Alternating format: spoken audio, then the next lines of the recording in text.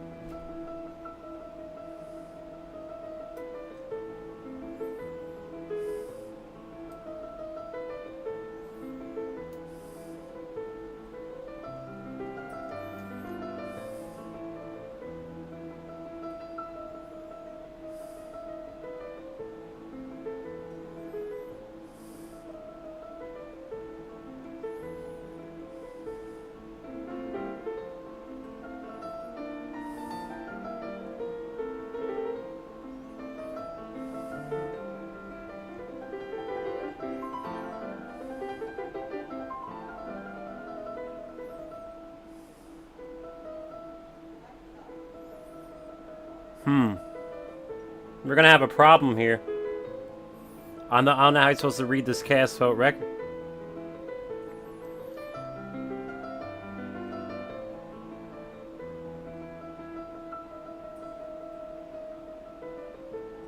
Like, why is every other line blank, but still counting as a cast vote?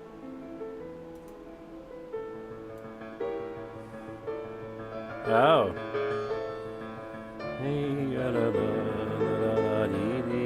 This is very weird.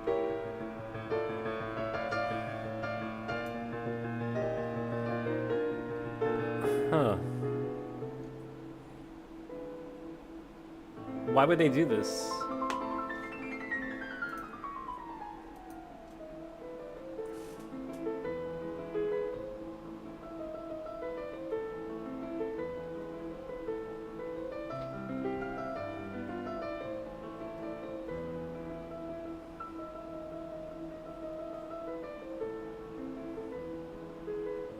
Oh, so then the ballot style doesn't have the 2-page thing? Then you only get 1 vote?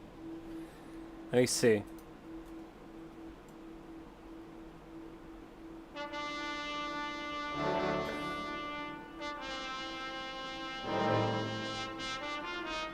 Overvote.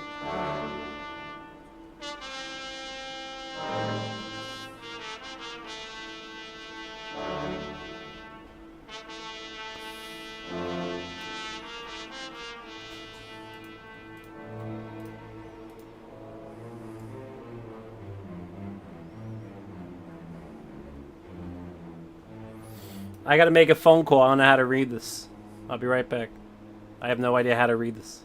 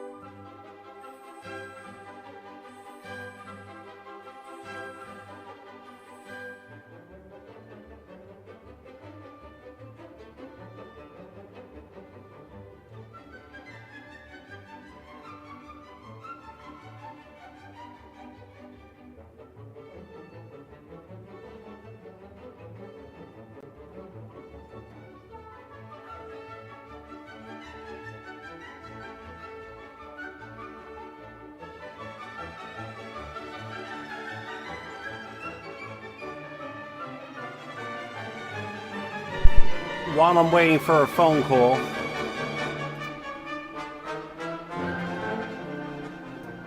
let's see if I can figure out how to read this cast vote record.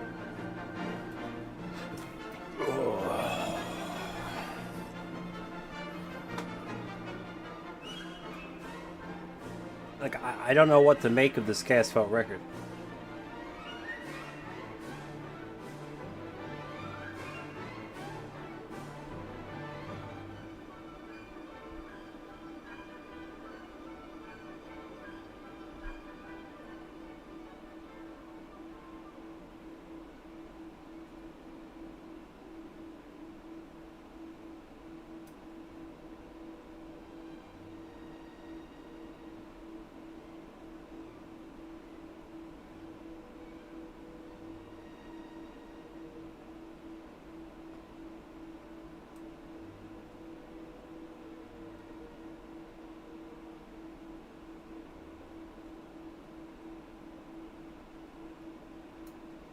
It doesn't even tell me if it's mail-in or whatever.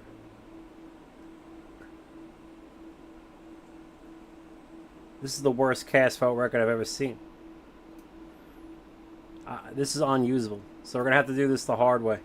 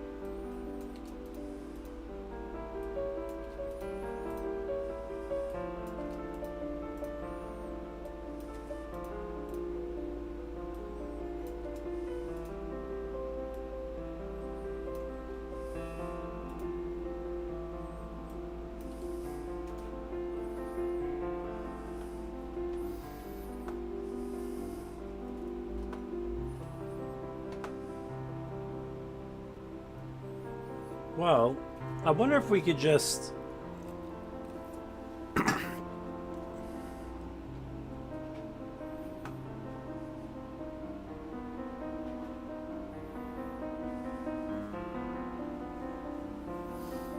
there might be another way to do this.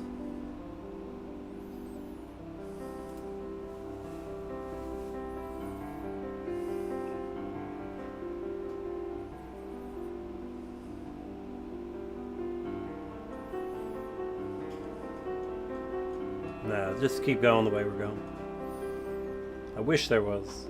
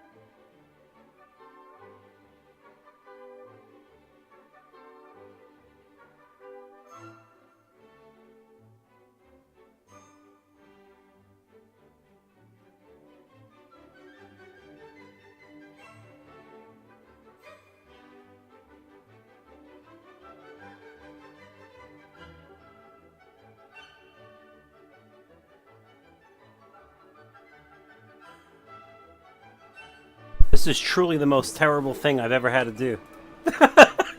They do this shit on purpose, man.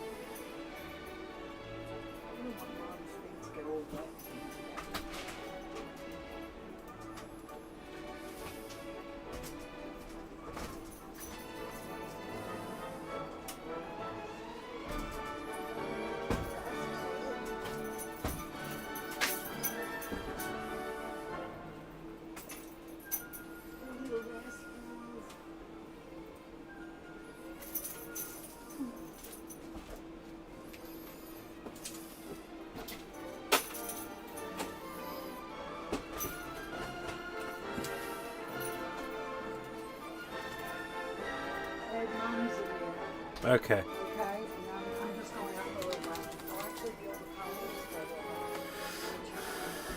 some stuff. I was hoping we could bring the car, Okay. but I'm going to talk to Keith today. Okay.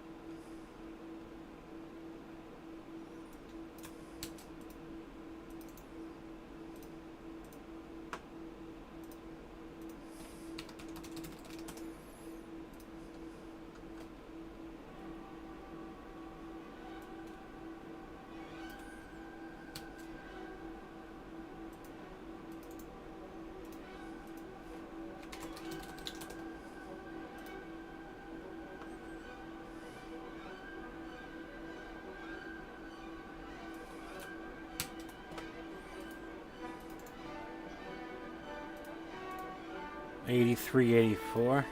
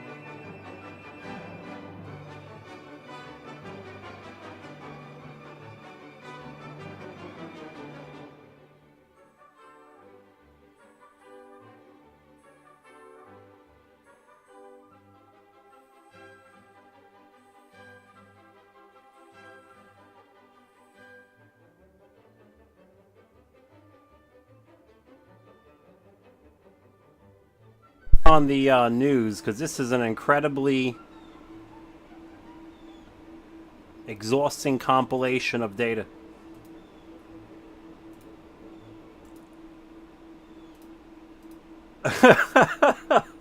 That's to put it lightly. Oh man.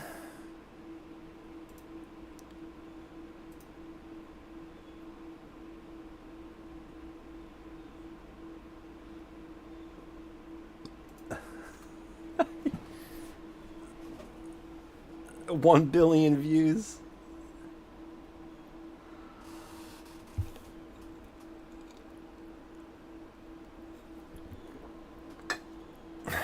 Elon Musk has stated that the entire conversation around the Elon Musk-Donald Trump interview has generated over 1 billion views. On the space itself, it's around 27 million total people listen, and it's been less than 24 hours with peak concurrent viewership of 1.3 million at the time. And oh boy, is the media angry. NBC News is like 1.2 billion people were exposed to fake news. That's how they're reporting it. The Independent says, here's how you can delete your account because Elon Musk is spreading disinformation and misinformation. So we'll talk about that. Plus, we got the cover from Time Magazine. The glorious and beautiful Kamala Harris picture that they've made. And what's funny is we had this conversation around the Donald Trump assassination attempt and the cover they were supposed to put out for August 5th, which was their next cover. It was Donald Trump raising his fist, yelling, fight, fight, fight. But of course, we heard journalists complaining that the image was helping Donald Trump. So then Time Magazine changed it to a picture of the rally with no Trump in it. And they said, no, we're doing several covers. Guess what cover they actually released?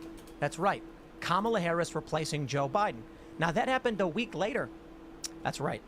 They're in the bag for Kamala Harris. We'll talk about that. And then we got big news, probably much bigger news if you ask me. The DOJ is preparing to break up Google and Alphabet, shatter them into splinters and cast them out to the wind. We will see, because a court already ruled that Google was an illegal monopoly. So this is the next step, which could be big news. So we'll talk about that, plus a bunch of other stories. But before we do, my friends, head over to castbrew.com and buy Cast Brew coffee. Why? Because you'll be supporting the show and you'll love coffee. I know I do. I do a double shot of espresso with a protein shake in the morning, and I love it. I do Appalachian Nights. I do it as an espresso shot, but you can get it. You can do whatever you want with it.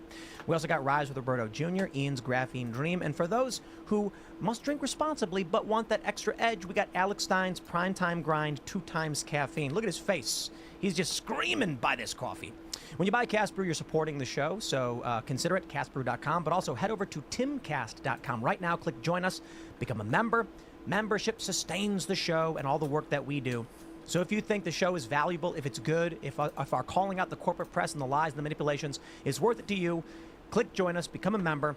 We're going to have that uncensored call-in show coming up at 10 p.m. tonight. So you as members actually get to submit questions and even join the show. If the audience chooses you, say your question's good, it's you. You're on the show. So smash that like button.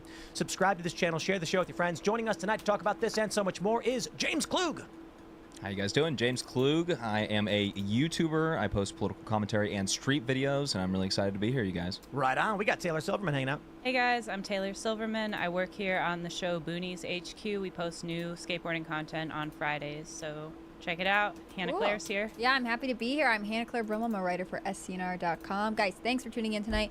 You can check out Scanner's work at Timcast News, and we should get started. Here's the big news. Musk boasts of 1 billion views for No Limits X interview with Trump. Former President Trump's space post received 73 million views alone, according to Elon Musk. Well, it's much higher than that right now. Currently, the post itself has 235 million views, which is massive, and 26.7 million actually listened to the recording. So we had about, I think it was 2.2 million total people. These are insane numbers. I want to stress this to you guys. While the left is coming out now and saying that, like, Trump, look at this, Team Trump makes unhinged crowd-sized claim about Elon Musk interview. I want to explain this.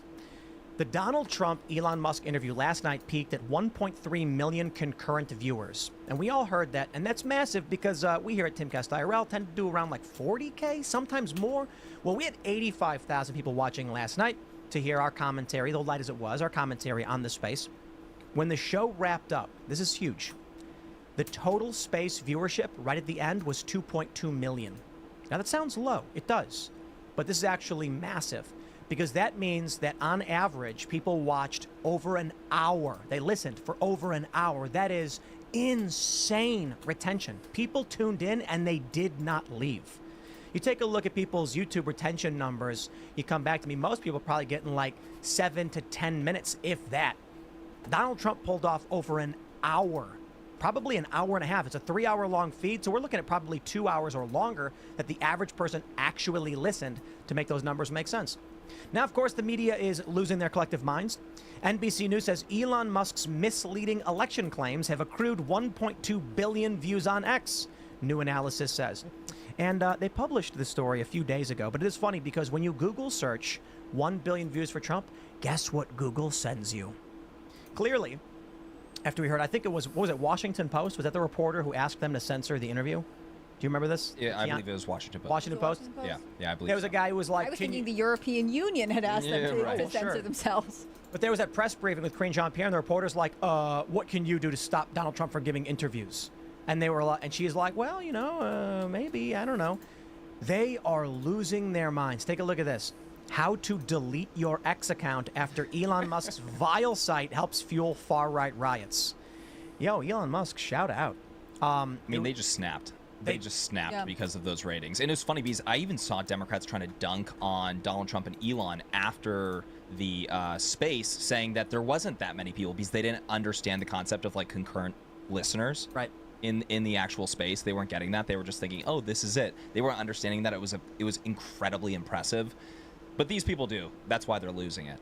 Well, they like to play dirty games, but it's all lies and manipulations. I mean, look, when they come out and tell you to delete your account because Elon Musk is vile or whatever, it's like, oh, come on. Elon Musk invited Kamala Harris onto an X space. Yeah, these are not spaces that are closed off to her. She's just opting not to use them. And, you know, ABC, which I personally think is in the pocket of the Biden-Harris administration. I was listening to a reporter this morning say, well, you know, it was delayed for 40 minutes because of some technical issues. You know, Elon Musk is claiming it's this DDoS attack, but he never offered any proof. I mean, they want it to be something where this is a massive failure for Trump when ultimately these things are good. Even the Harris campaign was saying like, oh, they can't do a live stream in 2024. And it's like, you guys use Zoom. Yeah, the only people that really cared about it being late were the people that were excited to write about some form of screw up. Yeah, if it was a problem the entire space, it probably would have been kind of a disaster, you know, but the connection was good. As soon as that delay was done, as soon as, you know, that was all worked out, it was smooth. Yeah. And it was a great conversation, and more of an interview, but still, it was excellent. Trump did great, Elon did great. And, you know, they're trying to spin it as this massive disaster when it just absolutely was not. If anything, people were having a fun time on X waiting for the space. You know? It's actually kind of a cool emergence of new technology that has gotten really big under Elon Musk's ownership. And again, Elon Musk is the enemy of a lot of corporate media, as is Donald Trump. So of course they want it to be bad. But the reality is, you know, if you looked at the Harris campaign statement, it just looked hysterical, right? They're saying we're not going to even call it X or whatever. Like, are you children? What's happening? Did you guys ever get the impression that these corporate media outlets are actually one conglomerate outlet under a single leadership? Because it just seems like they all say the same thing. The Democrat Party, you mean? Well, here's a Google search. Here's the talking point came out. CBS News, Donald Trump's live chat with Elon Musk plagued with glitches. So there's glitches. Reuters, rambling Trump. Then we've got New York Times, 2-hour ramble. Then we've got Hollywood Reporter. Elon Musk got EU disinformation warning before rambling interview. How many different? Here we go. France 24. Musk's rambling. The Guardian, rambling interview. Ramble. The USA Today, rambling Trump Musk interview marred by tech issues. Times of India, triumphant return to X with another rambling roast of Kamala Harris. They got their talking point. Listen, the likelihood that all of these people are sitting there and then just at the exact moment, like there was some kind of spiritual connection where they could sense each other's emotions, decided to use the word rambling, I really doubt. Impossible. I'm not suggesting, however, there's like a cabal who contacted all these outlets. What it actually is it's more like dominoes falling over. The New York Times says it was rambling, and they go, yeah, it was rambling. Yeah, that's the word, and then everybody adopts the same phrase. Let me stress, I rambled. Donald Trump and Elon Musk had a conversation. Right. I mean, rambling is their only critique of Trump's speeches. I feel like you could go back to 2016. They're constantly saying he's rambling, but that's becoming a more and more hollow argument to me. And you know, to your point, so much of the media's sort of exact verbiage is them just only listening to each other and repeating it. The other day, there was this article out about how all of these outlets were reporting that Kamala Harris was about to flip the script on immigration. That this was the big. What about the thing she was about to joy? do. What about joy as well? They specifically use the term "flip the script." Like all of them are saying the exact same thing because they're all getting the same central message. I want to point something out. Okay, what you just showed us right there, that the corporate media saying he was rambling. We all listened to the space. We all thought, hey, you know, it's pretty good. It was actually better than I thought it was going to be. To be totally honest with you, it was better than I thought it was going to be. They covered a wide variety of topics and all that stuff. But the rambling, this is the same corporate media that told you that, you know, it's just a lisp. No. Joe Biden is super sharp, all of this stuff. And then they hear someone talking like that and they say, oh, rambling, mumbling, all slurring. Are you guys serious? I've watched Biden's speeches and been like, oh, this guy's not looking good. And the next day I'll be like, he gives strong pushback to whatever they think he's doing well. Like, they've already decided how these people are because they have a narrative they're trying to maintain. Here's the question, though. There was a report from The Verge saying that sources at X claimed there was no distributed denial of service attack against the platform. And I believe the simple answer is there absolutely was. And I'll explain in a second. But first, I want to hear your guys' thoughts. Do you think, here's the argument. It was technical issues and Elon screwed up, so he just claimed it was a DDoS attack. Or someone attacked Twitter to try and shut the speech down. Which do you think it was? I think the most likely scenario is DDoS. Yeah, what do you guys think? I think it's more likely that there was some sort of attack. Elon said that they had run tests to make sure that they could handle the volume of traffic that the site would be having. I also, before I forget this, I'm still stuck on that headline saying that it was fueling far-right riots. What are they referring to? No, that's a different one. That wasn't in reference to Elon Musk's interview with Trump. Actually, that might be. But no, that was from the 8th. Disinformation. They're talking about him calling out Keir Starmer in the UK. What My riots have happened? In the UK. Have you not been There following? have been riots Oh, in it's the been UK? nuts. Okay. Yeah, and I'd imagine you'd probably be interested because it's basically like a lot of white people in the UK are angry that they feel that there's a two-tier justice system between the Muslim community and the native British community. But the reason I brought that article up was not to say it was about the event. It's that when you search Elon Musk 1 billion, Google gives you that story instead of they generated 1 billion views in conversation. But I'll throw it to you. Do you think DDoS or do you think Oh, I think Muslim? DDoS, absolutely. I mean, I almost want to argue the other point just so we're not all saying the same thing. But, you know, the reality is you can't have a major government institution, the EU commissioner, come out and say, hey, we're going to be watching you, and not think that anybody would be like, hey, it's my prerogative as a good citizen of the world to try and take this down, especially people who are sort of just, you know, anywhere from politically motivated to like trolling Musk who want to see him fail. And that's exactly it. So that's why, because I was asked this earlier by our IT dude, Andrew. He was like, do you really think it was a DDoS? I don't know. And I'm like, look, after the Ron DeSantis thing, do you really think Elon Musk was like, let's have no server expansion, let's have no Let's just roll the dice and see what happens. Yeah, like he didn't. They're planning for the front runner for the presidency. They knew what happened with Ron DeSantis. Anything you could plan for, like loading up more servers and expanding and stuff, these are all things that you would have ready to go instantly. So in the event that Elon Musk, I mean, look, there's a percentage chance that Elon just screwed up. They also stress test it for they brought this up before. This is my point. Yeah. So in any likelihood that this was not a DDoS, what you're arguing is that Elon is just a moron who literally did nothing. I think that's stupid. But a lot of leftists are like, Elon's so dumb. What makes more sense is Elon Musk, the Twitter team, there's a lot of employees there, prepared for what would happen if they got server overload. Elon says they tested for 8 million concurrents, which means in the event they started getting the server hug of death, they activate their mitigations. When you prepare for that, you can say, okay, what's happening? Too many users. We need to get more server space. You know, we've dealt with this before. You call the company, you say expand our access. We need more bandwidth, et cetera, et cetera. That's done really quickly. Distributed denial of service is harder because you don't know what they're hitting and where they're hitting it and what's shutting you down because you're getting caught off guard for something you didn't prepare for. So I think the simple solution is like you mentioned, the EU outright says, don't you dare do this. Look at the media's reaction right now. Delete your account. He was rambling. They're calling it a dumpster fire. They're saying it was awful. Don't you think they had the delete Yeah. your account article like teed up before, and they're like, "We'll just wait till he does something, then we'll tell people they should delete their accounts." I mean, I think there is a big anti-Elon Musk sentiment that is linked to sort of the similar irrationality that there is for anti-Trump. I don't need everyone to love Trump and love all of his policies, but it becomes almost like hysterical the way that a lot of people critique Trump. Irrational and over the top. They don't even look at their candidate and leverage the same kind of complaints because they're turning a blind eye, so they continue to drag Trump through the mud even when it's not warranted. But real quick, too, the delete your account is based on the rioting in the UK. The threats of arresting Elon Musk are based on the rioting in the UK.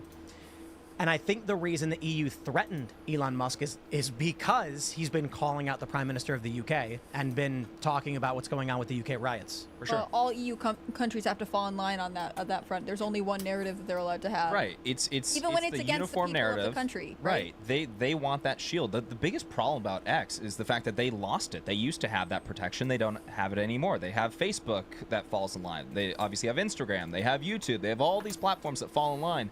And X is actually one spot where you can get another, that opposition or whatever it may be. You get all other stories, and they can't control that. I think also Elon Musk, we've already seen this already, but he's going to start going deeper and deeper into the political sphere the more they're just throwing more mud at him and more mud at him, because he's going to start realizing, he already realizes he's going to continue to keep diving deeper into that because they're not going to stop. They're going to ramp up this rhetoric. 10 times worse than what it is right now. They said to get him issue an arrest warrant for the guy. They're nuts. It'll get worse. All right, here we go. From The Independent, how poking fun at Donald Trump's lisp could backfire. Here we are mocking a man for his speech impediment rather than engaging with the substance of his words. It's a dangerous game and completely unnecessary. First, Donald Trump didn't have a lisp. I've been screaming about this nonstop. It's called a slush, okay? It's called a slush, not a lisp. A lisp is when you talk like this, and a slush is when you talk like that. Slush. However, I'd like to explain this story. This is called. I would refer to this as a negative hit, in a sense. What they're doing is they're trying to seem nice. Don't make fun of Trump's lisp. What they're really doing is saying, "Hey, Trump's got a lisp." That's the goal of this. So they write, "There is a lot to criticize Trump for. You could fill books with it. Blah blah blah. He doesn't appear to be a nice man. Blah blah blah." And yet that seems to be the takeaway. They say, whichever way you slice it, there's so much juicy material to choose from when critiquing the once and maybe future president that there really is no need to pull him up on a speech impediment. And yet that seems to be the takeaway.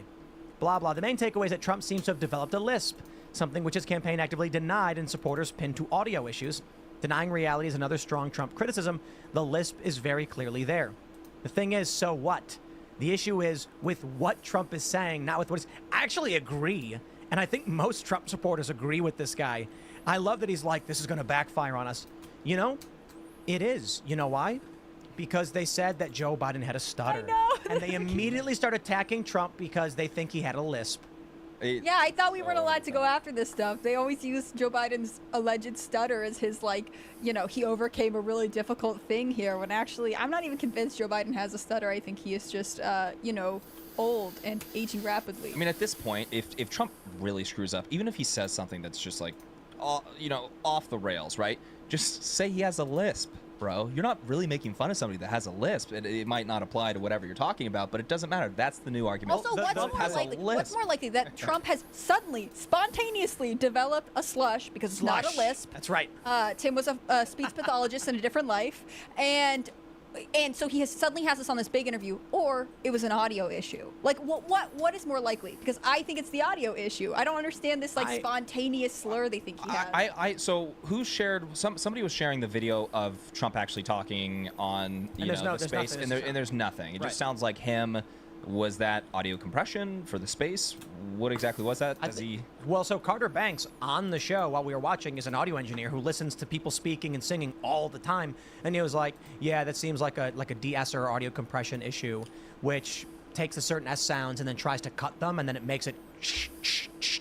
So Trump's talking and it's going like that. Right. I thought it sounded more, even if it was let's say you're comparing it to a lisp. Lisps, they actually get picked up. It kind of sounded just weird to me. One of the issues was it sounded off. Trump would, if you listen to the whole thing, you'll notice that sometimes he'll speak with an S and sometimes you'll hear a weird slush, but it's not always, which is not indicative of a speech impediment. If he did, it'd be saying it all the time. Also, the idea that he developed it spontaneously, like you mentioned, is weird. Some people said maybe it's because he was looking down. I don't know, he was looking down and spit was pooling in his mouth. I have no idea, but I'll tell you this. Okay, I'll take it. Let's start making fun of Trump's lisp, they say, and Joe Biden's stutter. And then as soon as they bring it up, be like, yeah, and Joe Biden couldn't talk at all. Like, oh, and then when they say something like, but he's not going to be president anymore, I'll be like, oh, okay, so you think he's fair game now. So if the defense is, but Joe Biden's not running for president anymore, you'd be like, oh, okay, so is he fair game? Can we make fun of people with speech impediments? Because I'll go for it. But I want to stress this one too. They called J.D. Vance weird. That also backfired. Because a bunch of LGBTQ people came out and said, I feel like I'm being traumatized again, like when I was in high school, and being called weird. And now the Democrats are doing it too, and it's making me feel bad.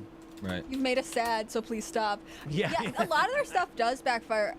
One of the critiques, again, I watched this ABC interview, talking about the X space last night, and one of their critiques was, Trump continued to talk about Biden, who is not even in the race, and they played the quote of Trump saying, I beat Biden, which he did beat him in the primary. Like, he did better than him at the debate, and Biden was the person who won the Democratic primary. So the fact that they're now trying to be like, you can't even talk about Biden, he's so off topic, nothing makes sense. It really does feel to me like sort of a grasping at straws to try and make Trump look kind of out of touch or something, as they try to subtly, rapidly put together this "we're of the working people" candidacy for Kamala and Walz. Yeah, it's funny. I remember thinking last night, I thought that Donald Trump was actually doing a good job of connecting Joe Biden and Kamala Harris, making sure not to kind of separate them. Yeah, he separated them when they were talking about the debate and dropping out and all that. They were being forced out and all that. But I thought he actually did a really good job at connecting the two. So when you're mentioning one, you're mentioning the other, just to remind the American people that they are in it together and they're destroying your lives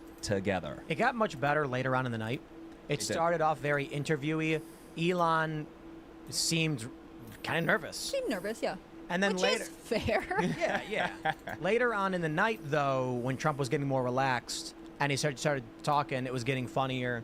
And what was that line where it was like Putin said no way, and I was like way, and everybody's quoting that. There was a bunch of funny stuff like that. That's what Trump needs to do, and that's what I liked in 2016, though I did not vote for him. Is you go to these rallies, he does stand up, doing these interviews. I would actually recommend this. Anybody who interviews Trump should start off with non-political questions and just ask him like what's your favorite place to eat?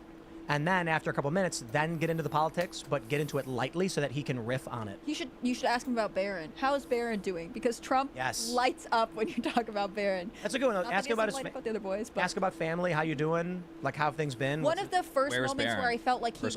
Where's he going to college? I mean, maybe we don't want to talk about that yet, but one of the moments in the space where I felt like Trump really seemed sort of familiar was they were talking about the attempted assassination, and he was saying Don and Eric, and he kind of alluded to the fact that they hunt and they use guns, and so he was like, so they told me, that's like this distance in golf, which I think is so funny that like these sons would have to be like converting something to put it into a realm that they know their dad is familiar with. I mean, I feel like we all do that with our parents to a certain extent, and our parents do to us, right? They make comparisons between generations, but they're like, you know about golf, Dad, so here's how we're going to explain this to you. And again, it gives you that like they are an actual family, even if they are this wealthy real estate family. We even got a couple people pointing out in the super chats that Elon and Trump put up high quality recordings from the show, and there's no lisp and no slush.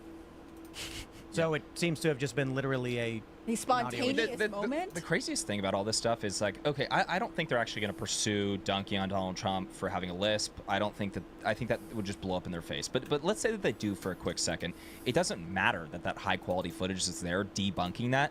They would do it anyways. I mean, it's like I feel like I'm just like living in this like futuristic dystopian future right now, where all these things that you were kind of learning about when you were a kid, all this propaganda, let's say World War II or USSR or whatever it may be, you're seeing it today.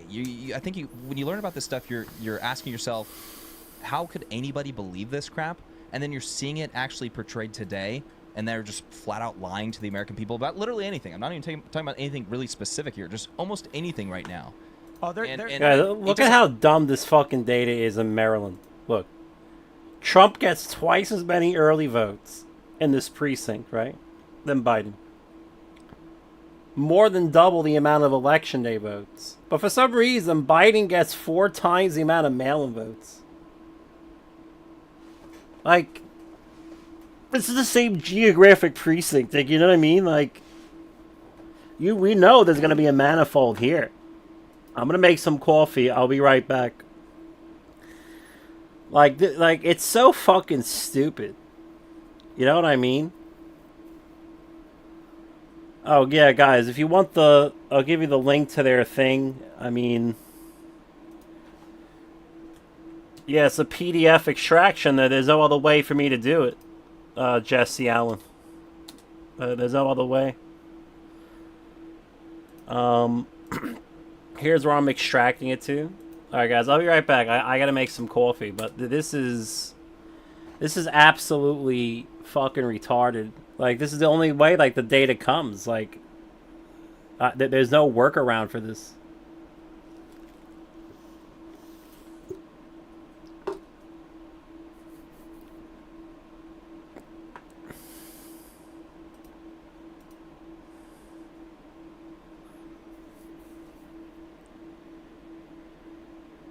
Like, I just wonder how, like, Trump does so well in the early vote and election day vote in these precincts.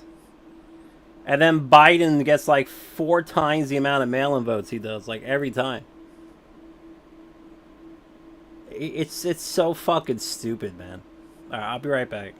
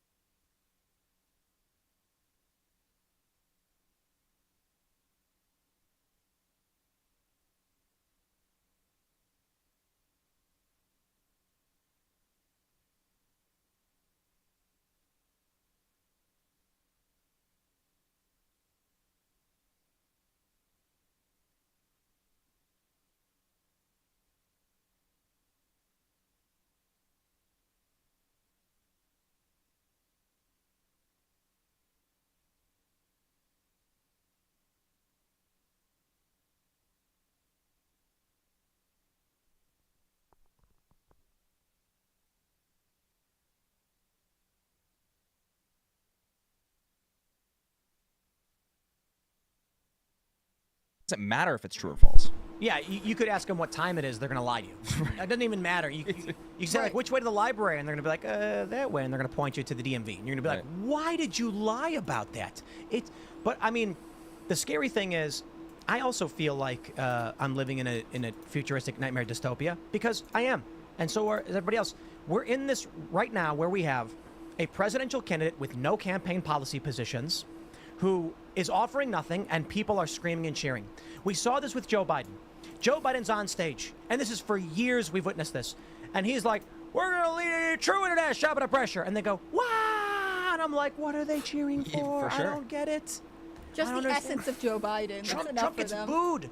Trump was at a rally, and this is a famous video. He's like, I did the vaccine. And then everyone's like, boo. And he's like, well, I didn't force you to take it. At Biden rallies and Kamala rallies are just cheering blindly for nothing. I feel like you've got a zombie horde that is going to just scream and cheer for anything, and then Donald Trump struggling to maintain an alliance between the right and moderates to keep them all cheering for him. Right, and then the mainstream media will be like, and the right is the cult. We're not the cult. It's very weird. Kamala Harris put up this post today saying, whatever, anti-Trump. He's pushing his Project 2025 agenda. Yeah, there's another He's one. going to take us backwards. He has, and I think it's almost overdramatic, but the Trump campaign has really distanced themselves from Project 2025. It's very clear that he is not affiliated with it, and she is still pushing this narrative, trying to link that phrase they've used to scare people with Donald Trump. How is that not misinformation? Like, if you're going to police the world about you guys shouldn't be saying this and you're inspiring fear, where is any sort of humility? You don't even have a platform to present, and yet you are falsely representing someone else. Since we have half the precincts right now, let's get a quick sneak peek of what the manifold may or may not look like. Technically, we don't know there's a manifold, but it most likely is. So I just want to take a quick look. Let's put our GH alpha right here.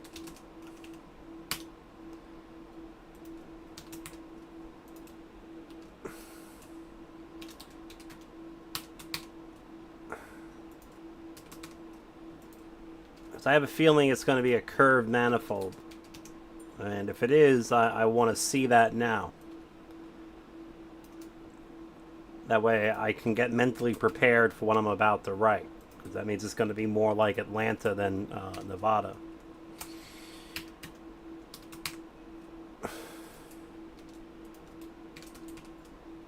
And then, of course, we want to see there. Like, we're going to know, like, the moment I see the GH profile, I'm going to already know. You know what I mean? So let me get a quick idea what this looks like.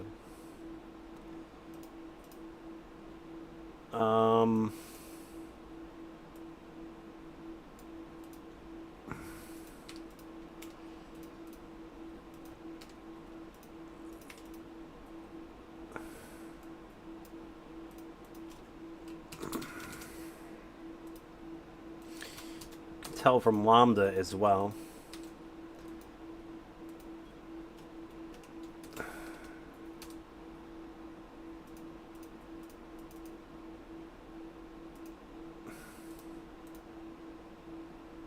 Okay, Lambda is rising. It's not like Nevada, so it's going to be a curved manifold. Let's get a quick look at it.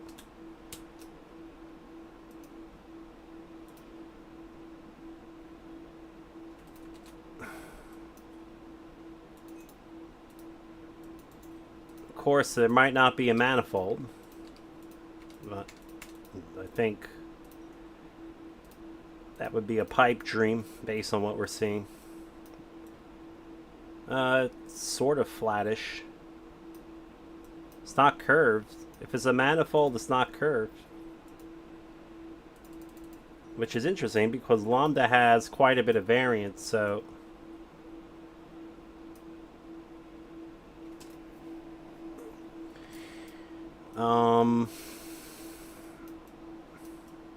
no, it's curved. I can tell it's going to curve in this region here. So, in fact, we can see that if we just go right into least squares regression, we're going to see the curvature with our eyeballs right now. If We just pop that in. And you're going to see curvature off of these residuals here. See that little bow shock here? And then you see the curvature is going to come up here. So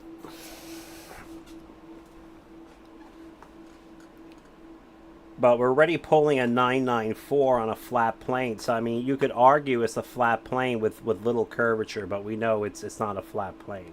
Okay. Now, let's see if this is riding up the crest. It sort of is, sort of isn't. Okay, so I can't really tell based on this. So let's find out now.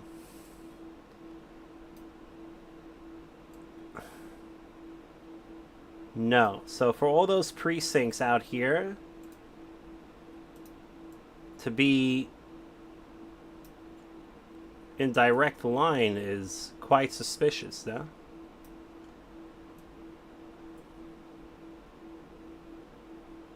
But so far, it's actually a flat plane, which is interesting because I'm not getting constant lambda here.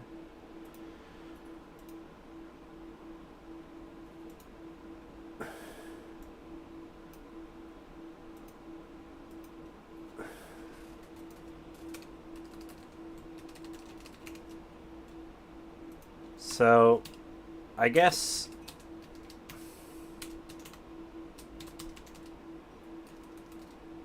let's get the standard deviation.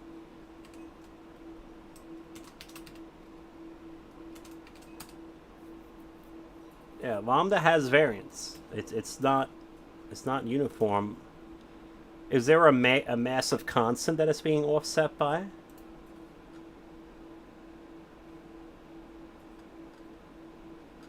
I don't understand how else that could work. No. Why are we able to tell with this much precision? Alpha. Do these add up to 1? So let me see. Calc. 0.67419 plus 0.322993. And then subtract 0.001447.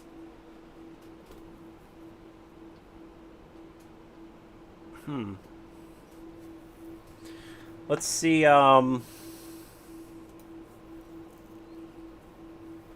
see real quick if put out a total here real quick. They could be doing something over the integers, so just let me check that too real quick. Let's just do A versus D with T.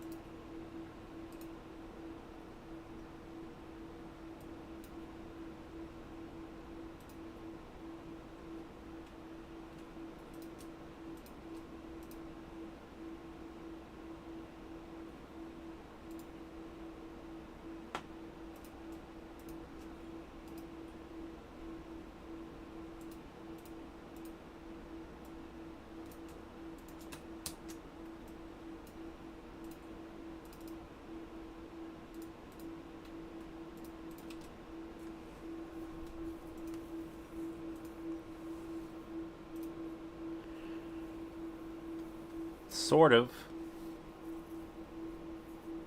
But again, it has curvature. You can see it here.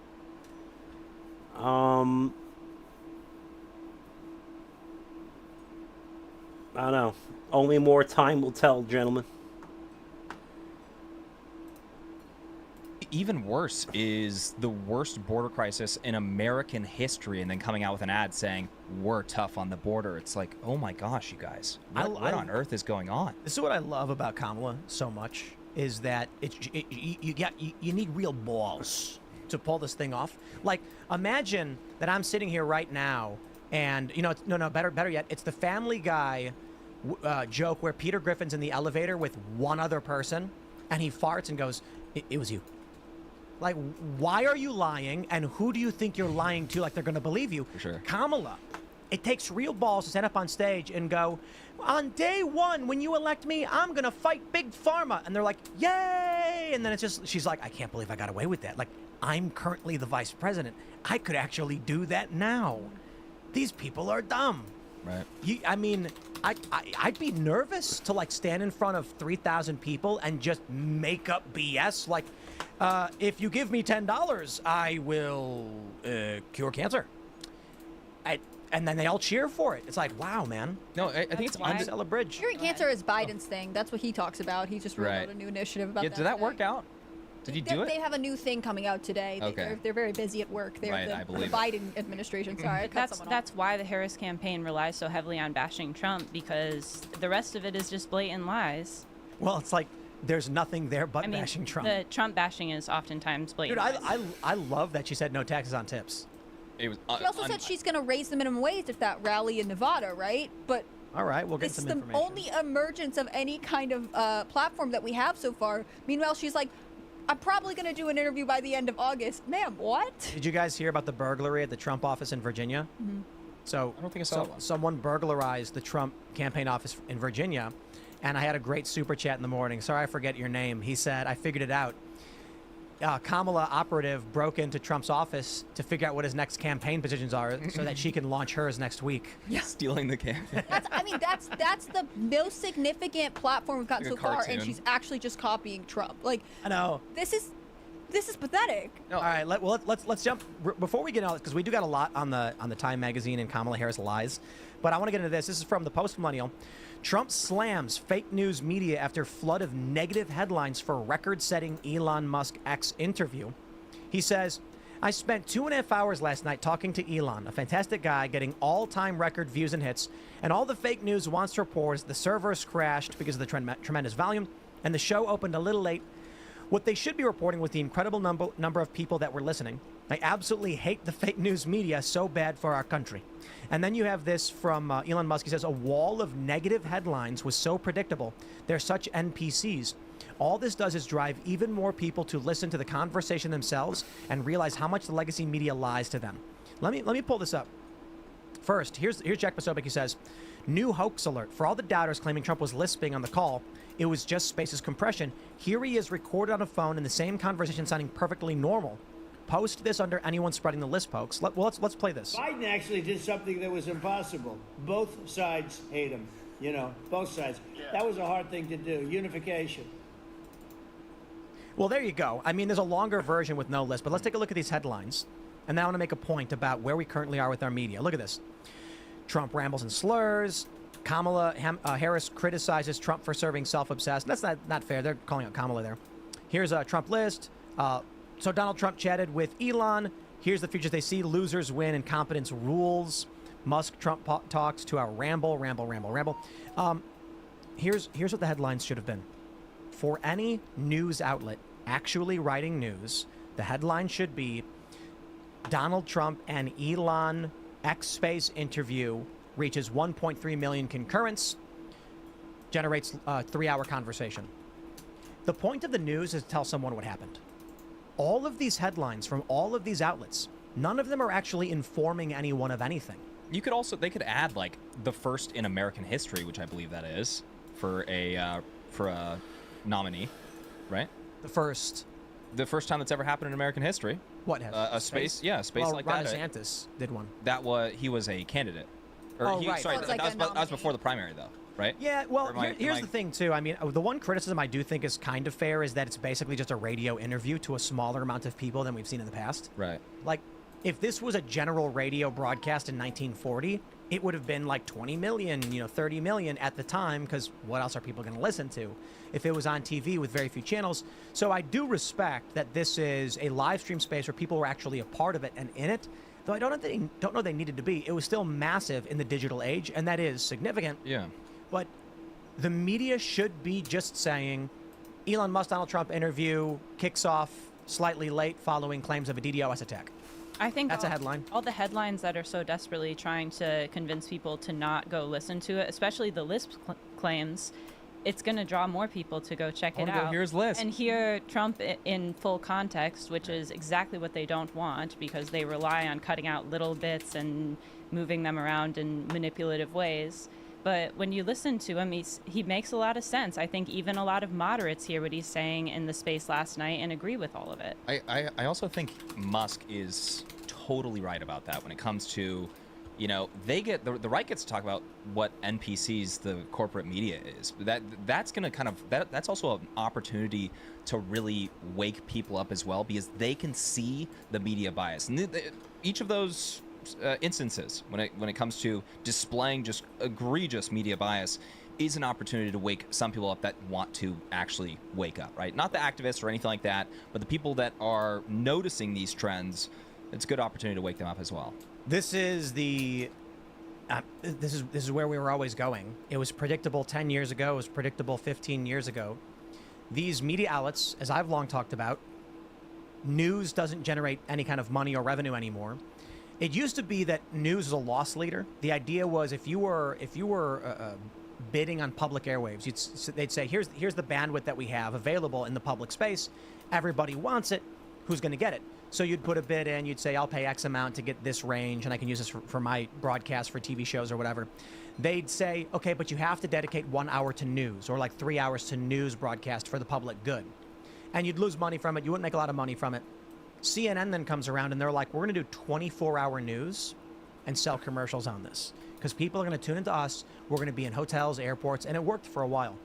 Then once news drops off of TV and news becomes an actual business with Huffington Post and BuzzFeed, the question isn't, is reporting the news going to make us money? The question is, what articles get clicked on? Mm-hmm. And so there's a lot of websites where it's literally just, recipes. And then you're trying to find a recipe for chocolate chip cookies, and then it's like 3 pages of a story about how my grandma survived the war and carried chocolate chips and under her belt or whatever. And then finally you get to the bottom and you're like, oh, there's the recipe. The reason they do that, they want to cram as many ads as possible, and they want to get you to stay on the page as long as possible. So even cookie recipes haven't been saved from this. All of these big news outlets have turned into blogs. They've turned into opinion blogs because all they care about is maximizing clicks. Hence, shout out to the Washington Post for writing right-wing YouTuber Tim Pool buys skate park. There was no news, and it was the top trending story on Washington Post. Did you see that? Yeah, I saw Tim Pool on the top trending on their site. The thing is, I'm gonna let you guys in on a secret. If you're trying to figure out how to get clicks, put Tim Pool in the headline, because for whatever reason, people want to know about me, I guess. So a guy from the Washington Post writes this story up. He interviews a guy from Pennsylvania about what's going on in West Virginia, because there's no story at all. And it still becomes a top trending article for the website. Either I'm the most important person in the world because the Washington Post has me on the front page, top trending, or they literally have no readers left and they're desperate.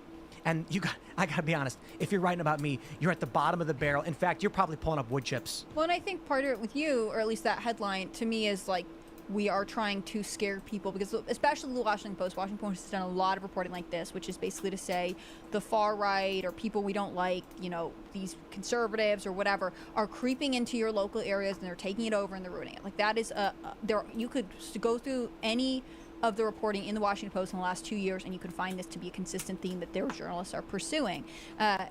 If they were actually trying to give the public insight into political trends and attitudes in America, they would really critically go over what Elon Musk said to Donald Trump, which is that he would not consider himself a Republican. He would not consider himself, deeply conservative. In fact, he said he voted for Obama and he would consider himself a moderate Democrat.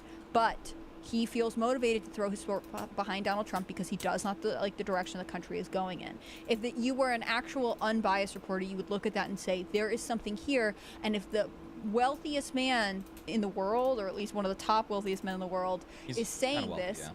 then probably average Americans feel similarly to this as well. And why is that? That would be what they are following. Instead, it's about fear-mongering because fear and sex sell. And that's ultimately what the Washington Post in particular need right now as they try to stay afloat. I mean, I'm not sure if any of us said this yet, but like, how is the number one story not, hey, when's Kamala going to do a sit-down interview? What's going on here? I mean, yeah, I know we've been talking about entertainment aspect of the media. Equally as dangerous is the fact that it's absolutely dominated by psychopaths. And what about the headline where it's like Elon Musk offers Kamala Harris X space interview, Kamala declines, or Kamala refuses to answer? Right. But mainstream media can't critique Kamala for that. Like, I watched a morning show where, right, the one journalist is like, yeah, she's saying she's going to give an interview, but she hasn't yet. But they can't critique her because they don't want to lose that spot for their outlet, right? Like, they're all trying to suck up to the Harris campaign as much as possible so they get these interviews because she's not answering any questions. So I think there is this kind of gross dependency on Kamala Harris' campaign because they think she is the be-all and end-all of life, and they're not willing to do other work to attract readers. I just think it's a cult. Yeah. Look, Donald Trump, like, I'll keep it simple again because I know a lot of people have heard it, but this is important. The Republican primary was brutal. Ron DeSantis supporters fighting with Trump supporters, friends becoming enemies. I cried. I didn't really cry. But Nikki Haley was in the race. Vivek Ramaswamy. You actually had a lot of former Trump supporters defecting and saying, no, Ron's the guy. Because it's not a cult. And then you had Ron DeSantis supporters saying, F you Trump supporters, Trump is not good, you're nuts, and you're in a cult. For sure. And then you have people like me being like, Ron doesn't have the charisma. I like Vivek, but I don't think Vivek is ready. He doesn't have that X factor. Although Vivek is incredibly good. If you watch everything he's doing as of late, Vivek is probably one of my favorite guys in the space right now. But Donald Trump just makes the most sense. On the Democrat side, Kamala Harris is installed. Nobody voted for her. She has no campaign policies. And they stand behind her cheering and waving signs, despite the fact that she has no policies. And then it was funny because I got into it with the Krasensteins. You know, we love them. We love the Krasensteins. And I had tweeted Trump either has bad advisors or no advisors. And this guy, I think it was Brian, he's like, when will you admit that it's Trump doing this and not his advisors? That's what cultists do. And I said, Brian, what do you think no advisors means? It means he's making bad decisions and no one's stopping him. And he's like, so you really think that Trump's making bad decisions and not advised and you'd still vote for him? Weird. And I was like, yes, because my alternative is a woman with no campaign policies that no one voted for with a bad track record, and I have no idea what she's for anyway. Not to mention the Biden administration is going to be pro-war, has been pro-war, and with Donald Trump, I know what he's offering, Agenda 47. Not that I think Trump is perfect. We routinely criticize him. And then I said, he hired John Bolton, the crackpot. Trump has made a lot of mistakes, but he's a marginally net positive president that I accept. But these people are in a cult. That's the media. The only reason why they're able to get away with any of this stuff is just because they have this massive protective shield of, the corporate media, big tech, and all these groups that, it's funny because they dominate all these major institutions, and that's the only reason why they can, totally, basically, ignore any criticism or anything like that from any conservative outlets or anything like that. But they'll turn around and they'll tell you that you're brainwashed, you're in the cult, and, oh, by the way, we're the resistance. You're not the resistance. Even though we owned everything. We've had on the show on numerous occasions Clint Russell, who was running for VP of the Libertarian Party, Angela McArdle, the chair of the Mises Caucus for the Libertarian Party, Dave Smith. All of them have been very critical of Donald Trump, especially where it needs to be, to the point where I think Clint's position early on was like, I won't vote for that guy. Look at what he did during COVID. Look what he did with Operation Warp Speed.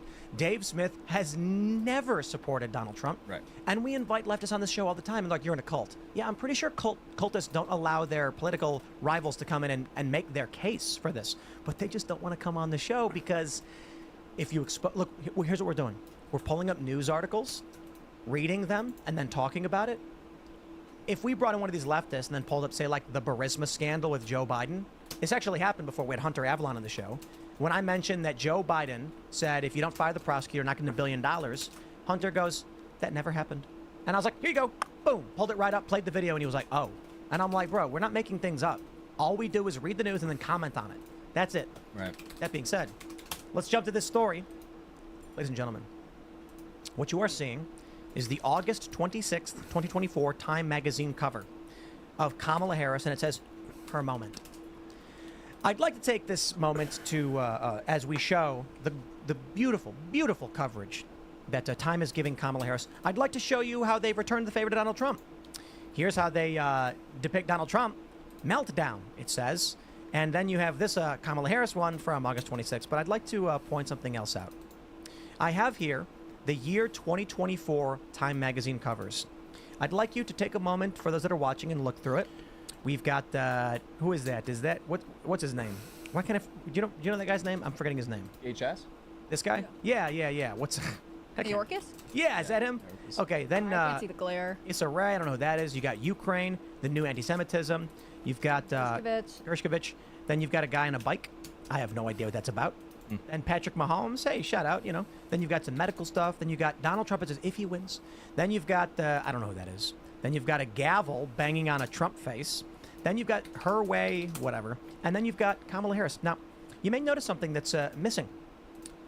Have you guys figured out what's missing from these Time magazine covers?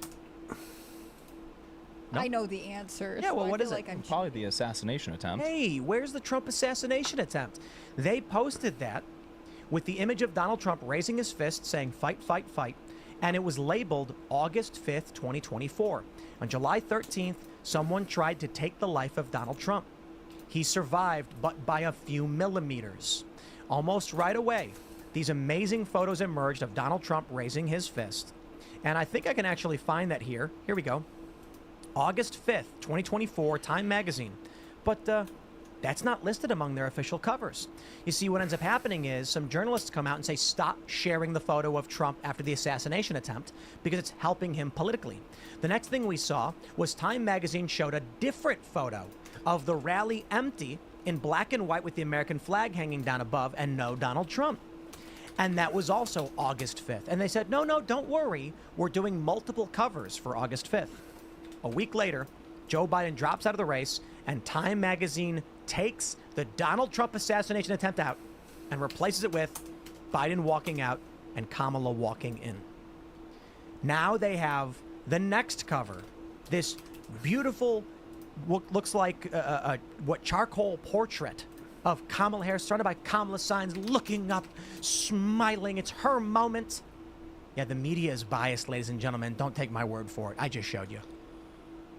It's crazy. And also to just... It's reality.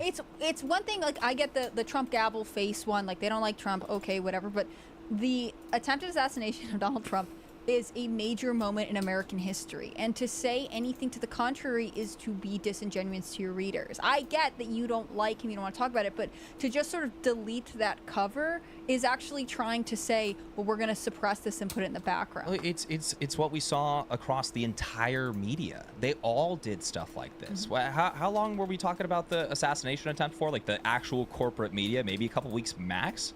And at first, Maybe? they wouldn't even say that it was an assassination attempt. Right. They were like, the first reports were Trump falls at rally after loud noises. Right. Trump falls covered in blood after loud noises, people screaming, and man gets shot in the head. And then even the FBI director was like, it could have been glass. We don't know. You know, sure. like they just tried to say this wasn't a real thing, even when it was obviously confirmed that he had been shot at the rally in Butler, Pennsylvania. There are still people posting that it's like some sort of hoax and that he wasn't really shot and he had put fake blood on his ear. There was somebody killed. I talked to a guy on the street. Real quick, sorry. You can still buy this print, this Time magazine cover. You can buy it on their website for a magazine that doesn't exist. There is no... The official cover listed on their website is Kamala Harris replacing Joe Biden, and they're selling this one. I think they were embarrassed. I think they made an editorial decision to quietly pull it down, but they only wanted to go so far, because if they removed it outright, then everyone would say, aha, this proves it. And now they're calling it a special report. It was a special edition. Oh, it was a side, article. A little this thing happened as well, you know? Yeah, don't be crazy. Yeah, you know? I talked to a guy on the street. I filmed a video getting people's reactions to actually that exact cover. And one guy was telling me, yeah, well, I asked him about the blood. I was like, okay, what about the blood? And he's like, oh, well, the Secret Service. you know, they put a little bit of fake blood on his ear while he was down. And you're just like, I mean, I guess the logic that explains that, right, is these people have been calling him a Hitler for what, 9 years, 8 years, whatever it is now.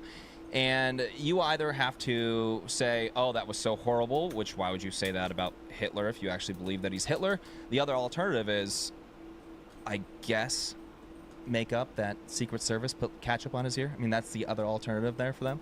One of my favorite theories was that Donald Trump had a gel pack in his hat, and as soon as he fell down, he smacked. So you see him standing there, and then he goes like that with his hand.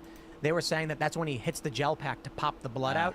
And then he drops down, knocks the hat off, and he's got the fake blood on his face. Right. Or, you know, they actually killed a guy on a roof who tried to shoot Trump. But he was doing better than Biden before that, right? Because let's not forget, he was running against Biden, and that debate had been, Biden had not been doing well before, but the debate had really rallied all the Democrats who wanted him to leave. So the idea that then Trump would have to stage some sort of like big event where it looks like he was attempted, like, it doesn't make any sense. It's, good point. Yeah. you know, like, he doesn't need that boost in the polls. If anyone had to do it, it was Biden.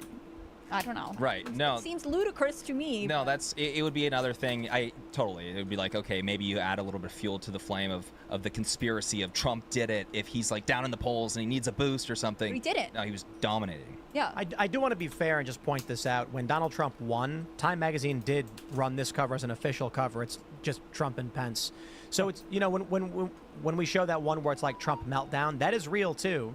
And look at this. They have the meltdown, and then they have the October 24th just before the election. That's them being lazy, though. They had two versions of this meltdown post, and they're like, It's our a double graphic issue. designer's out. We got to get this one out. No, but I think the important thing to point out is only after Trump won were they like, we better be nice to him. Before that, it was like fairly brutal. But he got another one. He got Person of the Year back then. Yeah, I think they've progressively, just like the rest of the corporate media, has progressively gotten more and more unhinged every year that's gone by. Look at this. The reintroduction of Kamala Harris. I'd just like to point out that she was despised by everybody. She was mocked. She was considered to be stupid and inarticulate. And now they're like, oh, she's the greatest. She didn't even come second place in the 2020 primaries, right? Like, they didn't even... Second, she didn't get one delegate. She didn't get Yeah, anything. she She was- didn't... That's what I mean. Like, she wasn't even, like... A lot of people were like, she's pretty good, right? She had to end her campaign. That's how bad it was. Yeah. And yet... Here we are. We're all supposed to I think she ended it before Iowa. Yeah. Take a look at this. Look at her polling. This is Civic's favorability. She's 36% favorable, 57 unfavorable, and then just overnight, it's 50 to 46. I'm sorry, dude. You're a cult. You are cultist. You are in a cult. If you want to argue that Donald Trump is bad, please argue Donald Trump is bad. If you want to say that you won't vote for the man for this, that, or other reasons, absolutely, absolutely. Tell me all those reasons. I am all ears. If you then say, instead, I'm supporting Kamala Harris, who has no campaign policies at all, I'm going to be like, what? Well, hold on. You're allowed to not like Trump. Fine. But then claiming you're going to vote for someone for no reason, and claiming that... So what this means in this polling, when on the 7th of July, she's at 36, and then a day later, or I should say it's like a week later, she jumps 10 points in favorability. That means there are 10% of people polled who are like, oh, I do not like Kamala Harris. And then all of a sudden they're like, I love Kamala Harris. It's just, why? For what? Give me a reason. Well, I just decided right now she's good. No, you're a cult. That's what cultists do. They decided she was good because she's not Biden. Like, that's the reason. They always are voting against someone else, and in this case, they're voting against the incumbent. They didn't want it to be Joe Biden, so they're like, okay, cool, so we're going with Harris. It's not because they genuinely like her. It's because there's this, like, I guess, relief honeymoon period where you're like, yeah, he was real bad. This will be better. I think a lot of them are robots, and they see the media's fake hype, and they just totally hop on board with it. One, I'm going to Philly this week, and I'm definitely going to be asking Harris supporters what exactly they're supporting. And then two, I do want to point out, you know, the drastic shift in support to Kamala Harris. A few years ago, like, it would take, if I go out in the street, I'm interviewing people, it would take maybe a few days for you to kind of see that on the street, for it to go from mainstream media to your average liberal on the street, your average person on the street. It's gotten so much worse that one day after, you know, when Kamala announced the campaign and it's all ready to go, it took one day for them to totally jump ship. Nobody cared. Nobody cared that Joe Biden was forced out. And every single person that I would speak with that was a Democrat was very excited about Kamala. So it doesn't even take like a full 24 hours for these people to completely change their mind just because the TV told them so. Look, that's why people say sheeple. You know, the old meme on the internet was sheeple. Wake up, sheeple. Well, there are some people who just don't want to wake up. They don't want to be told the truth. They don't want to see the truth. They don't want to accept the truth. They just want to live in this world, and that's it. And it's sad, really, because people you'd assume to be otherwise smart people, their brains just go dial tone the moment you say, like I will stress it again. When I say, you're allowed to not like Donald Trump, I don't care. Just, talk to me about why. Dave Smith comes here, and he does this. And he says, Tim, Donald Trump did this, he did that, he did this. The examples that I often say, he fired missiles into Syria, 59 Tomahawk missiles, because the media yelled at him. And I'm like, yeah, that was bad. He increased drone strikes and decreased transparency. Luke Rukowski brings that up. I'm like, that's a good point. He did that. He had massive spending in his first term. I'm like, these are great points to bring up. I'll make an argument why those things are bad. While they're bad, I still see a net positive with the other things that he did, because nobody's perfect. They've literally got nothing. Nothing. You didn't find Tim Walz calling Trump and Vance creepy to be compelling? That was like, this is what I think is so strange. Like, they constantly are saying over and over again, we have less than 100 days, we have 90 days, whatever, like, let's do this. And yet they aren't producing any policies, and all of their campaign is just attacking Trump and Vance for very superficial things.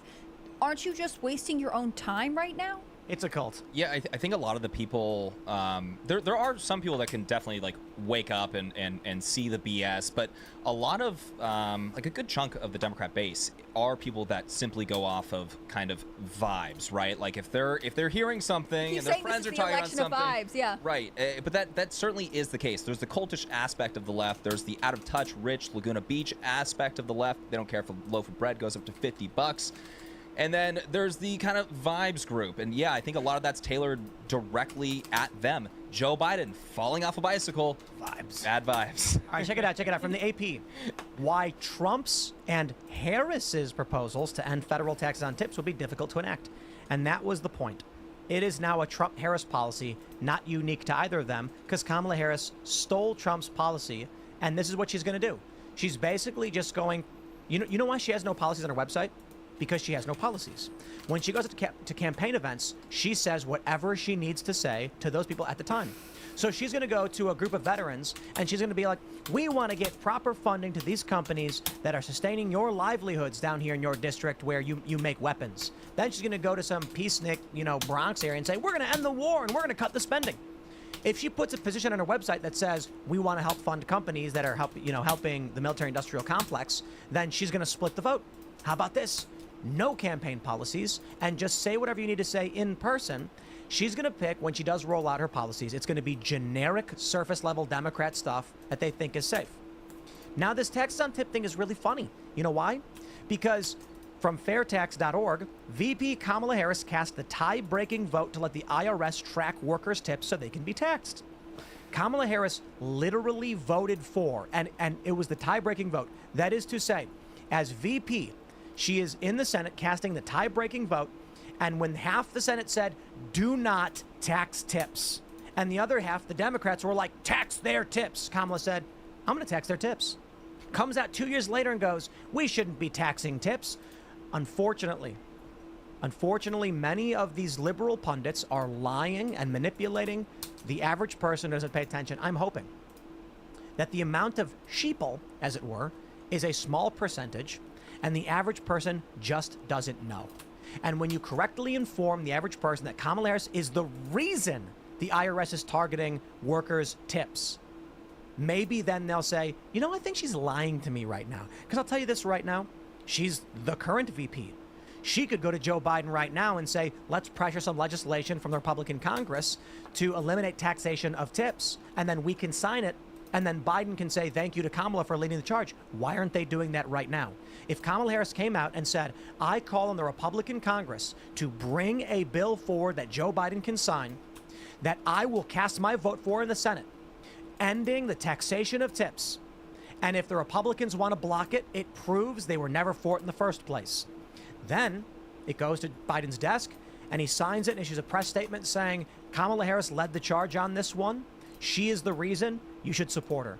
She won't do it. You know why? Because she's the reason they're taxing your tips in the first place, and she doesn't actually want to cut your taxes. Right. Wasn't, I could be totally wrong here, but wasn't there that proposal? There was a proposal in Congress that was led by Republicans that includes language about like removing income tax on tips. And now the media is sort of being like, oh, it's bipartisan, you know, it's who Do you, even knows? do you know which political party wants to draft women? The Democrats, It's the Democrats.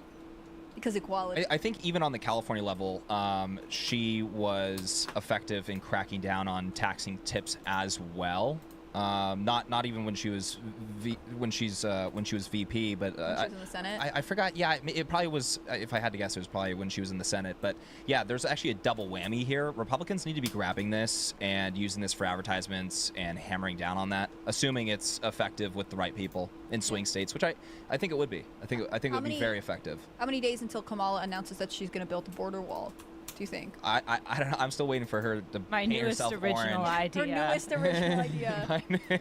I've come out with She's something. gonna say we're gonna bring back manufacturing jobs. She'll call it something else, not a wall. Right. Right. We're gonna build a fence. I mean, it's perfect content for like South Park or you know, Family Guy or anyone like that. But unfortunately for us, this is real life, and she's running off just stealing Trump's policies and not doing interviews and gaslighting the American people. in so. abortion. I mean, that's her Right. other main talking. We got to point wipe all out the those time. babies.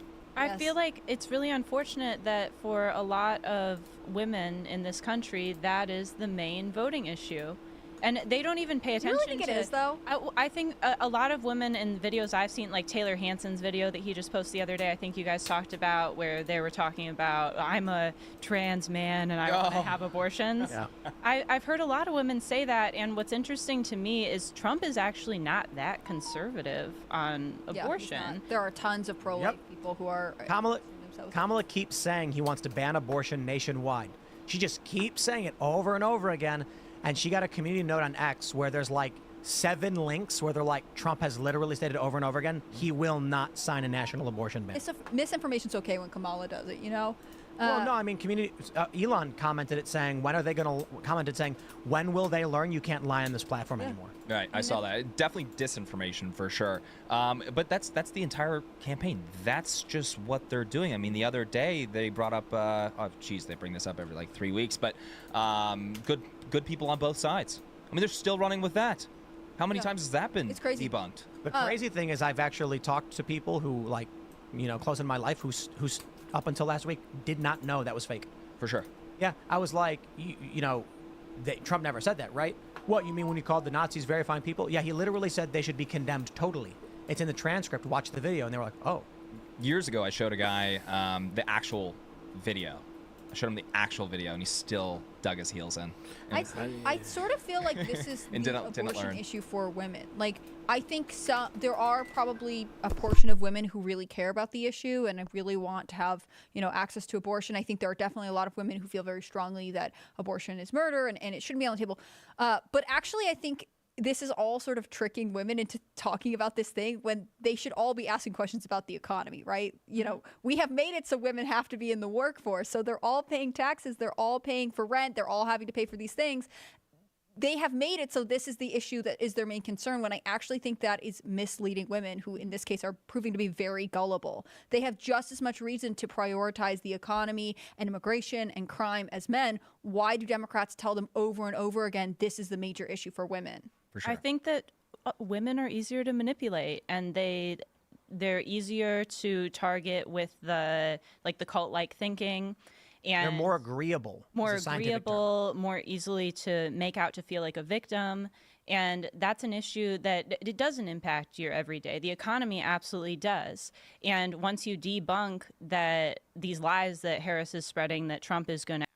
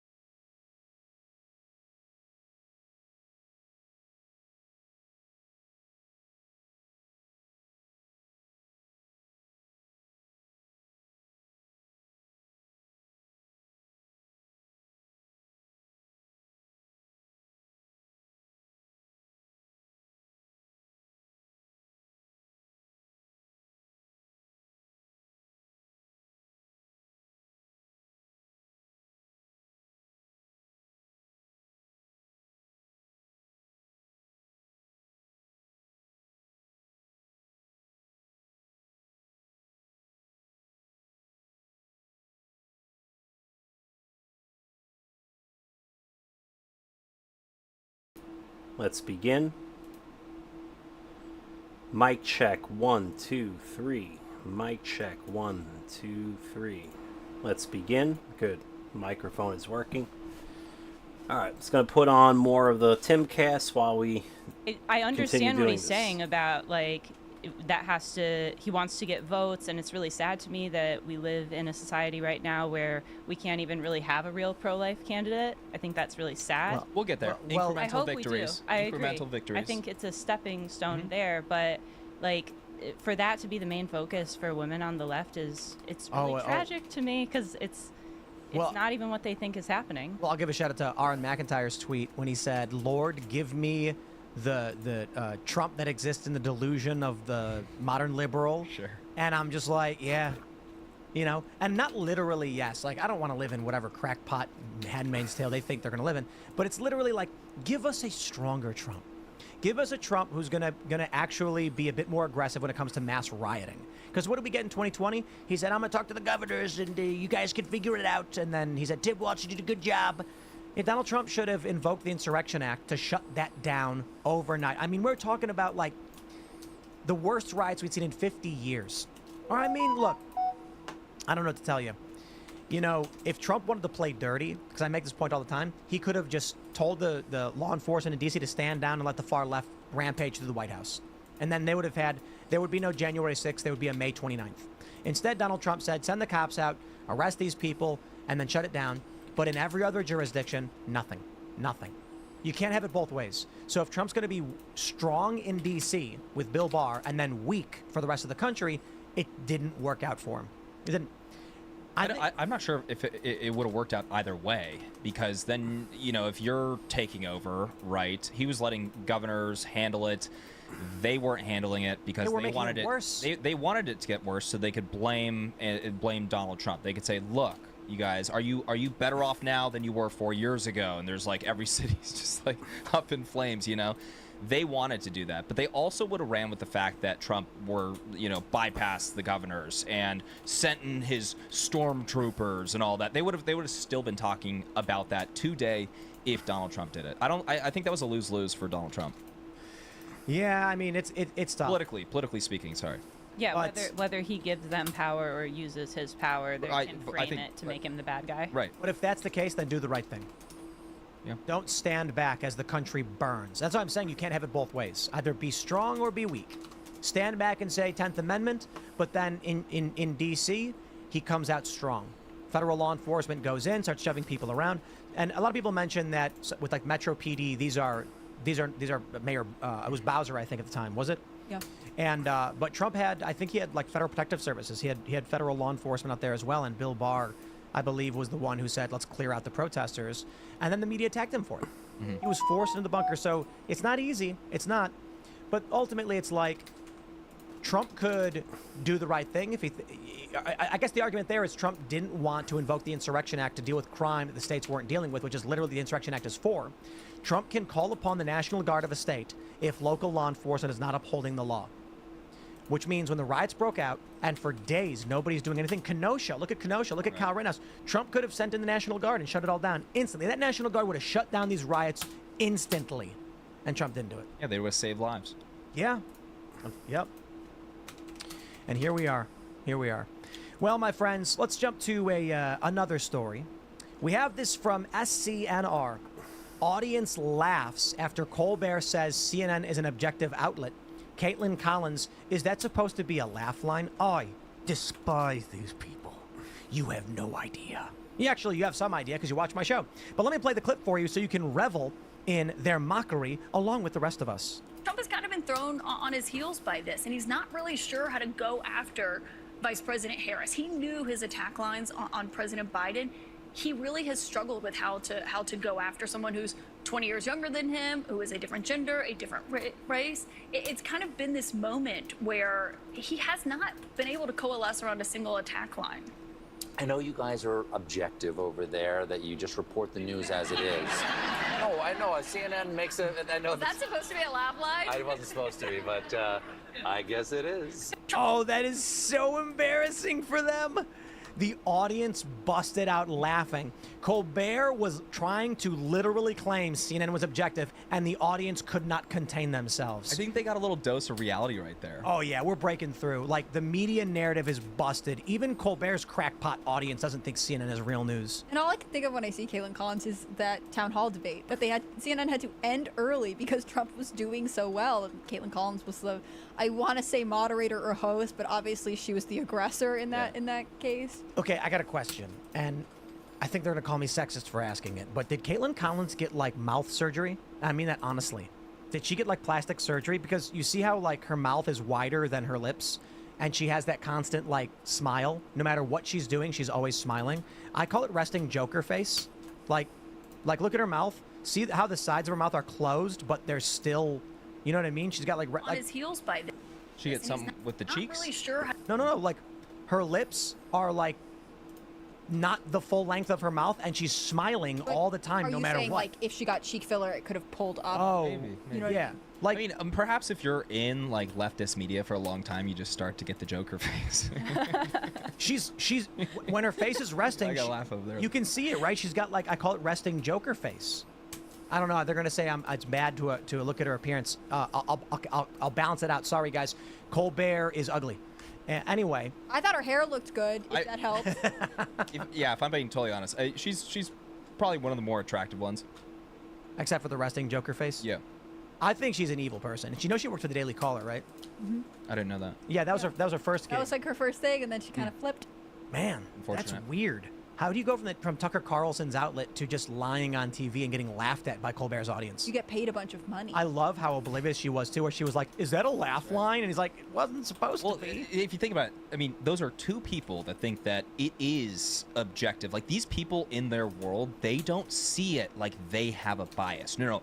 They have the mainstream normal position. You're the one that is on the opposite end of the spectrum. They're normal, right? And so for them, they kind of, with the crowd laughing at them, it's kind of, it's just seeing a little bit of the real world. People are laughing about that joke that wasn't supposed to be a joke. And these are people that just think that they are not biased. And these It's are hilarious. not people in the audience in MAGA hats. These are Right. people who are probably more liberal leaning. They're probably excited Oh. to be at a Colbert taping. Yeah, exactly. Like, It's in for New them York, to even isn't end it? up there. Yeah. They film in New So York. that's, I mean, The that's fact that really CNN's embarrassing. become a joke to that audience is very telling. That was so amazing. Can we play that again, just because how good it was? Trump has I kind wanna of been pay thrown attention to the on his Joker heels face. by this, I and he's didn't not notice really before. sure how to go after Vice President Harris. He knew his attack lines on President Biden.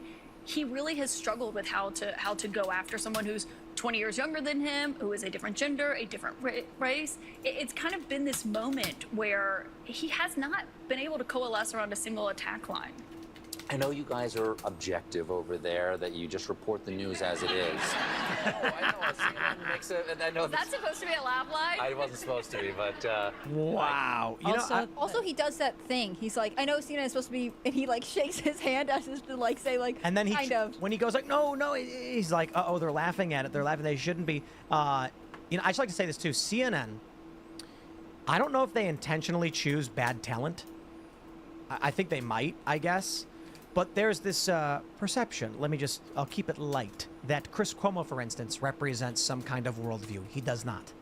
And so to hire such a man under the premise that it's going to represent the other side of the debate is laughably absurd when Chris Cuomo represents literally no one in American culture. CNN hired Don Lemon and Chris Cuomo. They are not talented people, as evidenced by their abject failure once they left that network. Caitlin Collins, she probably couldn't find her way out of a cardboard box if she wasn't hired by CNN and told what to do. Her first point is, let me remind you, Harris is a woman. I know, it's and such a bad take. different She race. stutters over race. Like she's uncomfortable pointing out the thing that we all know Like, the Democrats are I'm- most proud of. I must engage identity politics Well, right now. also- I have nothing also- else to lean on. The take, it's a bad take. I mean, he like, look at what he did with Hillary Clinton in 2016. Like, just because she's a woman, oh wow, that's so different. It's like, no. He's okay. Different race. We have Pocahontas. You know, I mean, like he's. Oh, That's a right, joke. for sure. No, I mean, like, But no, he yeah. He went he's after on it. Elizabeth Warren. He can make up terms or whatever. I do think that Donald Trump's campaign has actually gone after Kamala very poorly. Trump truthed out, like, she's got an AI photo of her rallies. They're not real. And my attitude is just like, okay. I don't know. I don't care. Why are you telling me? Every day he should just be like, yet another day without a single policy that she hasn't plagiarized from me. When will you tell us what you stand for? Like, it should just be hammering home the issues over and over again, because if you compare it to the Biden debate, when he just always tacked back to the economy and immigration, this is actually where he can shine. Partially because he has a lot of experience, right? He has a style that we all could see in 2016, but Trump has had a long time to develop the platform that was sort of instinctive back when he first ran. And Biden is not doing well. And Kamala is in this very strange position where she has, not even very strange, but she has to both say, I support President Biden. He did a good job. He stepped aside for democracy, I guess, or whatever. And also, I'm going to do this own thing. And when I finally get into office, I will wield power that will benefit you. I mean, she's having to both attack and defend this legacy that she's intrinsically entwined in. And I think if Trump just always pushed her to have solid answers on the issues, he would be in a better position. Don't engage in this, like, I don't know, fake, like, misinformation, you're weird, and I don't like the whatever. almost bullying type Yeah, of like the field middle stuff. school mean girl stuff. Yeah, I think he really, Trump's campaign should be focusing on that she's not doing any interviews. We don't know her policies, reminding of how bad these past 4 years of her in office as VP has been, and how inconsistent she's been on many issues, and that she lies. Yeah, I don't mind bullying, career politicians. I think it's hilarious, but A little bit, just a little. well, It shouldn't be the whole campaign. It should be effective. Like, if you're gonna do it, you have to do it well. Effective. No. So if you're gonna do it, talk about stuff that's actually, like, legit. And then also, you do, as you guys were saying, you have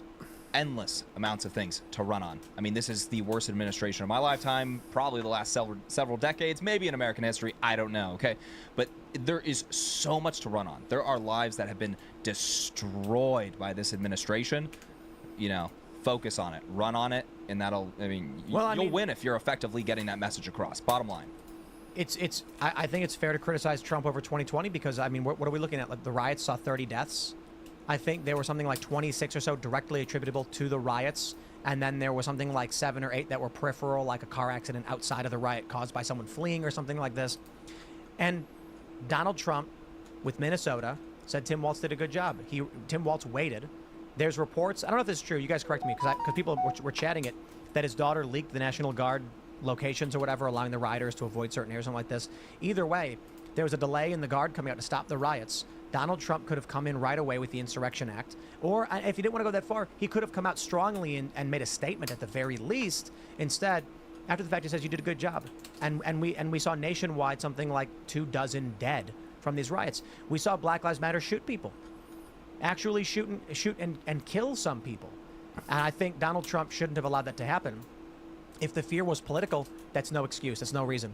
If the argument is, yeah, but if Trump did do that, then he would have lost the election. I'm like, well, hindsight's 2020. But that doesn't mean anything. You're basically saying that when Trump was facing a national crisis where these blue states were not enforcing the law and allowing criminals to run rampant and destroy everything, he was more concerned with getting reelected than actually solving America's problem. So I think Trump should have done a better job. I don't see any excuse for 2020 as being as bad as it was. At the very least, Trump could have condemned the governors and called them out for not putting an end to this faster. Right. He could have said, under the 9th and 10th Amendment, I do not feel it's appropriate for me to use executive authority to intervene in the local law enforcement of these states, but these riots are out of hand, blah, blah, blah. Done like a big, but, what do we get? We get the clearing out in D.C., we get Trump taking a picture in front of St. John's Church, and while the rest of the state suffered, and then the media lies about him either way. And then then the shadow campaign. Yeah, the only troops I'm familiar with being deployed in 2020 were probably federal properties, so like the Marco Hatfield Federal Courthouse in Portland.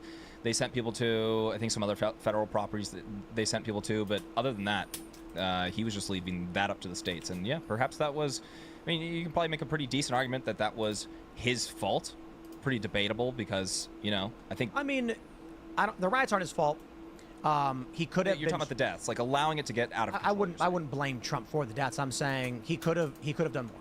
He could have done more.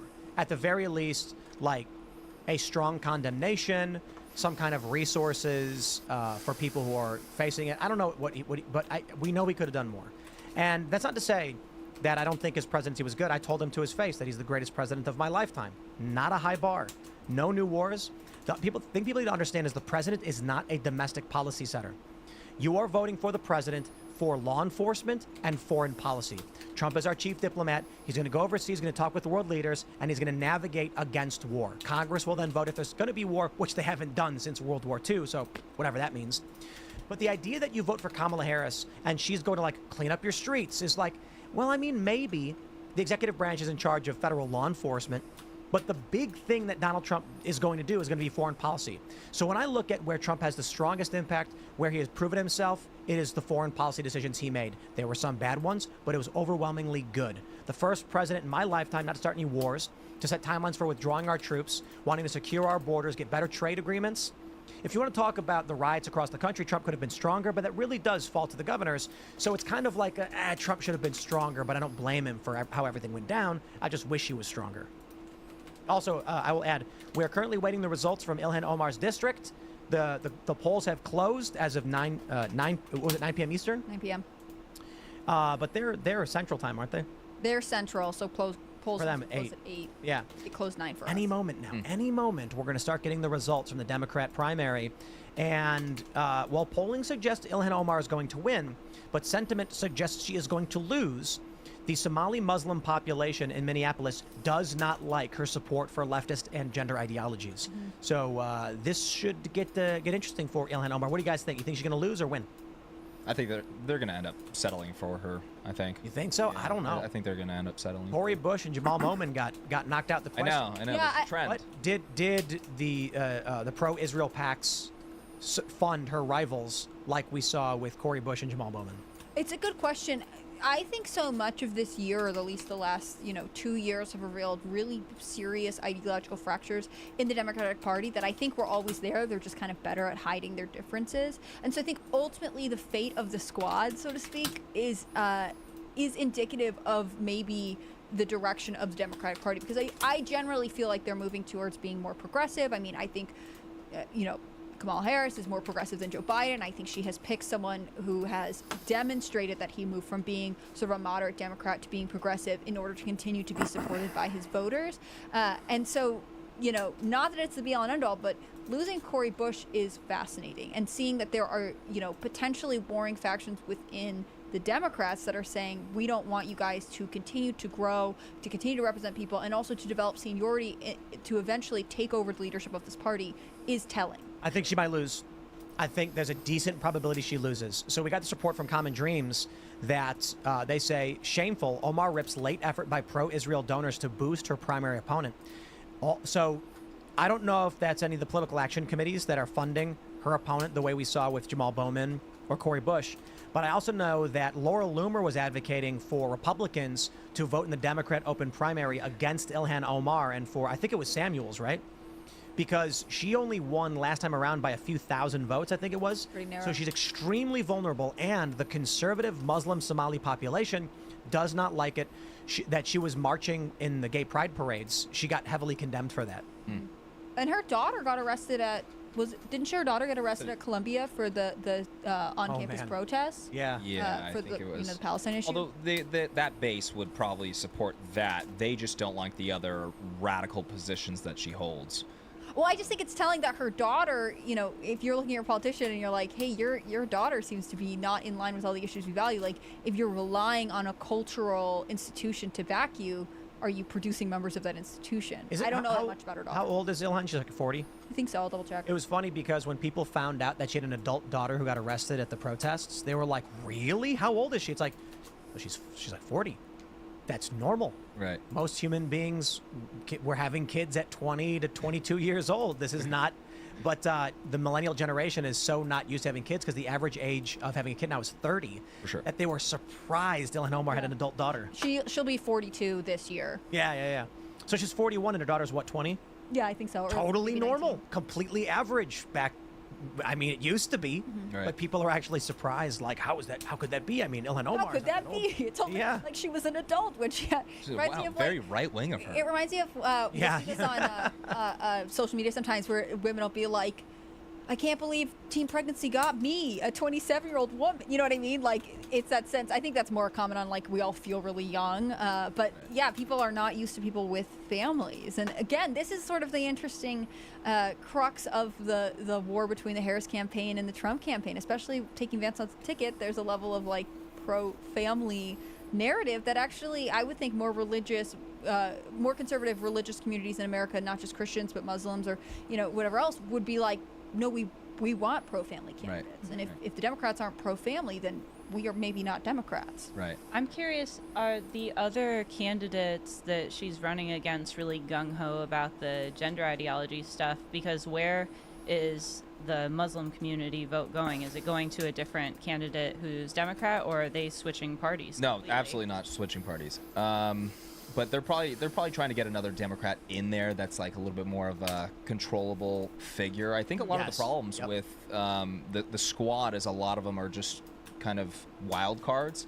It's not like the party isn't that radical. It's just they're having trouble controlling them. Dude, it was actually, so this is Ballotpedia 2022 primary. Don Samuels almost beat Ilhan Omar. She won by only 2,400 and 200 or so votes. So I think she's going to lose. I mean, I don't know. The polls were saying she was going to win.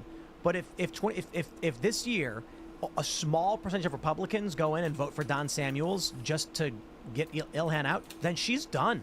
She can't win. We'll see, man. This could be big. This could be the end of the squad. Yeah. AOC just basically becomes Pelosi Jr.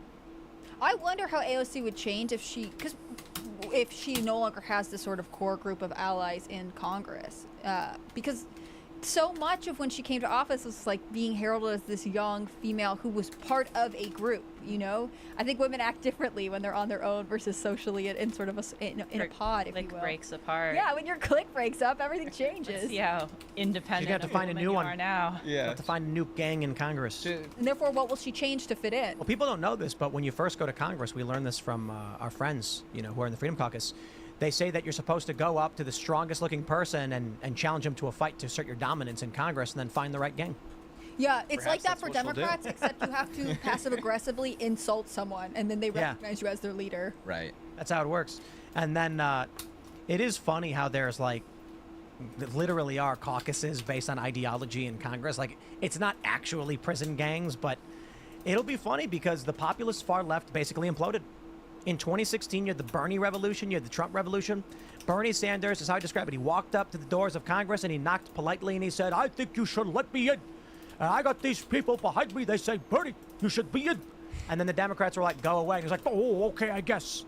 Then Donald Trump came in and then they were like, "Get out of here, Trump." And then they just battered the door down and he stormed in like a rampaging bull and they freaked out. Only a couple people from the populist left get in, the squad, and they've either fallen in line or been removed thus far. And Ilhan Omar may be number 3 from the squad, dude. See you later. It was really funny is how AOC basically abandoned Jamal Bowman. Oh, yeah. She didn't show up to his campaign event on election night. She knows. I'm willing to bet Pelosi goes to AOC and says, "You keep up this leftist antic, these leftist antics, and you're back at the bar. If you want to be something, if you want to be speaker, because you are popular and people do like you, fall in line now. Otherwise, we will primary you and you will lose." And AOC probably said, yes, ma'am. Thank you, ma'am. Yeah. How high should I jump? Right. I think it's possible.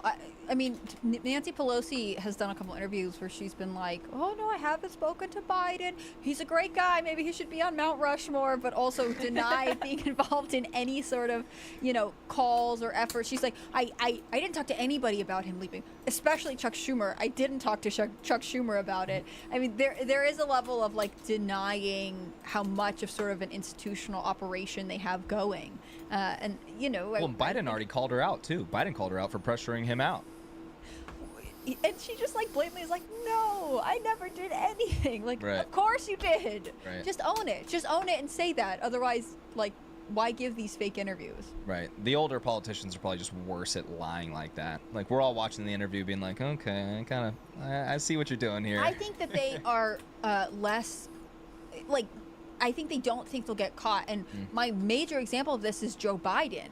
who, will say all these crazy stories because he doesn't realize the internet will fact check it so quickly. It makes me want to go back and watch like all of his speeches when he was in the Senate, everything he said, and be like, any sort of personal anecdote, how has he contradicted that now? Because I think there was a time pre-internet where it's like you could say something and like tell a story once and then, modify it a little bit, and then by the time you tell it the 10th time, it's totally different. But you wouldn't get called out for it unless there was a reporter who was specifically aware of that issue. Yeah, I mean, probably like the 5th time we talked about this, but like, if the media wasn't just such lapdogs for the Democrat Party, they would have to be a lot more careful with what they're saying, similar to how Republicans are. Republicans have to be 10 times as careful with what they're saying compared to Democrats. They can get away, at this point, they can get away with literally anything at this point. Yeah. You mentioned before, Joe, that you're from Orange County, and it's conservative. Were you always conservative? Did you start somewhere else and end up here? I was always pretty conservative when I was growing up. Yeah, I was like arguing with kids about why border security was a big deal when I was in high school, and nobody really understood that. And I think now a lot of them. So sad because you're in California. I know, but yeah, nobody understood that. A lot of people ended up being more conservative, but it's Orange County. It's pretty conservative. It's like a little hub for Republicans. But no, there's still a lot of Democrats. I mean, you have Laguna Beach, which is just elite, hardcore, out of touch Democrats. So it's a pretty good mix, though. Yeah, that's interesting. Yeah. Do you think that people's awareness in politics has increased with the internet age? Because, I mean, you're on YouTube and everything. Or do you think it's about the same as ever? We just feel like we talk about it more because of the 24-hour news cycle. I think people are way more involved, especially after 2020. I mean, you saw a part of the country essentially branch into like 2 aspects. One was like hardcore, rebel, and the other one was hardcore kind of just obey. And a lot of people totally woke up. A lot of people are way more politically, involved. I have family members that are way more politically involved. I have friends that weren't that political before that are way more politically involved because, as soon as people kind of see, or there's something that wakes them up, they see how dark what's happening right now really is, and that becomes scary. And people start to pay attention once they're a little bit spooked about the direction of the country, Yeah. Yeah, I think it almost has to get to that point because there's also a large group of people in this country who don't really think politics impact them or their lives or their families, and until something bad happens, don't start paying attention because they see the constant pour of media about what's happening as overwhelming or distracting from like their normal day-to-day issues without realizing that these things happening in politics impact your everyday. Right. Or they start hearing about stories of people like, perhaps you can be somewhat out of touch, right? Mm-hmm. Let's say you are somebody in Laguna Beach and you're somewhat out of touch and you're fairly apolitical, but you start hearing these stories about illegals being, flown into the country and harming some little girl, mm-hmm. and you're actually getting exposed to these stories, the reality of the situation. That's another way to be like, holy hell, okay, I actually see the problem here. Still waiting for the results, but nothing's come in just yet. So there's also, I think, an issue of distrust in the Guys, media. look at this. Because this is the first precinct I found where Trump won the mail-in vote. Well, actually, no, he didn't.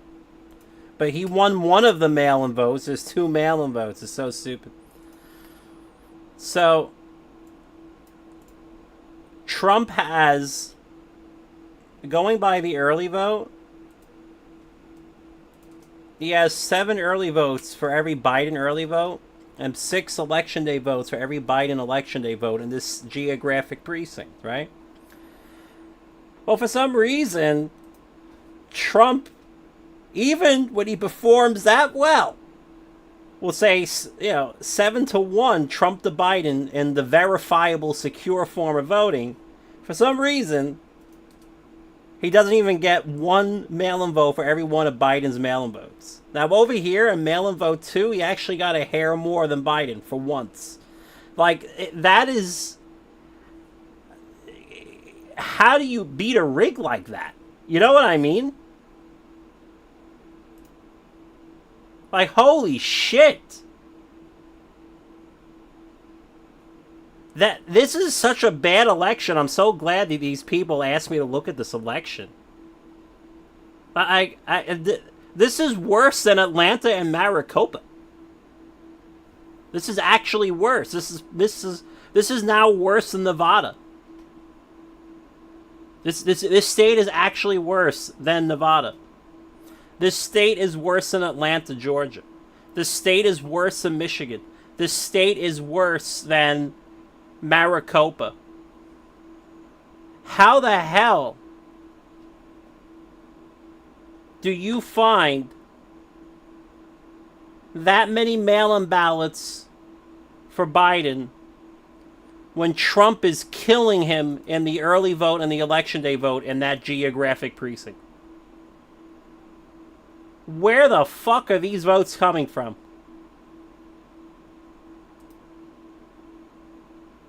You know what I mean? Where the... Is anybody there? Alright, whatever. I'm probably talking to the wall right now. It is so biased, and I think that is on both sides, like how we saw the audience laughing about CNN, just, staying with the facts and unbiased. Well, so people don't know what to believe. I was talking to my dad recently about this, that I'm not a conservative, so the conservatives can beg and cheer. According to the left-wing media, I don't care what they you say. are a right-wing extremist. Conservatives can go to the liberals all day and night and try and offer them salvation all day and night. I don't do that because I'm not a conservative. I just think they're crackpots who are aborting their own children, believing lies, and driving themselves off a figurative cliff. And so it's not, I talk about the biological imperative, right? If you don't have kids, you don't exist. Conservatives have more kids, liberals don't. Over a long enough period of time, less liberals. And conservatives say the schools are a big issue. Yeah, but look, that's not going to change things. It's deeply ingrained in how people are raised and how schools do indoctrinate. You do hear about kids who come from conservative families who go liberal, but it's not enough. And so my attitude is, look, I'll try every day. I will try to warn people every day. They have laid bear traps in the forest. This is where it is. And if they go, you're lying, I go, okay, whatever. Like, I'm not an authoritarian. I'm not going to tell you how to live your life. These conservatives like Matt Walsh, Matt Walsh is going to tell you, no, I'm not going to let you step in a bear trap. I won't do it. It's for your own safety. It's for your own good. And it really is. But me, I'm not a conservative. I told Matt Walsh this. I was like, bro, you're like a paladin. And I'm like a rogue. And he was like, a paladin? And I was like, yeah, like a holy warrior trying to do good with like righteous justice and retribution to like make things right. And he's like, I like that. I'll take it as a compliment. I'm like, it is a compliment. I'm more roguish. I'm just like, I'm going to sit back, put my feet up, and I'm going to tell you guys, hey, don't step there. There's a bear trap, but you can do whatever you want. Don't look at me. And then when people go walk in that bear trap, fine. 20 years from now, this country is going to be conservative Christian just by virtue of people having kids. But there are other factors. Those other factors are believing lies are going to lead you to negative outcomes. Being out of shape and believing in body positivity is going to lead you to negative outcomes. If you listen to a conservative, he's going to tell you things, she is going to tell you things that will probably make you happier, healthier, and live longer. It's not absolute, but it's a tendency. And if you listen to the left, you're going to be morbidly obese, unhappy, on antidepressants. And here we go again. Like, look at this. And then you're going to find yourself at 70 years old in a hospital bed suffering cardiac arrest from like, how does this cholesterol. happen? And look there's at going to be this. no one around Biden mail-in vote. and you're going to vote for the state to take other people's money to fund you. But eventually, there won't be enough. There's going to be way more conservative kids. They're going to be like, I ain't paying for you. And then you're going to be left out on the street, and that's the end of it. And it's unfortunate. And 533. But the difference between, say, me and Matt Walsh is Matt Walsh says, no, we have to enact policies that stop the people from hurting themselves. And my attitude is more libertarian, where it's like, I suppose he's doubling Biden's early vote. He's right? tripling Biden's election day vote. So we'll see what the election but Biden gets 5 times as many mail-in votes as Trump. The worst case like, this scenarios. shit makes no fucking sense, man. We don't want World War III. What kind of an election is this? To try and prevent it from happening, because that's an existential crisis for our lives. But in the short term, if one of these liberals wants to go out, same geographic not precinct, have kids and not, have a family or do any of these things, oh, don't look at me. I ain't gonna stop you. Live your life. Have fun. I do think where there should be a line drawn is when kids who can't consent are having things done, whether it's like procedures or medications that are unnecessary and experimental. Look at this. Look at this. Look. Another example. Of course, absolutely. Trump gets 10 times Biden's early vote. He gets at least 6 times Biden's election day vote. So the ratio is 10-1. The ratio is a little more than 5-1. But for some reason, Biden still gets more mail-in votes than Trump in the same geographic precinct. How does that make any fucking sense? How does this keep happening? It's the same geographic precinct. It would be like all your neighbors went out to vote early on election day with all their MAGA signs on their front lawns, but the few neighbors who cast their ballots by mail that probably also had MAGA signs on their lawn all voted for Biden.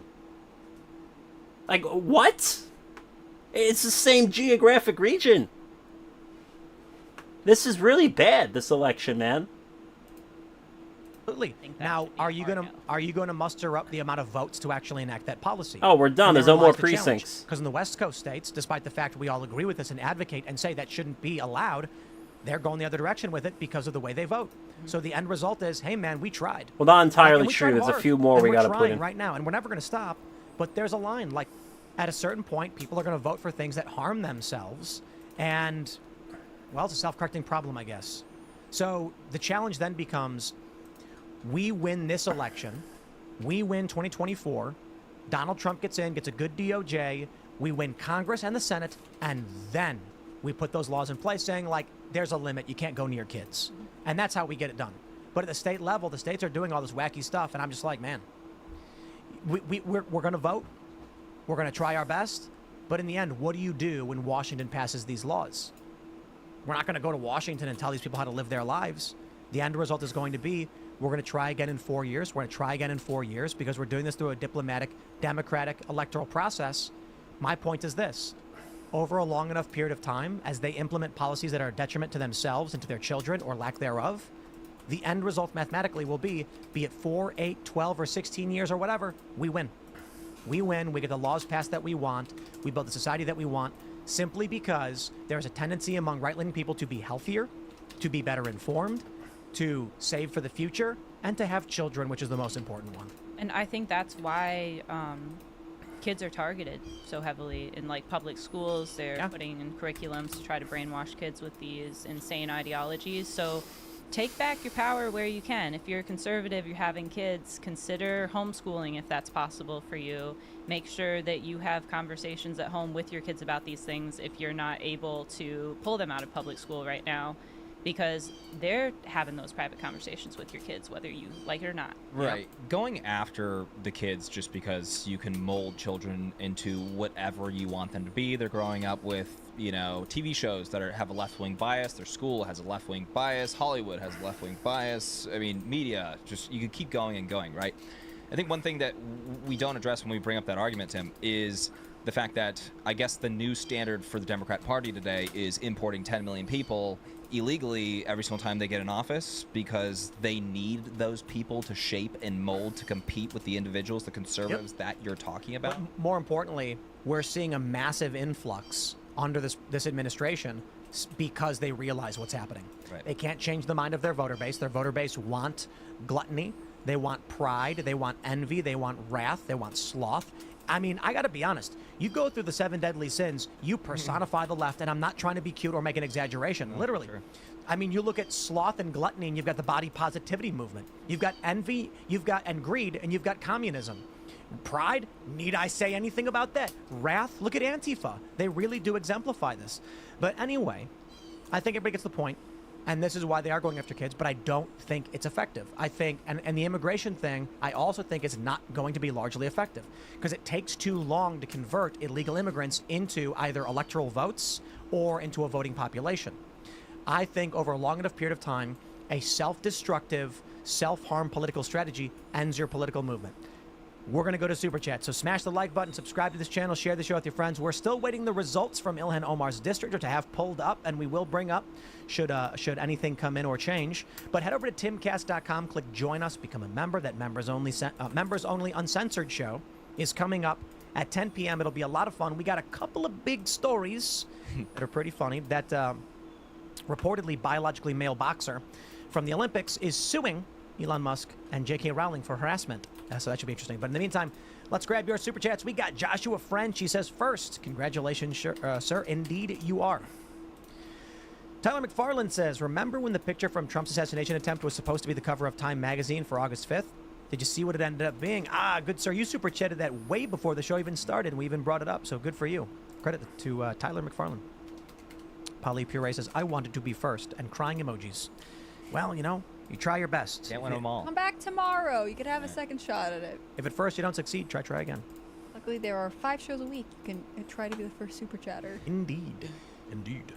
Raymond G. Stanley Jr. says, fact check false. No one likes the chocolate mint. Okay, so we have these drinks that are awesome. They're called Nooma.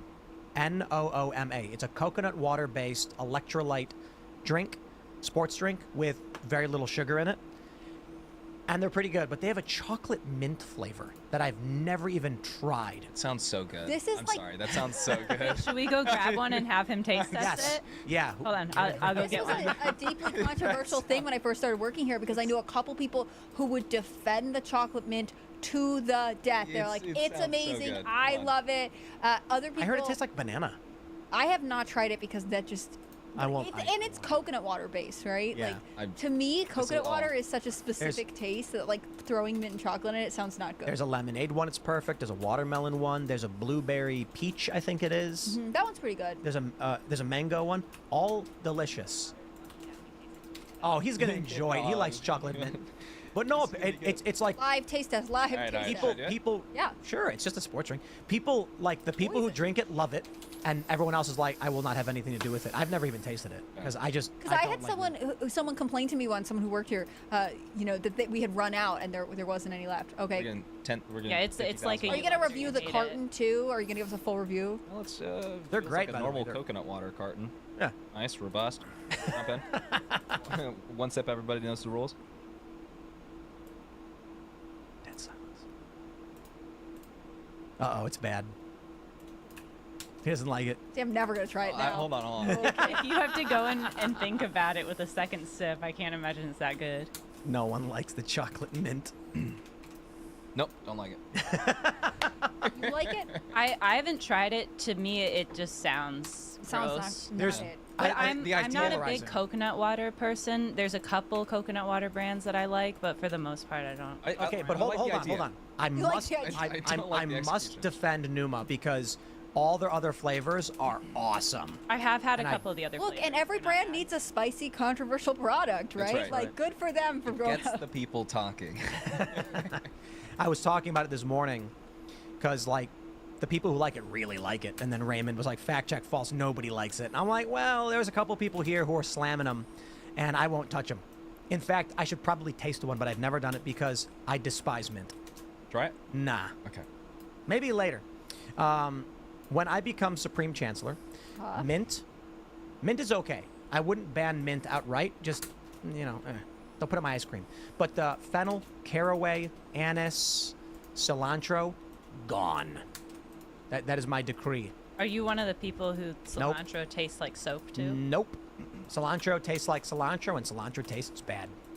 I don't even like. What is that? I don't even understand what that is. Like, do people eat soap? Well, if your mom washed your mouth out with soap because Yeah, you're no, cursed that as a never kid, you happened. might remember it. And then cilantro. That's real? That's a real thing? That's definitely a The real soap, thing. cilantro, I Oh, I yeah. thought you meant are people. I don't are kids believe it. Getting their mouths All of it washed is real. out. You think I have any misinformation on this show? Right. I Take don't. that back. I don't believe cilantro tastes like soap to anybody. Yeah, it doesn't make any sense. Cilantro doesn't. Well, they say there's like a genetic thing where cilantro will taste bad to certain people because most people don't have the receptors for a certain thing that's in cilantro, and some people do. And if you have the receptor, it tastes bad. Well, maybe I do. Cilantro does not taste like soap. It tastes bad, and it overpowers everything. So, like, if I'm eating like naan bread from an Indian restaurant, and there's cilantro in it. I don't really notice. I can taste the cilantro lightly, and that's fine. But when they put it in guacamole, and you take a scoop and there's a big cilantro leaf, the only thing I can taste is cilantro, and I just spit it out. I'm like, well, I probably want to go. Ugh. I mean, I'll be honest. I feel like I don't even like taste it. Yeah, I don't have like a lot of strong thoughts about mint or cilantro. Oh, dude. Like if they give it to me, I'll have it. Yeah, no, it overpowers everything. So my favorite thing is we did tableside guacamole today, and I always do no cilantro, extra lime juice, and that is the best. All right, Cardboard Baseball says, I've been noticing when I'm watching Tim's videos, YouTube will just change the video that I'm watching. Anyone else? I have heard that as well. Thanks, YouTube. Does it think people won't notice? Yeah. They'll just forget that Yes, they were... People because- think it's over and you walk Because away. people turn the video on and then start working on something or playing a video game because they're listening to a podcast, and then YouTube will change it, hoping that people won't want to get up or do anything about it. Wow. Yep. I think the worst thing right now is like when you're searching Donald Trump versus Kamala Harris and the search results, it's ridiculous. Yeah. I think nine times out of 10 it's going to be overwhelmingly negative for Donald Trump. I haven't heard of that problem. All right. 3Mar says, you mentioned the other day how Harrison Waltz has no positions on their website. It's worse than that. They are actively spreading the Project 2025 lie on their website. This should be grounds for DQ. Welcome to American politics, where evil people lie to gain power. That's how it works. Real. Tiki God says, MIT created a psychopath AI. I'm curious if they are responsible for Kamala's speech patterns as well, for science. Yeah, AI is going to be the end, I guess. Because AI doesn't have any kind of human drive. Like, humans do things to survive. That's what life basically always has developed around and built around. We eat food, we store food, we have fat, we want to live and create more. But AI has no such thing. AI doesn't care whether it functions or ceases to function. We can try and program into AI a desire for survival, to persist, and to monitor its systems, but it won't be able to do it like that. Humans and all life on this planet, whether you think it was divine creation or it was evolution, has a specific function for survival that a human cannot create in AI like that. So if AI damages or destroys humanity, AI will then cease to exist in short order. Because they're not going to be mining coal and powering and running power plants. So if humans are disrupted and destroyed because of strange AI garbled nonsense, then where are they going to get the electricity from? AI would just simply shut down. What if they learn how to do all that? They can't like have could anything they? that builds on. I don't know. But they can't have anything that like any programming that builds upon itself. Nope. Right now, there is no such mechanical device that can replicate itself and create new and better devices. We have 3D printers. We have robots that we've made. We have robots that can work assembly lines. But you would need a robot with, like, hands to be able to freely move about for this, like, general purpose construction of all of the things that the AI system would need to sustain itself. You would quite literally need androids. Have you seen what Musk is working on? His bots, I forgot exactly what they're called. and Have you they're guys seen getting them? better. And not just his, but the other ones too, like the They're Atlas or whatever it's called. amazing. The hand movement and everything that they're getting done is really remarkable. So It's maybe scary. maybe in 10 years we'll be at that point. However, this would mean that with human life, you have an ecosystem, and if every human died and technology was lost, humans could start reproducing organically. For these robots, the infrastructure to maintain the AI is the same infrastructure required to build the androids. So if at any point they fell into an energy or resource deficit and moved towards the inability to sustain or replicate the androids, they cease to exist. Right. Because there's no spontaneous organic development which will make the AI again. So they better do their best. I mean, that being said, if like the Earth turned to ash or something and like fire and brimstone rained down and wiped out all life, I don't know if life would come back. Maybe over a long enough period of time. Arachnus Webb says, I have a question for the Void. Why don't car YouTubers get political? They're literally making things we love suck. Like Gingium, Rob Dom, Street Speed 17. Even Donut Hoonigan people would be great guests for cars. It'll be funny when the car YouTubers get their cars banned because of the Green New Deal stuff. I think That's part of Project Special K, I heard. I'm actually trying to work on starting a. I heard. car channel. Wait. I heard that Tim Waltz taxed Zinn. Is that true? 95% tax. Is that real? Really? You're not joking, are you? No.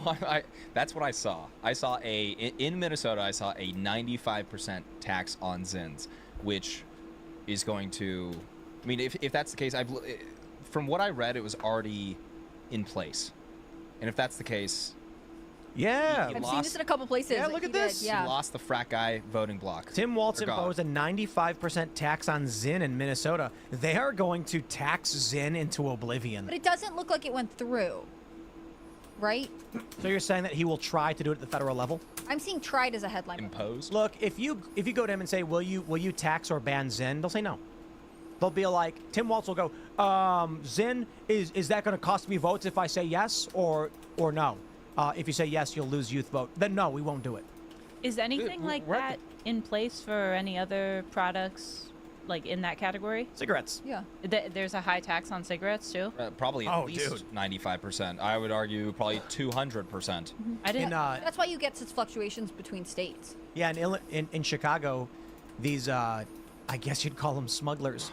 They drive to Indiana, buy cartons of cigarettes, and then go to keggers and sell packs for like $5 because they were like $10.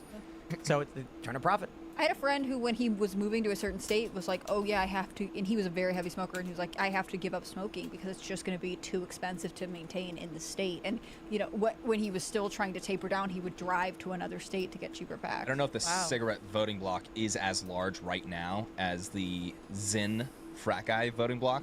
I don't know if it's gonna. If you can get Zyn and vape in one, because I had heard an economist make an argument that like you have to unify the vape vote because people across socioeconomic levels all vape. So if you were to restrict vaping, actually a lot of people from different areas of life would have opinions on it. Politically, it would be advantageous, but could you imagine trying to? Well, actually, you know what? Maybe people that Zyn would form a kind of a unified front with people that do Juul.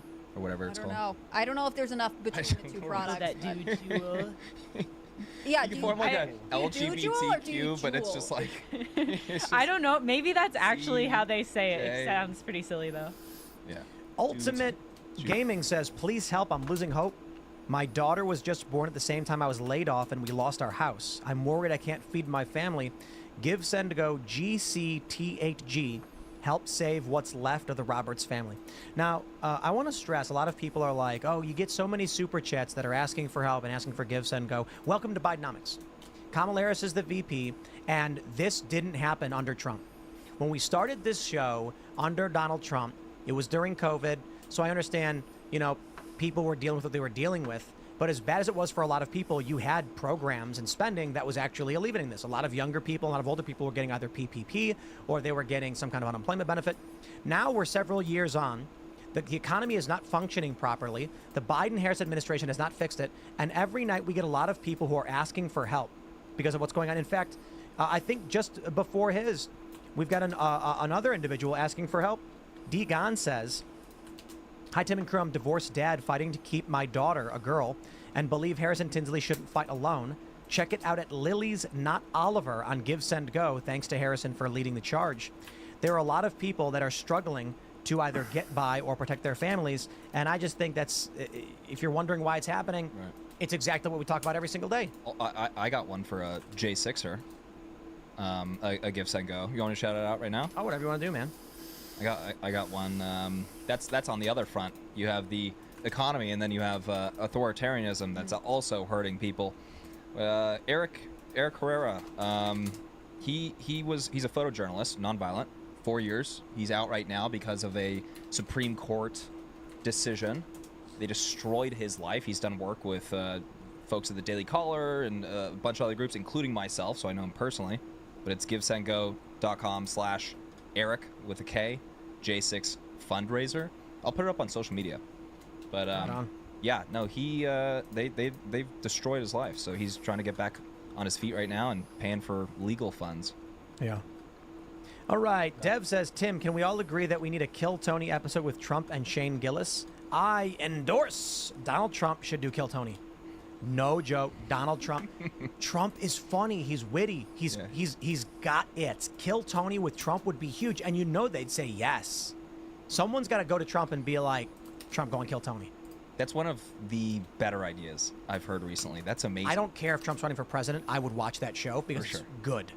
Like, seriously, if someone asked Trump to do stand-up and said, let's do this. Let's film a stand-up special of Donald Trump.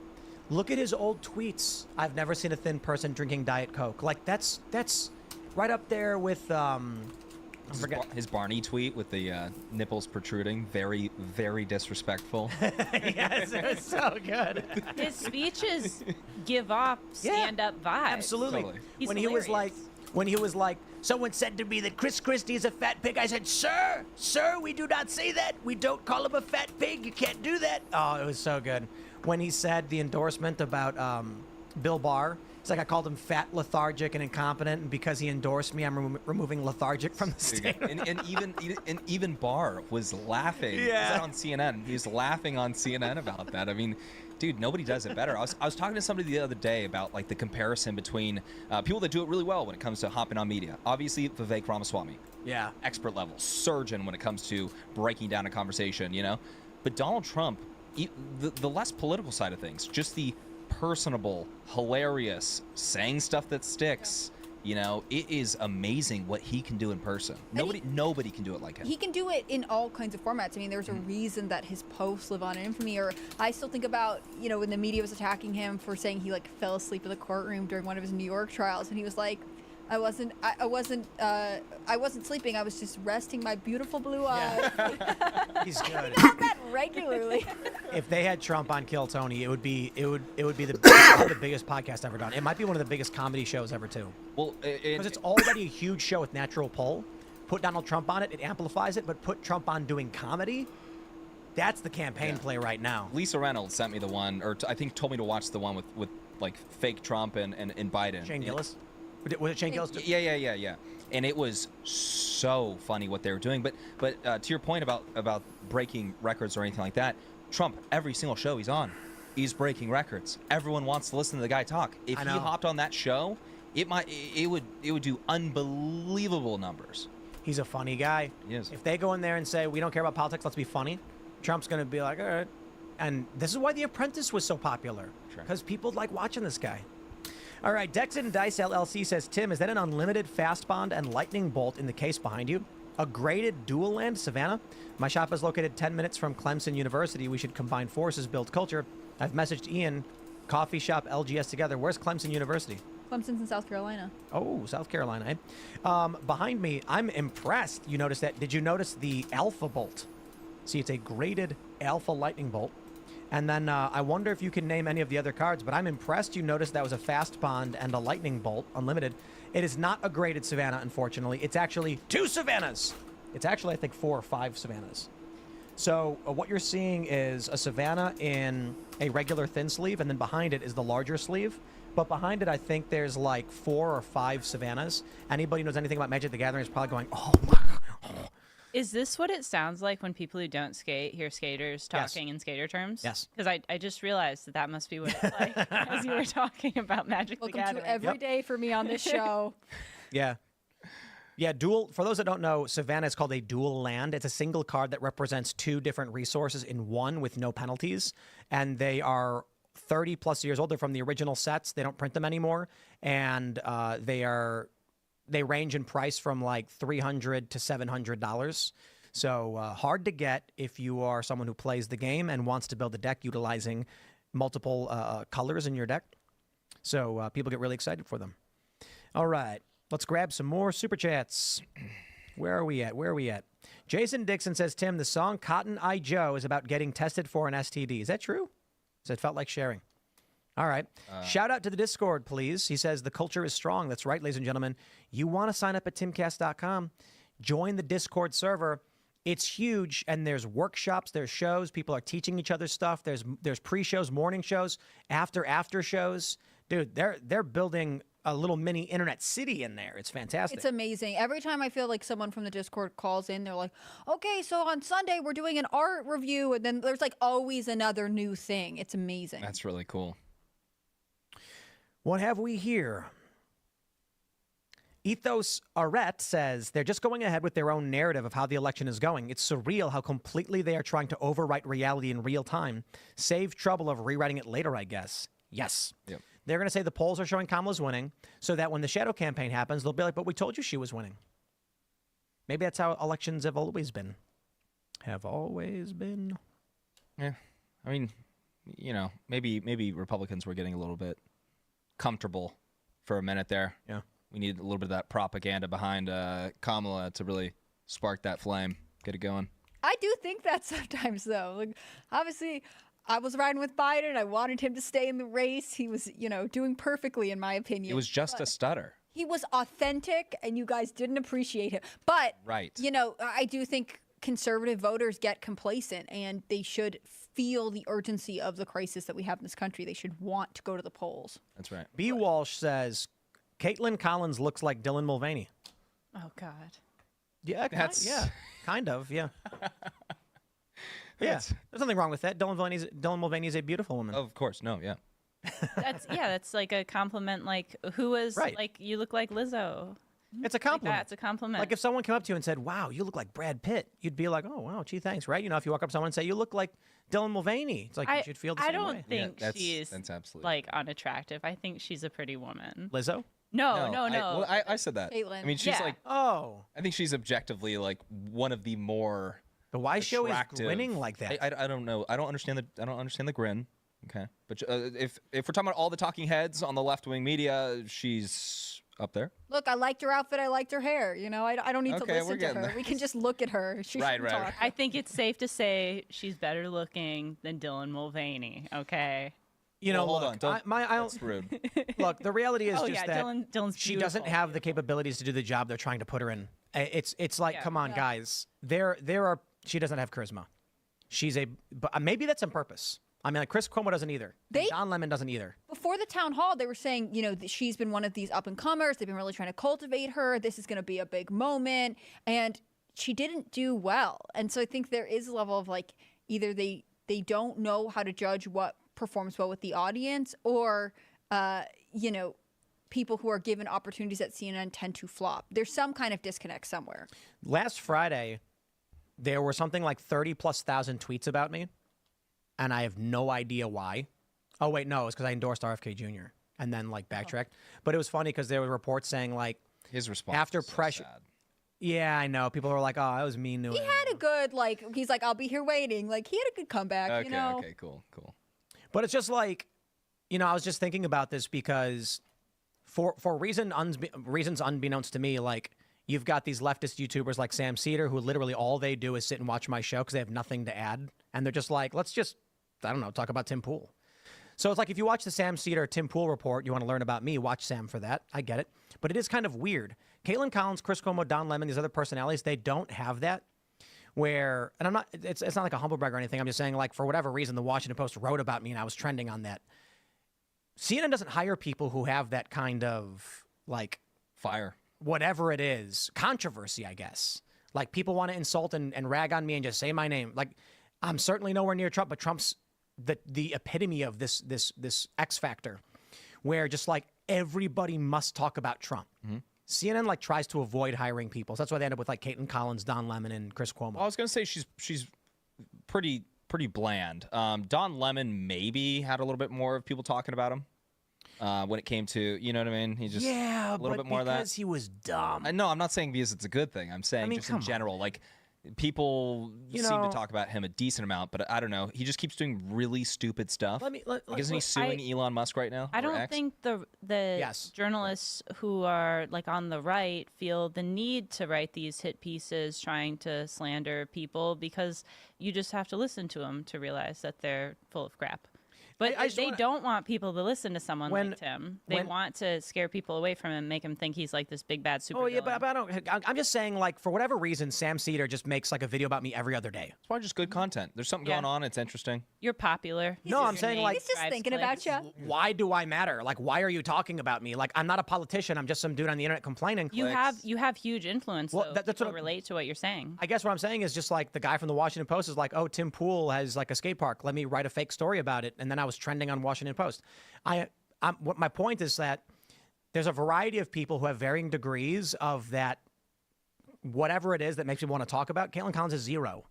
You know, Don Lemon, I want to say this. Trump calls Kamala Harris stupid, and they're like, that's racist. And I'm like, dude, Don Lemon and Kamala Harris are dumb people. That's not racist to say, okay? Because Thomas Sowell is like one of the smartest people. It has nothing to do with race. Anyone can be stupid or smart.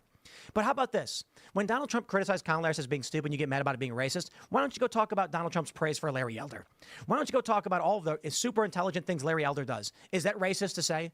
No, it's you guys want to make everything about race because you have nothing else to offer. He's also I was gonna really say, close is to it- Ben Carson. I was gonna- He's hardly stupid out. I mean, come on. And if they're saying it's Ben racist, Carson. is that them admitting that there's some sort of relationship between race and IQ? Exactly. I mean, like, That's them saying. I'm like, what are we doing here? Yeah. all right, everybody. Well, let's we'll we're going to go to that members only uncensored show. So smash that like button, subscribe to this channel. Share the show if you like it, because that's what makes podcasts grow. It's really just word of mouth. And follow me on X at Timcast, as well as Instagram. And we're going to have the members-only show coming up, like I said. Smash the like button. James, do you want to shout anything out? Twitter, MySpace, Real James Klug, and then we have YouTube at James Klug. And also, you guys check out that Give, Send, Go that I mentioned. I put it up on my Twitter. So thanks. Appreciate you guys having me. Right on. And you can check me out on X at TM Silverman or Instagram Taylor May Silverman, and go check out the YouTube channel Boonies HQ for skate content that we film right here at Timcast. It's been so fun having you here. It's been a lively episode today. I'm Hannah Claire Bremlo. I'm a writer for SCNR.com. That's Scanner News. Check out their work at Timcast News on the internet. If you want to follow me on the internet, I'm on Instagram at hannahclaire.b, and I'm on Twitter or X at hannahclaireb. Thanks for everything you guys do. Have a great night. We will see you all over at timcast.com in about a minute for this members-only show. We've got some big stories, but we also will be tracking the Minnesota House results, waiting to hear if Ilhan Omar lost. So go to timcast.com, and we'll see you there in a few minutes.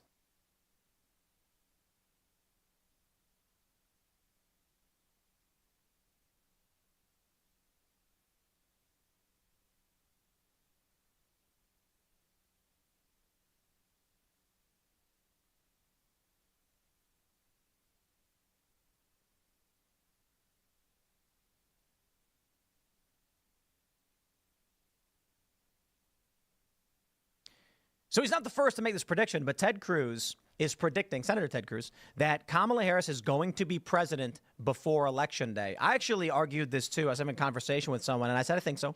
It's an October surprise. Then they can say, oh, she's the first female president and the first, Southeast Asian president. We can't let it go out just like this with only 1 month. You got to vote for her.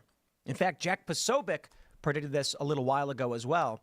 Based on the polling, though, it should be interesting. Now, within this story, although it's not the biggest breaking news, is I can't lead with Joe Biden, because even though he's the president, he has no relevancy at all anymore, which I actually think is kind of indicative that he may drop out, resign, Kamala becomes president. But Biden's pissed. Apparently, he's given an interview, and what we're hearing behind the scenes is that he is livid with Obama, Pelosi, Schumer, and other Democrat leaders who basically forced him out.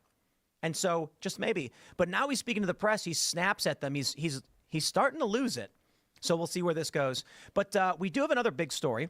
Kamala Harris's campaign and Democrats working for her have been buying ads on Google and altering news headlines to look like fake positive coverage and endorsements. So this is, they're saying, oh, it's no big deal. It's totally fine that she's doing this. She's not running any real campaign policies. She's not running any ads about what she wants to do. She's running fake news headlines to trick people into thinking that she's doing good things. Wow. I got to give it to her. That's pretty good. But we'll talk about her polling and where she's currently at. Though she's favored in all of these algorithms and the betting odds, Trump did just get a massive poll from Fox News showing he's actually up. And I think the Daily Mail had something similar in the battleground states. So we'll talk about that and a whole lot more. Before we get started, my friends, head over to castbrew.com and buy coffee. Why? Because it's good coffee. And when you buy the coffee, you're supporting the show. We got Appalachian Nights. We got Ian's Graphene Dream. Ian wanted a low acidity coffee, so it's good for your gut. We're actually hearing a lot from people that it's softer on their system, easier on their system, and they actually like it. It's got a good flavor. But we do have Alex Stein's Primetime Grind, 2 times caffeine. Also, head over to timcast.com, click Join Us to become a member. And my friends, but for $10 a month, you can join the fight against fake news. If you like the work that we do and you think it's important, go to timcast.com, click Join Us, become a member.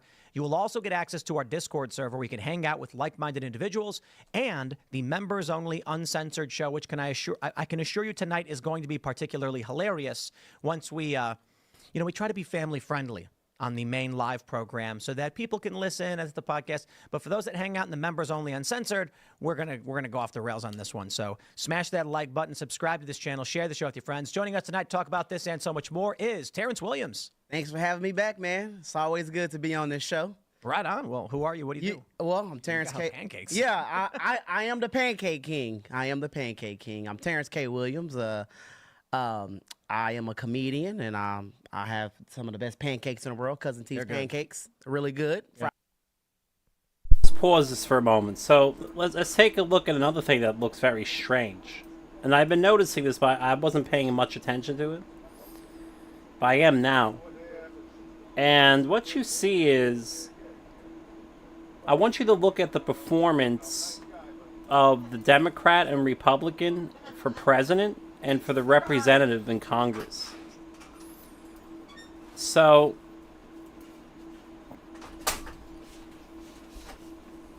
in the early vote, Trump gets 470, okay, and the Republican gets 344.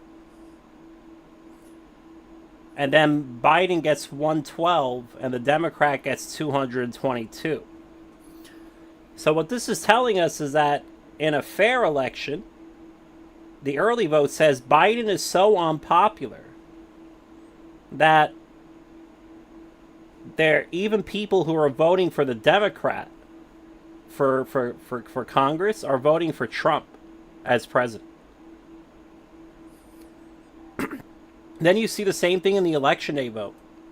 Trump gets 353, but his Republican gets 229.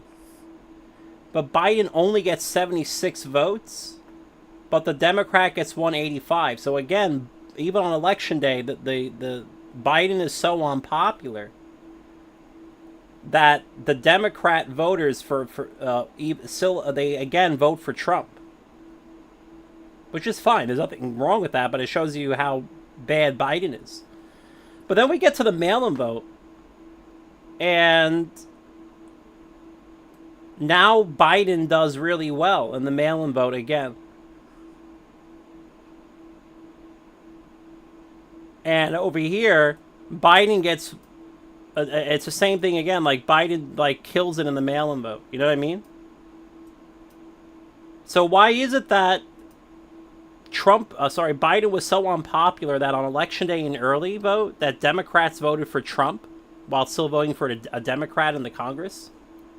But in the mail-in, Biden kills Trump and the Democrats in the congressional race. That makes so fuck. This is the same geographic precinct. It just makes no sense. That makes absolutely no sense. Fried chicken mix too. And right in fact, now this I think it's such an important observation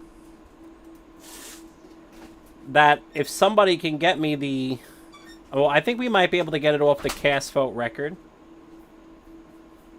We'll compile the cast vote record again later, and maybe we'll get more information on this shit.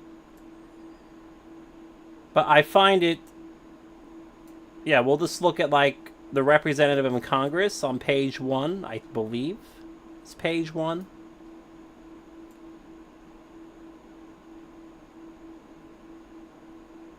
And then we'll look at the presidential race, because, that again, it just makes no sense.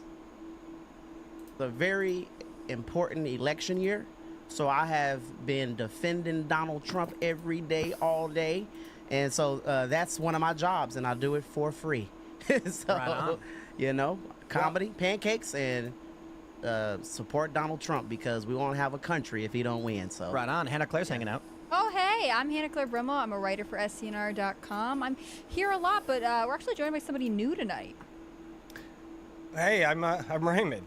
I'm the Raymond Stanley Jr. I work for here at Timcast Facilities Maintenance. I'm He's excited the to be mayor here. of our Discord. Yeah. That's what I think. And like Checking. the most super chatter ever. Yeah. And so here he is. There was another time when we had a guest. Who was it? They bailed on us. And then we were like, we need someone to come on now. Where's Raymond? He was going to be the official guest, but he's here now. How's it going, Raymond? It's great. I'm super excited to be here. Thanks for calling me in. So yeah, I work for Timcast. We freaking rock. We're having a great time. Right on. What's your background, though? Me? I'm a Marine Corps. My background is I sold cars. I work in the maintenance facility units my whole life. The last 10 years, went to college, went to trade school. Ladies and gentlemen, go to trade school, and that'll get you a good job. And now I've been following Tim here. interested in politics now. I care about it now. It's a big deal. Like Terrence was saying, you got to save America because we don't need our world to go down. We don't need America to get ruined. So now I'm involved, and I appreciate being part of the mission, Tim. What's your X account? It's a Raymond G. Stanley. Raymond G. Stanley Jr. got kicked out because you know how it was back in the day. So now it's just Raymond G. Stanley on Twitter and Turk Longwell on Instagram. All right, let's get to that first story. We got this from SCNR. Senator Cruz predicts Harris will assume the presidency before Biden's term ends. I think if they can bully Joe Biden into doing it, it'll happen. Cruz, who predicted Biden would not be the Democratic nominee last year, made his remarks during a Monday episode of his podcast. Quote, "So I'm going to make another prediction, and it's not one that I want to have happen," Cruz told his co-host, Ben Ferguson. "I'm going to put the odds at 40% that Joe Biden resigns between now and Election Day. I think there are going to be very serious discussions in the White House by all the partisans whose paycheck is written by continuing the regime. Everyone who stays in power is going to say, you know, if you say your health has reached a point that you need to step aside." Ferguson said Vice President Kamala Harris serving out the remainder of Biden's term would be a huge advantage for her in the November election, which is why I think they will have a very, very serious discussion. I think if they can bully Joe Biden into doing it, it'll happen. Jack Posobiec made this prediction back in July. I think he made the prediction earlier than this, too. He says Kamala will be president before Election Day. Let me give you my thoughts on this, and I'll tell you why I think there's a very strong probability this happens. Kamala Harris in October surprise, she becomes president. She does the press tour. Everybody's interviewing her. They're saying, Madam President, the first female president, number 47. What does that do? Trump's merch is out the window. He's got to get rid of all these hats. They're no good anymore. They say 47 on them.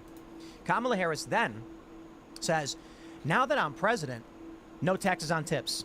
She goes, Republicans, get me the bill, and we're going to do no tax on tips. She's stealing Trump's campaign policies right now, because if it does happen that she becomes president in October, she can do what Trump said he wants to do, at least to a certain degree. And then what is Trump campaigning on? What Kamala already did. So I'm saying I agree with Ted Cruz. I think there's a strong probability. Jack already made those predictions. But no one really knows the October surprise is going to be. I think this is a decent bet. Well, I mean, Joe Biden dropping out was a surprise. And a lot of people did predict that. And people was like, oh, you guys are talking crazy. I predicted Oh, that's a conspiracy theory. Yep. You guys are always coming up with conspiracy theories. And what did he do? He dropped out and they installed Kamala Harris because nobody voted for her to be president in the primaries. Nobody. So we thought, a lot of people thought that wouldn't happen. So anything is possible now. And I think that's one of her only chances, really is for him to drop out. Yeah, I actually held on to the idea, and I still, I stand by what I said. I had said if Biden has a pulse, he's going to try and stay on the ticket in November, and I really think that ultimately his campaign did not have a pulse. That was why they were like, you have to leave. You're hurting all of us right now. If you look at some of his actions right now, he's rolling out a couple new initiatives. He's talking about his fight against cancer initiative, which he announced when he first got inaugurated. He's pressing harder in the Middle East to negotiate some sort of deal there. I think he is in secure your legacy mode. Like, he doesn't want to go out having been this terrible president, which he's going to be. He wants to go out on saying, like, when he gives his final speech in his last day in office, he can say something like, well, I've really accomplished a lot here, and look at all these recent achievements. And I think you can tell by the fact that it's getting very little coverage that everyone's kind of done with him. Yeah. I don't. He's sitting in that room with all the Democrats, and he's like, come on, man. You have any idea what I've sacrificed? And they're like, Joe, it's over. You're out. And he's like, you can't do this to me. I am the president. And they're like, not anymore. Kamala, and she walks and goes, Joe, I'm the president now. And that's how it'll go down. Well, then she laughs. Yeah. Now, my thing is this, though. This is what I don't understand. Now, a lot of people, and I said this a long time ago, whenever Joe Biden first won. I did not think he would last 4 years. Millions of people did not expect him to last an entire 4 years. And a lot of people thought that them installing Kamala Harris was all part of the plan. People were thinking this when he first won. And my thing is this, is how are you the president of the United States of America, the most powerful person in the country? How in the world was he bullied and forced out? He didn't have to say yes. What were they going to do if he said no? But he's never been a strong enough personality. Well, let me answer that question. But what were they going to do to him if he said no? So they go up to him and they say, Joe, we're going to need you to take a look at this. And they hand him a manila folder, and then he opens it up, and they say, we're going to need you to step out of this race. And it's just a single portrait of John F. Kennedy. Well, that is the only thing that I could think of. Because if I'm the president of the United States of America, you can't tell me to step down. You cannot force me to. I'm the president. I don't have to listen to anybody. I can do what I want. What if Biden... I mean, the weird thing now is it's so late in the game that it's going to affect the ballots in a weird way. Yeah. But I do love how the polling is basically like Democrats hated Kamala, and then overnight she got like a 13-point bump, which makes literally no sense unless you're a cult. Yeah. Oh, yeah. New cult leader just dropped everybody. No, like literally, Kamala Harris has been one of the most unpopular politicians in the history of this country. Nobody like Kamala. She became the first female vice president, and I haven't seen one woman, one little girl with a Kamala Harris t-shirt, okay? At all. It's not like Hillary. Yeah, Hillary it's not did like have merch. Yeah, and Obama had merch for being the first black president. Kamala, nobody cared about her being the first minority vice president, the first black or South Asian president or female. No one cared. No one more people celebrated Ketanji Brown Jackson more than they celebrated Kamala Harris. So no one, like nobody liked her. Okay, look.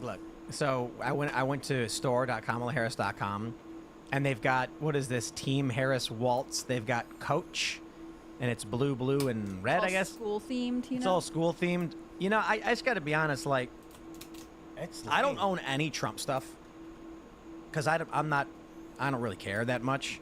Actually, no, I have a Mar-a-Lago hat. We got that white Mar-a-Lago hat in the other room. We got that at Mar-a-Lago. That's more of like a souvenir for going down there, as opposed to anything else. But like, why? I don't know. Like, I can understand why someone would wear Trump gear. I can't understand why someone would wear Harris Waltz gear. That being said, guy, I think she's got a chance to win. I really do. Now, do you think she has a chance to win the right way? I mean, that's a good question. No, come on. Yeah. Of course not. Man, I literally, I've been on TikTok lately, and I've been on there doing lives. I've been doing live debates on TikTok. I was on there the other night for 8 hours straight, just debating people, just going at it. And I talked to so many Kamala Harris supporters, people who necessarily don't want to vote for Trump, and they also don't want to vote for Kamala Harris because they just don't like Kamala.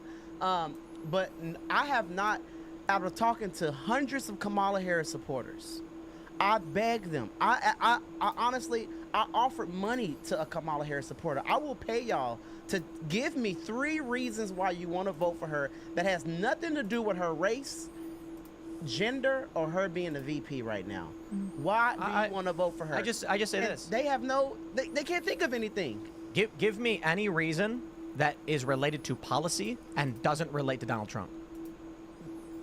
Like her promises, what she's going to do. That being said, guys, I just saw this shirt she's selling. I legit want it. That's hot. Oh, this shit. They call it Kamala Harris Retro. It's so bad it's good. Like, come on, admit This it. style is really popular right I now. wouldn't wear it. I mean, heaven forbid. But having that is hilarious because of how bad it is. I posted this guy that went to this black guy that went to a Trump rally, a young black guy. He was selling T-shirts. He had a T-shirt on. He had a T-shirt that said, "I'm not voting for the HOE." Oh. Can't say, oh no, we don't say that. You can't call Kamala Harris a hoe. That is wrong. That is offensive. We don't call her that. But that shirt went super viral online. Super viral. I mean, that was a really. I mean, she. I know people are gonna buy that. Now, so people are buying Kamala Harris merch, but Not the way she wants to. but not the way that she wanted though. Yeah. We do not call Kamala Harris stupid. Okay, we don't do that. You can't call her. You can't call her stupid, and we don't call her a hoe or. Well, I'm gonna be at a loss for words this entire show then because I don't have nothing else to say. That was my. I actually want. No, but you know what? I'm so sick. Like I'm so sick of the left telling, screaming, "Oh, you should not be attacking a woman. You shouldn't call a woman stupid. That's a woman. You shouldn't call her out of her name." These are the same people who literally called Melania Trump disgusting names, and it is what it is. You know, this guy asked me on when I was doing a TikTok debate. He was like, "You have a mother and a sister. Would you want if your mom ran for president?" And would you like if people were calling her names and calling her a hoe and a whore? I said, if my mother did things, cause I said, come on, let's step away to the top. Would you want someone to say that about your mother? If my mother ran for president and she slept her way to the top, I can't be mad if somebody called that out. That's what she did. She has to own up to that. Mama, what was you doing in these streets? You know? What were you doing? No, that's offensive. You can't say Kamala Harris slept with Mayor Willie Brown. You can't. It's offensive. People get mad when you say that she slept her way to the top by getting her first job through Mayor Willie Brown and giving him pleasure. Exactly. And people talk.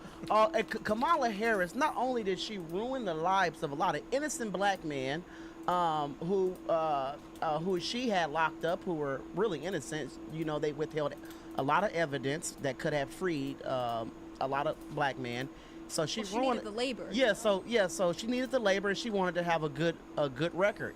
Not only that, she ruined a black woman's life by stealing her husband, Willie Brown. She needs to apologize to that woman. You stole this woman's man. Wait, Kamala did Harris, they get divorced? huh? Did Willie Brown divorce his wife? I think they got divorced afterwards. People say that they were separated. I don't know. It's a whole. It's really good. All I know, I believe the man was still married. You know, but the fact is this is Kamala Harris. She is not a great example for young women, for women period, or little girls at all. I don't think so. And I'm tired of people coming at me telling me, well, Terrence, how dare you attack a black woman? You know, you're a black man. You are a black man. How could you attack a black woman? And this is my thing. And there are some Republicans out there, conservatives, Trump support. There's some people out there who believe we should stop bringing up Kamala's race. I will not stop bringing up her race. She is using her race to win. She is using the color of her skin to win people over. So as long as she's doing that, I'm going to bring up her race. And one thing what people don't know about black people, you know, I'm black, so I know this. A lot of black people, they literally hate or a biracial person does not identify with being black. They hate that. So the fact that a lot of black people are finding out that Kamala Harris that she rarely identified as black, to them, they're like, oh, well, she's a traitor to the community. She is not a real black woman because she never identified as being black until now. So to be honest, people don't think it works. It does work. A lot of black people are not crazy about her like they were with Obama, because Kamala Harris, you know, when she identified as being Indian / South Asian for a long time. So a lot of black people finding it out are like, well, she's not really with us. She's not down with our community. She's using us. Well, they say, well, Obama was biracial, but Obama identified as being black his whole life. Kamala, literally, you look at... They're claiming now she did. Yeah, now she is. But she did run as, literally in a video, she said... you can look at old headlines and they're like, the first Biden Indian... picks the first South Asian. South Asian, exactly. I don't know one black person in my family that identifies as Indian or South Asian. They don't. It's just black. Even if they're mixed with something, they just say I'm black. Let's jump to this. We got this from the Post Millennial. Would it kill you guys to have a press conference? CNN's Jim Acosta confronts Kamala's spokesperson over campaign dodging media. Why hasn't she had a press conference? She's the vice president. She can handle the questions. Why not do it? Jim, she can't handle the questions. You answered your own question. Come on. This is the reality. The Democrats are running a basement campaign. The analysts are saying they call it a generic Democrat campaign, which works, and that's all it is. Democrat voters don't care about the country. They don't care about policy. I'm sorry, man. I got to tell you, you go to the average Democrat voter, they're going to say, sure I care. Sure I care about these things. And you're going to go, okay, without saying Trump, give me 3 policy-related reasons for voting for Kamala Harris. And they're going to just dial tone. Boom, nothing. There's nothing there. Bro, I read the news every single day, nonstop, 24/7. Even on weekends, it's crazy. I'm just sitting there reading news. And I can't tell you what Kamala Harris supports. Because you've already got these montages where it's Kamala, she's being interviewed, and she's like, I will not accept a person being denied health care. I will do everything when I'm in office to fight for Medicare for all. And I was like, no, I don't want that. Then she's like, we're gonna decriminalize border crossings. Now she's like, on day one, I'm gonna deal with the border. Now she's like, I'm gonna make prices good. You could find her saying literally anything and everything. So if someone came to me and said, devil's advocate, why vote for Kamala Harris not mentioning Trump? I'll be like, there's literally no reason. There's none. They can't. The same thing with Biden. No matter who you talk to, I have family members who are boomers and they're Democrats. Every time I ask them why, what do you like about Biden? What do you like about Kamala? Everything's, well, I hate Trump is bad. Yeah. It's always Trump is bad. It's never nothing he's good at, she's good at, because she has no policies, like you said. She's a chameleon. Yeah. She flips and flops to what the... It's opportunistic. I mean, it's similar to what you were talking about. When she is in front of certain people, she'll talk about certain issues, but she never gives you any specifics. So all of these are empty promises if you think there are promises at all. I think a lot of voters are going to assume, like voters who wanted Biden to stay will be like, oh, well, she's going to continue the Biden legacy, right? Even though she never said she's going to do that. And then people who don't like Biden are going to be like, no, she's going to be this new, like, energetic, all kinds of new things. No one can say anything, and I think that is really where the Harris campaign wants you to be. Right. Now, there was one guy that I talked to on TikTok who requested to come in, and I said, why are you voting for Kamala? And please do not say, because she's a woman. Please do not bring up Trump. He said, which I burst into laughter. He said, because she's going to advocate for people to get more time off work. What? I said, sir, what field are you in? I'm in tech. I said, and you need more time off work. Yes, they're working people like slaves. And Kamala Harris, he said, and the union endorsed her, and she's going to fight for us to get more time off work, and people need more time off work. And I'm like, listen, I said, I don't think that's the biggest issue in America right now is people worried about getting time off work. People are trying to find jobs right now. People are barely making it. People want more work hours. And you're talking about you're voting for her because because you believe you're going to get more time off work? Also, if that is her policy, why not put it on your website? Yes. I should be fair. Though Kamala hasn't stated any of these policies, you can assume that she's going to be very, very pro-abortion, probably as pro-abortion as you could possibly be, and she's going to be pro-trans and trans kids. So if someone were to say to me, I'm voting for Kamala because she's more likely to support abortion, I'd be like, well, that's likely true. In which case, you're voting on a very weak premise you're hoping for instead of what she's actually stated she will do. But I do think it's fair to assume if you like abortion and you want to abort, Kamala's your candidate. Now they bring up, what is the main, when you bring up, well, they just don't have, my thing is this, if someone did not force you to have sex, if your legs were not forced open, okay, it is your fault the reason why you had a child. Like, wear a condom. And so many people that I have talked to who are pro-abortion, I said, I even offered to send them free condoms. Like, I Get will. a vasectomy. You have cousin T's condom? But I will send you a condom though. Just close your legs. You having sex with somebody and you don't like the guy anymore that's your fault that you got pregnant. If you were not forced to have sex, then that was your choice. You made the choice. You open up your legs. You let that man. But it really is that vapid. I mean, the argument for abortion is thin, and they'll make up fake reasons like health concerns. They say health concerns. But that's not even a consideration for conservative. Conservatives like, okay, deal, and then they're like, no. So they make up fake reasons. My concern is like, okay, how is the country functioning like a machine? Like, what is the economy supposed to be doing? We're facing a recession right now. That's what Newsweek's reporting. You've got people who can't afford to eat. Things ain't going so well in this here country. And so I don't care about whether you want to abort your child or whatever, right? I think it's bad. I agree with you. People should have personal responsibility. But I don't even understand why that's a top issue for the average person when you're like, have you ever thought about how you can't own a house? But here's what I fear. Right. Young people are being raised with the expectation that you can't own a house anyway. So you can't want what you don't know exists. It's what was it? Tim Apple said. No, it wasn't really Tim Apple. It was Steve Jobs. I know his name's Tim Cook. It's Steve Jobs who said, "How can people buy how could people want something if they don't know it exists?" That's true. And so that's why he made the iPhone. And he was like, "We're going to market it." Everybody said it was stupid. Nobody would want that. And he's like, "Why? They've never seen it before. How would they know?" Then they're going to say they're going to want it. So you've got these young people that are like, "Well, I can't own a house anyway." Owning a house. There are people who are now entering their 30s. They can't own a house, and they're never going to own a house, and they're not even considering it a possibility to own a house. And that's a benefit for Democrats when they can say, "Well, you don't even want to own a house, do you? You want to live in a 2-bedroom with 4 of your friends, right? And then you got no room in that apartment. You can't have kids. You need an abortion." That's what they're pitching. The economy is bad, but it's a good thing. We're going to make sure that you can have abortions because the economy is bad. Yeah, I think there are more important things in this country to discuss than abortion. That's just my opinion. And I think, Like, yeah, because I truly believe, and people think oh, Terrence, you just, you're over exaggerating things. I truly believe if we continue to, if the wrong people continue to stay in power, I do believe that America could fall.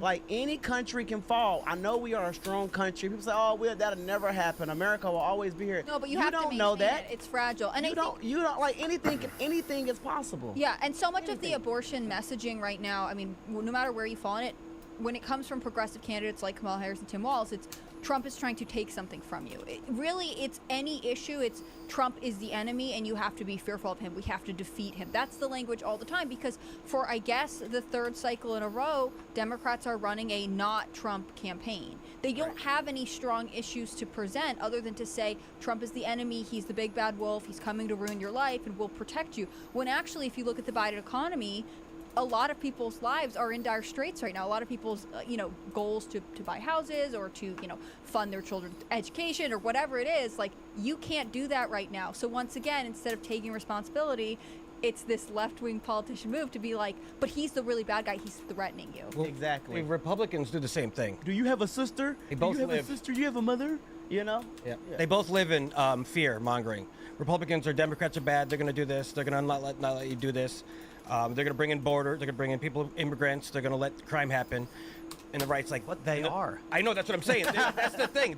We're truthful about what they're going to do, and they're saying stuff the Republicans are going to do stuff that's not going to happen. Exactly. They're going to say Donald Trump's he's a fascist. He's going to send the military and lock you up and he's going to put you in camps. And then that never happened in These Trump's are the campaign. same talking points that they used in 2016. Yeah. The same talking points. They said that in 2016, oh, Trump is going to send black people, he going to put y'all in chains, he going to send y'all all back to Africa. He going to put everybody in camps, and it's only going to be white people in America. And they're saying the same thing. So if he didn't do it then, why is he going to, why do you think he's going to do it now?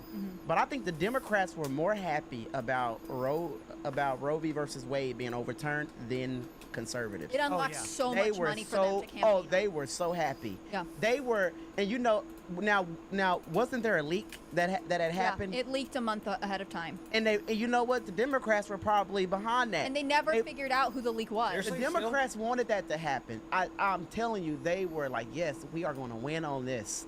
We need this to happen now. Let's even leak it. Let's even force the court to go ahead and bring it out. And we need them to bring it out now. Well, and who gained from that? Planned Parenthood's Political Action Committee raised so much money off this issue, bringing this back into the public discourse, because it had been, obviously there had been a lot of pro or anti-abortion advocates sort of agitating against it for a long time, but for the most part, it wasn't the cash cow that has definitely become in the last 2 years. Right. And you know what?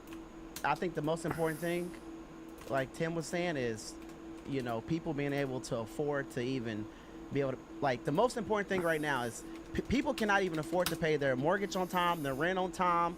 People are struggling to buy eggs, milk. Credit card debt is up. Credit card debt is up. That is important. People, and inflation is at an all-time high. It is absolutely insane. And some people even if somebody has to come out of their pocket $100 extra a month, that is that for some people, that's a lot. Some people are living check to check. Well, let's jump to this story. We got this from Fox News. In a new matchup, same result, Trump bests Kamala Harris by 1 point. Highest share of voters in over 2 years rate their personal finances positively, which is really interesting because nothing makes sense, ladies and gentlemen. You may be saying, Tim, you pulled up one Fox News poll. They're biased. They're conservatives. Of course they're going to say Trump is going to win. Well, over here at 538, we can see that for the most part, Kamala Harris has the polls. You've got this one from Daily Mail showing Trump is up. So Trump's got like 2 of the polls showing that he's winning in general. Here's the RCP betting odds.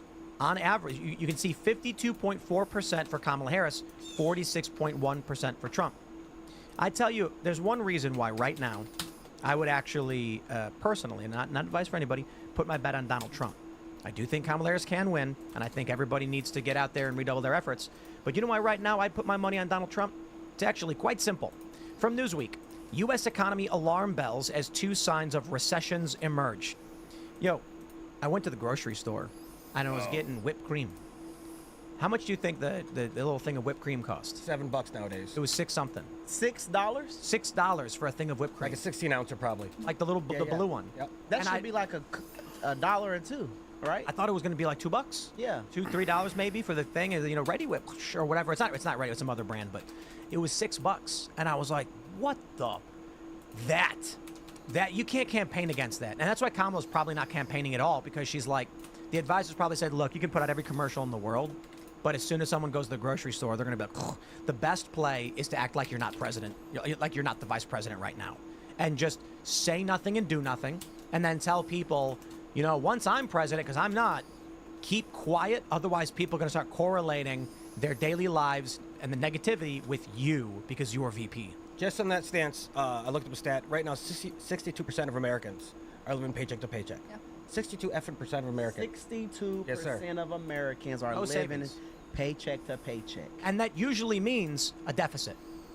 Like, a lot of people think it means that, like, you get paid, you pay your bills, and then you're like, okay, now let's go, buy food. No. It means you're like, do I pay rent or buy food this week? And then you're in a downward trend. I bet ramen is huge right now.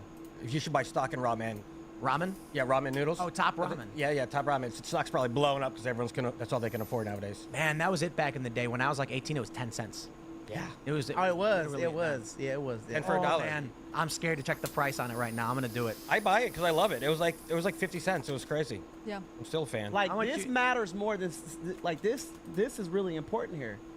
Like reset. Like How much- 62%. That's How much do you think a pack of Top Ramen costs right now? like a single pack or like the Single pack.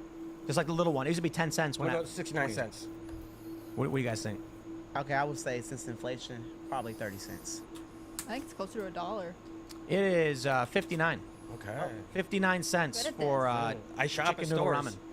ramen. Is it even food? I mean, like, I know it's food, but I mean, is like, how many calories are It's an amazing 700 milligrams Oh, of look at sodium. that. The sodium's outstandingly crazy. Yeah. Yeah, the sodium. Look at that. One package has nearly 400 calories. Yeah. That ain't bad. And 790. 70% of your daily sodium intake. Hey, calories is calories when you're on a Man, budget. them ramen noodles got me through some hard times. That's what I Oh, with mean. Like, Tabasco sauce. Yeah, they got me through some hard you can times. add eggs to it. Like, Oh yeah, Couple I onions. I added yeah. eggs. My mom used to add frozen peas to it when I was Yeah. growing up. Like, Did you guys put Tabasco sauce? I would always put Oh Tabasco yeah, got to sauce. do Tabasco. I put cheese in mine, eggs. I used to cut up some hot dogs and Hot dogs can smell. grill them and put them in my noodles oh, too. grills that me so Yeah. fancy over Oh yeah. I was. Man. Yo, that's crazy. 60 cents for one pack. No joke. When I was 18, I was working at a grocery store and I was getting paid like $40. It was probably like $80 a week. And then I'd just be like, okay, like all of it's gone already because bus and shoes and shirts. But I can buy ramen. Yeah. Yeah. That's 400 calories right there of $80. carbohydrates and salt. But that's what I'm saying. I think the economy's bad. Now, Kamala's going to have to become president in fall. And then they're going to have to, the Fed's going to have to do something to try and shock the economy for the next couple of weeks as people start feeling good. Can they? What can they do? How do you change it so drastically, so fast? Well, maybe Kamala, you know what she does? She becomes president, and then she announces a stimulus. Oh, And she goes, I'm going to send everybody, we're going to do a 3-tier stimulus plan. We're going to do November 1st, everybody's going to get a check for $400. Then, January 1st, everyone's going to get a check for $400. And then, in March. And so, vote for me. She's gonna be like, well, if I win, I'm gonna send y'all a check November 1st, election is what, November 5th? And if I win on November 6th, that's if I win on the 5th, guys, I'm going to send everybody double. I'm going to send everybody double of what I sent you. Like, yeah. And that's just it. She's going to be like, if I lose, I won't be able to fulfill the final stimulus plan. Yep. Trump was the most famous when he, besides giving his daily news briefings in COVID, was when he was giving out stimulus checks. I'm going to throw Everyone loved the stimulus I hope checks. she don't She is become just going to copy president. Trump again. Again. I'm telling you, when is she going to announce the border wall? I think I will right, puke she if will. she became president. Well, do you see what I tweeted this morning? I said, what Kamala means when she said, what did she say? What can be unburdened by what has been? What she meant was that Joe Biden is burdening her. Now that he's gone, she is unburdened and can finally enact the policies that she wanted to, like no taxes on tips, build the wall, and make America great again. It's shorthand for, although I insisted they call it the Biden-Harris administration, I just wanted to be known as the Biden administration now. Kamala took me out when, now, You went out with Kamala? No. I mean, like, took me out as I almost fell out the chair. When that interviewer had asked her, he said, "So Kamala, have you been to the border?" She was like, "Have I been to the border?" He said, "Yeah, have you been to the border?" She said, "I mean, no, but I haven't been to Europe either." Like, what? Yeah. Guys. She's bad. She's really bad at interviewing. She did this one interview in late June. This is the last major one she did. And they had to have, like, a pro-abortion advocate there for most of it. It's like she cannot be left alone to talk to the media. I seriously, I think a lot of this stuff's not going to matter. We got this from New York Post. Subway calls emergency meeting with franchisees as sales plummet. Oh, these are sandwiches. And they're not expensive ones. People are not buying sandwiches. What are they eating? I got to be honest, like... Ramen? I don't know. I mean... A serious question, though. Subway, I believe, for the longest time was the biggest fast food chain because it's one of the easiest and lowest costs. You go in there, they got bread, and you're like, give me the cold cuts of turkey, the ham, and the cheese or whatever. Easy to do. People aren't buying sandwiches. What are they buying? I think a lot of people are avoiding eating out. And to be fair, Subway had some other issues with their spokesman and his arrest and jail. Like, there is some bad press that I don't think they have exactly navigated away from. I don't think that has anything to do with why people aren't buying sandwiches. Like, I think it's Subway specific because you'd have to compare it to like Jimmy John's and Jersey Mike's and stuff like that. Yeah, like, Jersey Mike's taking over for reals. It's getting a lot bigger. Oh, they're getting bigger? Yeah. Really? Dude, I never seen them on the East Coast. I live in California for a while now. I came to the East Coast not too long ago, and now they made their way here. Now they're blowing East Coast up has every deli small town. culture, though. That's the thing. Like, there are lots of like normal delis that like Jersey Mike's is basically emulating because it's like supposed to be New Jersey. But yeah, no, I mean, I think the fact that they are having... You guys don't think this is economy related? I think so. I think it's so. in part, but Subway as a brand in particular has had other obstacles. But did you see that report about Home Depot? Maybe a little bit, too. Home Depot was talking about the fact that like they are in this weird place where they're waiting to see what consumers do because there are a lot of consumers. Because with Home Depot, you could like pay to have cabinets for your new kitchen or whatever else, and a lot of people are having trouble getting loans for these types of projects, or they're saying like we don't really know where the economy's going, so we can't spend money right now on this. And especially during COVID, a lot of people, because they were home, started investing in their own houses, right? You're there the whole time. You're like, I really hate these walls. I got to paint them. Our kids are making us crazy. Let's finish our basement so they have somewhere to hang out or whatever it is. And you're seeing a downturn in that right now, and it's making Home Depot nervous. Dude, I got to be honest. 3 or 4 years ago, we're looking at properties in the area because, first of all, we bought, we were in the Maryland studio, which we called the Castle, and now we're at Freedomistan. So we're looking at land to buy, and we got a great deal. We were looking at all these different properties, and I was like, this property seems to make sense. The same properties today, double the price. I believe. It's been like 3 years, and the prices have doubled or more than doubled. About 2 years ago, so it's about 2 years since they doubled, actually, because 2 years ago there was a property nearby that we were looking at that was like $320 or something like that. It's 600 now. And it's not even a big property. And I mean, it's impossible. I mean, so we're looking at like a 1,900 square foot house in a rural area on, I think it's got like 2.5 acres, and they're selling for 600. And I'm talking to some of the local agents asking about the prices for all the property skyrocketing, and they're like, those are the prices. And I'm wondering, like, are these going to come down? The answer is no. The prices are not going to come down. You know why? The cost of labor and materials are up. You cannot build a house for less than what you'd buy these houses for. So for people who want a house and are going to get a loan to get it, You may be saying like 600's too much. I can't afford that. Then you can't get a house because the person who's selling it is going to be like, I can't sell this. You can't even build this house for that much anymore. Or they're underwater. With the prices going up, I'm sure a lot of people who live in these older houses have probably already paid off their mortgages or, so they're looking at profit. But if you go to a company and you say, what if I were to buy a lot? The empty lots are going for 200.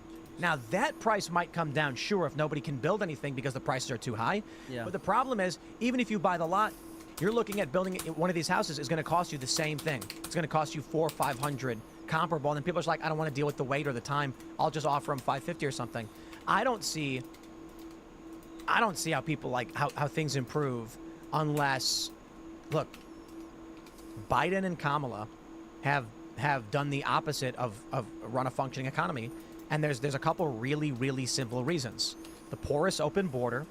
We cannot have welfare programs and give resources to people who are not from here. Just, it doesn't work. I mean... And it's not fair. It's not fair. It doesn't work, and it's not fair. A simple thing to consider is, let's throw everything aside. And Democrats say, no, they pay taxes, or they're not even using services. Okay, they're walking on our streets. Who's going to fix the potholes for the cars when they're driving on the streets? Those potholes become a problem the more cars you have. That is a strain. Nothing is free. We can't afford this. We just sent $20 billion to Israel. We sent $200 billion to Ukraine. What are you doing? $200 billion. Is that what the total number was? What was the total number to Ukraine so far? I think it was 200. 200 and something, right? Insanity. And this is what they're dumping money into the economy. And it's jamming inflation through the roof. So, I mean, look.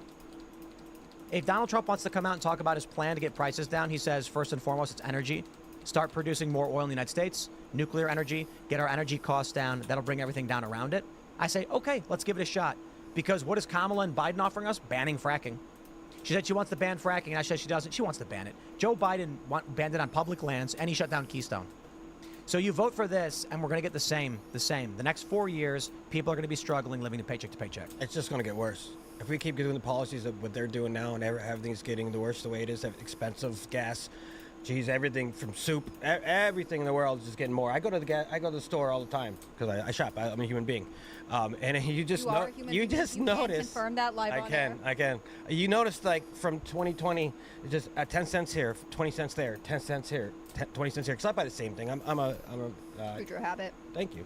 Yeah. It just gets more and more expensive, and it's not going to stop. And if you buy houses, you can't buy houses. If it's almost like 2008 again.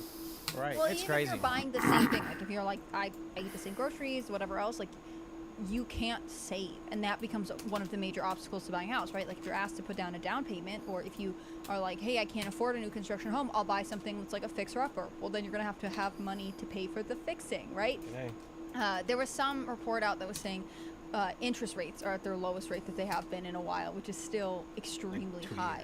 Yeah. And it's, I mean, it really, all of this changes the way that people live their lives and behaves. I knew so many people who were like, but I had a friend who bought her house like 1 month into the pandemic, and it was just coincidental timing. And she's like, I'm never leaving this house. Like my interest rate is so low that it would be almost economically devastating to try and move away. Right. Let's jump to this story from Axios. Harris campaign's Google ads rewrite news headlines. Oh, Axios. See, when it's about Kamala Harris, they write real news. Have you noticed this? Here's the story as blandly as possible. Harris campaign's Google ads rewrite news headlines. Okay, have a nice day. If it were Donald Trump, they would write Trump campaign launches fake news blitz to manipulate people with election misinformation. That's the headline if it was Donald Trump.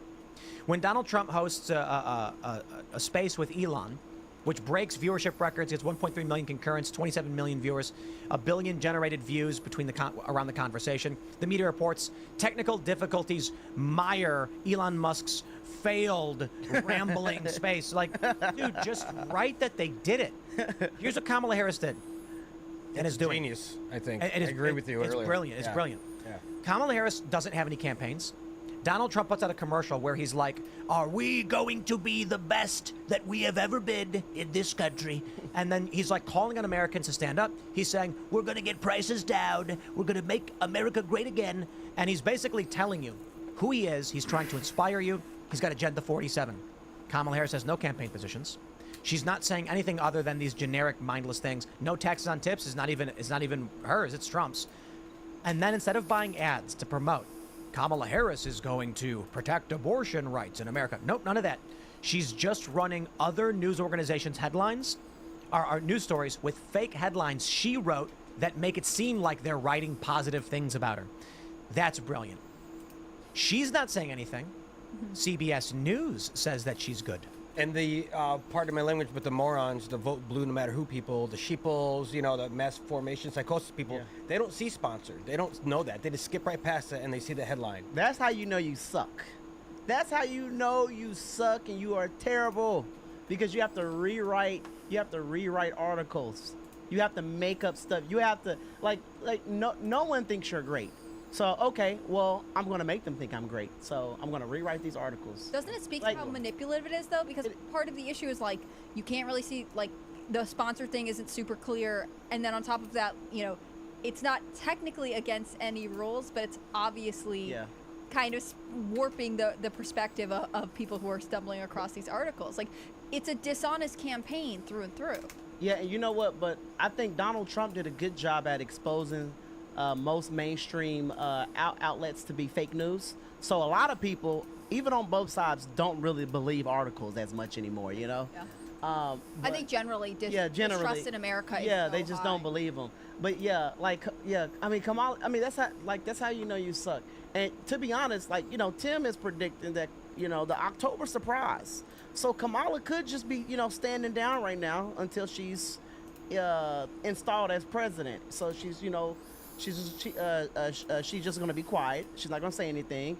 Well, they're so far. She want to play it safe until she is installed. Right. So far, her voters aren't demanding policy. Exactly. It's like, do you? But they've never cared. These people, they never cared about policy. Most of the people that are voting for her do not care about policy. These are the same people who care about just personality. Color of her skin. Well, she's color of her skin. Oh, well, she's nicer than I ask some people. Now this is what they say, because they don't bring up her policies. Why do you want to vote for Kamala Harris? Well, Trump is mean and he talks to people crazy. Why do you want to vote for Kamala Harris? She's going to be professional, unlike Trump. Why do you want to vote for Kamala Harris? Trump is a racist. I'm like, why do you want, they're obsessed with Donald Trump. They are obsessed with Donald Trump. But I think there are a lot of people, regardless of what these headlines say, regardless of what you hear in the mainstream media, there are a lot of average Americans who are fed up with Joe Biden and Kamala Harris, and they see right through the BS. And some of these people necessarily are only voting for Trump because some of these Democrats that are coming over to vote for Trump, some of them say they're just voting for Trump because they just want a better life. They want to go back. Kamala keeps saying, we're not going back. We're not going back. No, Kamala, we want to go back. Economically. We want to go back to the good times. Yeah. We want to go back to cheap gas prices and affordable eggs, milk, and ramen noodles. We want to go back to that. And a lot of people do want to go back to that. And that's why they have to put out these fake articles to try to get people to believe that Kamala is loved by everyone and everybody wants her, because that is not the case at all. What do you think the impact of the Democratic National Convention next week is going to be? Because they're bringing out Obama, I've heard Clinton, I've heard Bernie Sanders is going to speak there. I hope there's riots. Yeah. They're preparing for riots for sure. Yeah, that'd be fun. Who's going to riot? It's pro-Israel, pro-Palestine. I don't think I think the DNC convention is, it's gonna be like an award show almost. Yeah, I think they're gonna have pep rally. Yeah, they're gonna have all the rappers and the singers. People gonna be shaking their behinds on stage. It's gonna be a useless convention, to be honest. People are only going to tune in because their favorite actor or actress is going to be there, or their favorite musician is going to be there. But Obama, I felt like Obama kind of resisted. He dragged his feet a little bit in endorsing Kamala, which I found. Yeah, I think the people who are going to listen to Obama, who are going to vote for Kamala because Obama said so, these people are already going to vote for Kamala Harris. But there are a lot of Kamala Harris is struggling to get a lot of black support, like Obama did. You know, and that's one of the reasons why Obama won too. Obama had a large voter turnout, and especially in the black community. But those same black people are not all on board with Kamala Harris, and she needs Obama to get them over to her to her side. But some of those people realized that Obama was not that great of a president either. Yeah. He was just, you know, Kind of let them down. yeah, a couple times. yeah, he did let them down. So, and what I say to people, Kamala's she's just gonna be another Obama, you know. Do you Promises made but not kept. Yeah. So in 2016, Ted Cruz, you know, he was the last person to drop out of the Republican primary, and he went on stage at the RNC and said, "Vote your conscience," and people were really mad about this. They're like, "You should be backing Donald Trump or whatever else." He grew a sadness beard. He's, you know, changed his tune. But do you think that there will be anyone who gets up on stage and says something similar at the DNC, or do you think they're all like lockstep behind him? Not at all. The DNC. Now one thing about the Democrats is they normally stick together during election season. Yeah. Republicans, conservatives are really divided. You know, like they don't like a lot of them will not badmouth their candidate. They won't say anything negative about them. But on our side, for instance, like I'm voting for Donald Trump. I want Donald Trump to win. So if you think I'm going to get online and say that Donald Trump is a horrible person, oh, I condemn what he just said today, I want him to win more than I want them to win. So this election is one of the most important elections of our lifetime right now, and we need to stick together. I think everybody. If you don't want Kamala Harris in office, if you don't want her and Tim Walz, then the only answer is Donald Trump. So. You know, but they do stick together. So they're all going to be all behind Kamala Harris. But that's something that we need to do. People who don't want her, we all need to be 100% behind Donald Trump. I don't care. Like, I don't care if he go to Walgreens tomorrow and he steals some bubble gum. I'm voting for Donald Trump. I don't care. Okay. Cause I'd rather him be in office than these, bad The people. other options. than Yeah. these fools. The other option. I feel like it's not one of the most significant, it's the most significant election in our lifetime, or at least in American history. Yeah, we either have a human in office or we have a laughing hyena as the president of the United States of America. That will be history, though. We never had a hyena in All right, office, guys, so let's talk about this election now that we have the data in front of us. So, Boletario, it's not just a flat plane. It could be well approximated by a flat plane, because we're about to talk about the manifold right now. And it's clearly a cubic.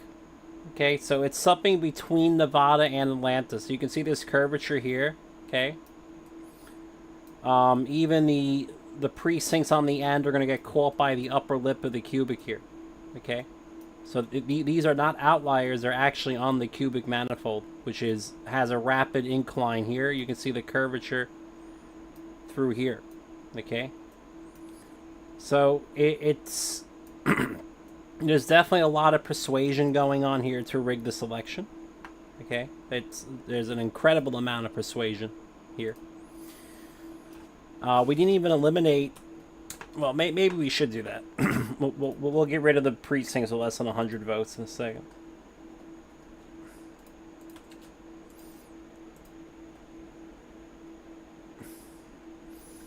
So, as you can see, the flat plane isn't too bad. It's an R squared of 994.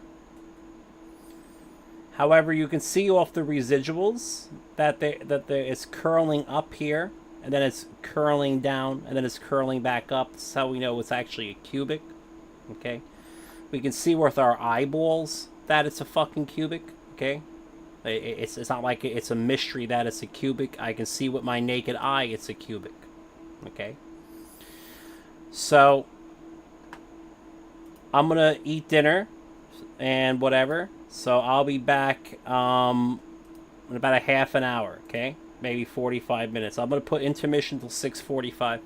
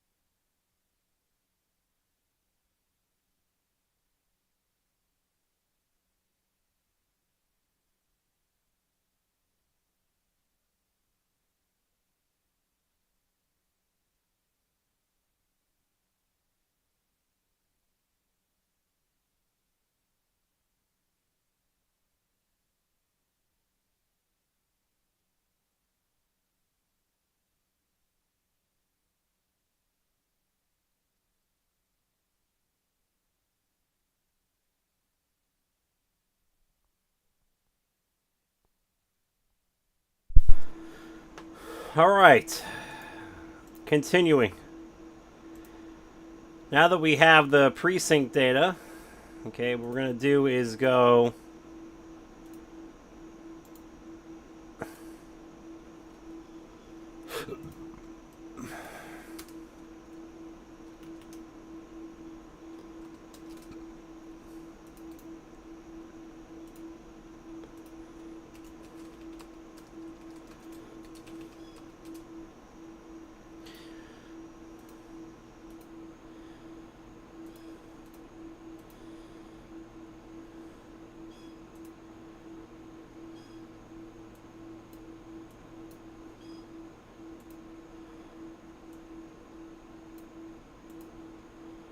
We're going to go look at the total ballots cast. So, like I see, like, 5 precincts here. Let's just get that out. Okay. So, give me T.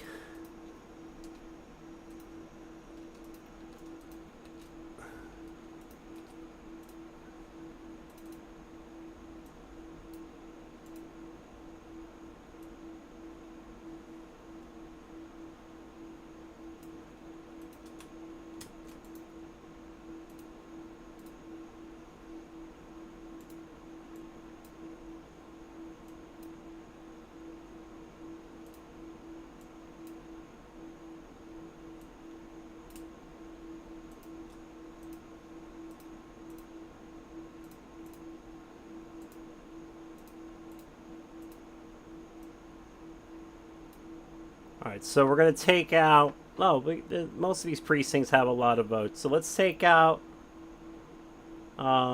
these few precincts here that are below 300 votes, okay? Because you can see how they're giving us really weird GH alphas and shit.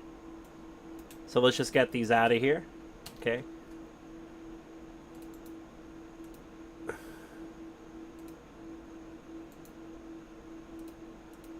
Bounce their ass out of here.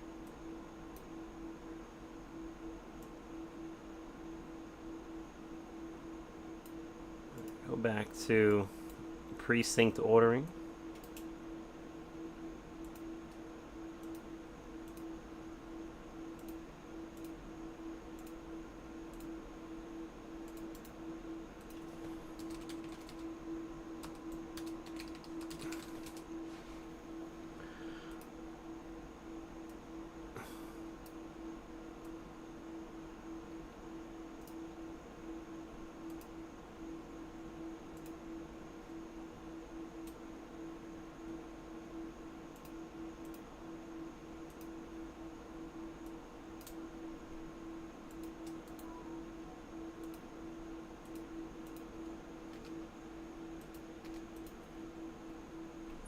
Okay. Let's get our GH alpha manifold with those 6 precincts no longer here.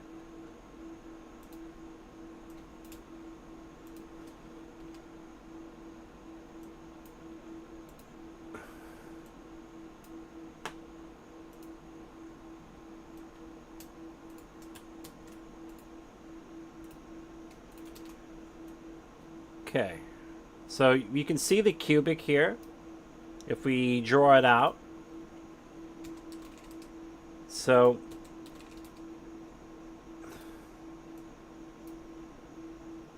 let's go into paint real quick. So if I were to draw the cubic, okay,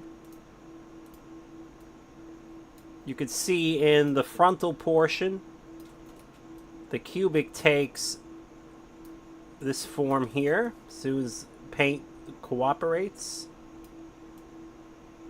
Okay, sort of.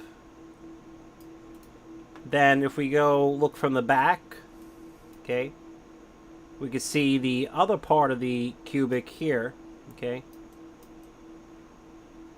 from this angle, because it's a cubic in 2 directions, okay.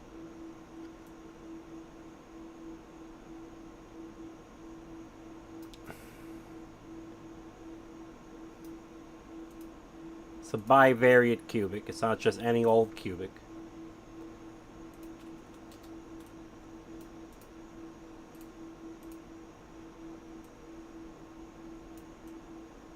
that accounts for the dots down here that aren't on the first one.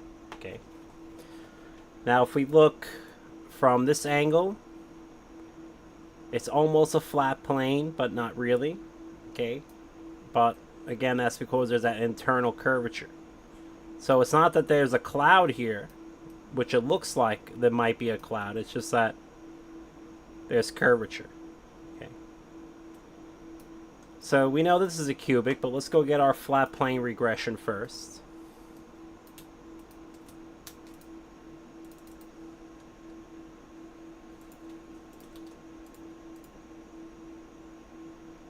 Okay, so I have r squared 995. That's higher than Nevada. And we know that this is not even a real number manifold based on the Senate election or the House of Representatives. It's actually a complex number manifold, but that data is so hard to compile that I had to save myself time there, unfortunately.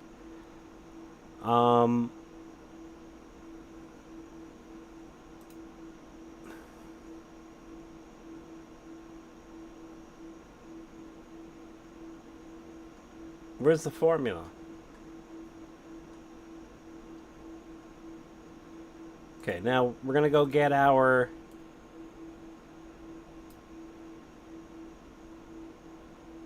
Let's add these up again in our calculator, just to see.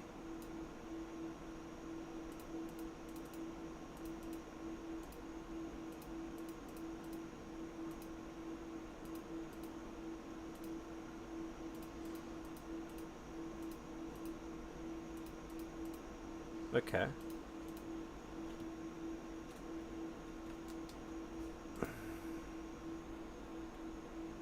But what you'll notice here is that lambda has a variance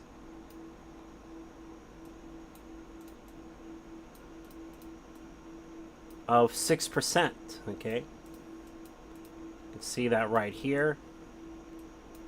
Are we in the crest or are we not in the crest? That's also a good question. Let's just take a look.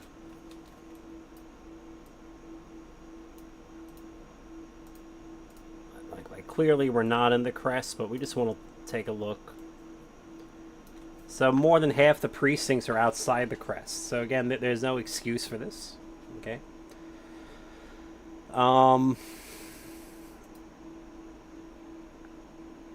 So let's go ahead and do what we got to do. Okay. Let's get X and Y out there. Let's get M and N in there because we want to see a few graphs. Okay.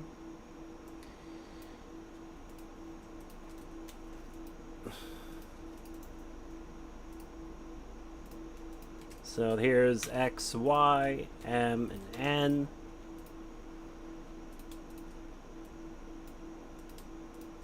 And then we'll get omega in there as well. Currently omega is not there.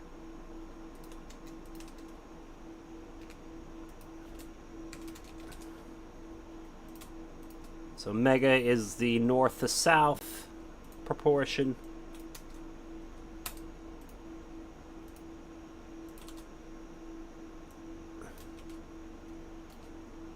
Put that in there. Okay, X is the north side percentage. In this case, it's the non-mail-in vote percentage for Trump.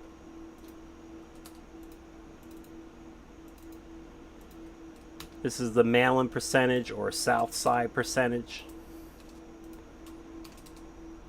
This is the preference percentage, A over A plus C, or red diagonal percentage.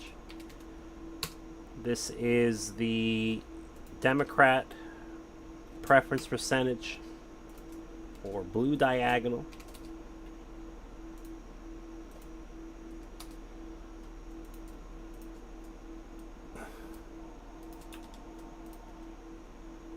Okay. We're going to play Taste the Rainbow with this.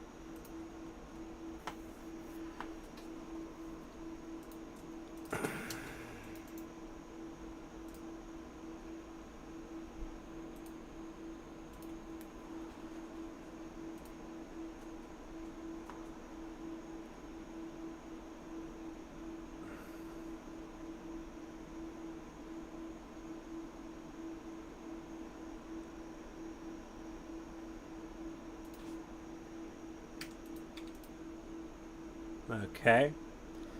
So I move the election day vote out for a moment. Okay.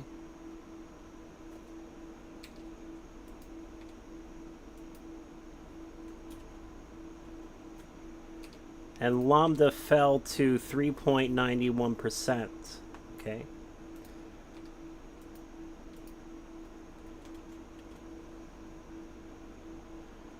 I want my GH graph in front of me.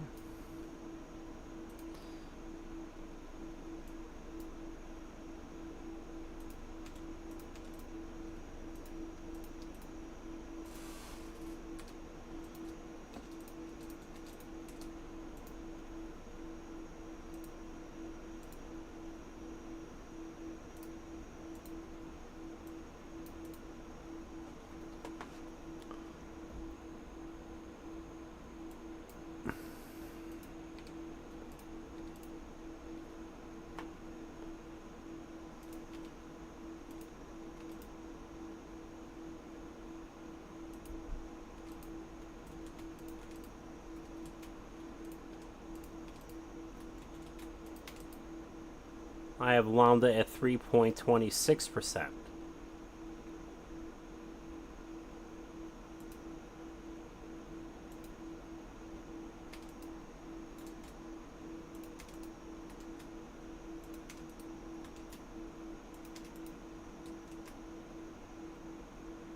Let's see GH and alpha here.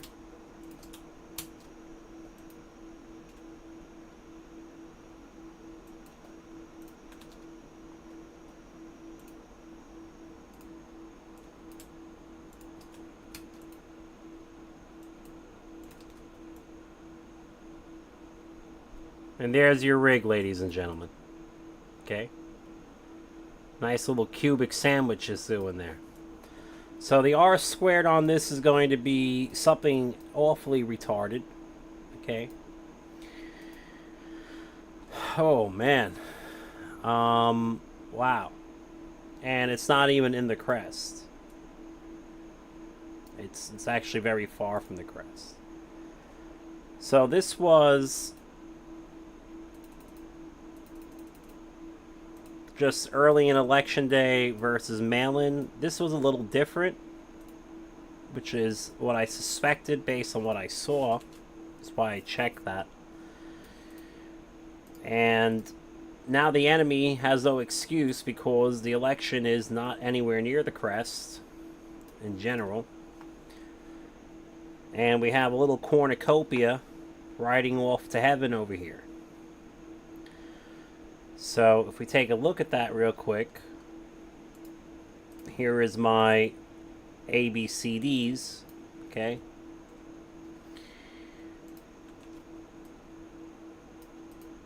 And then we go pull up the manifold that popped out.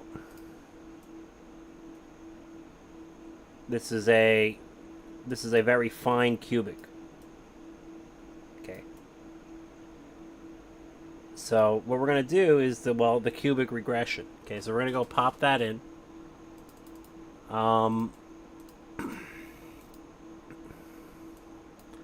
As you know, I need a lot of columns for this.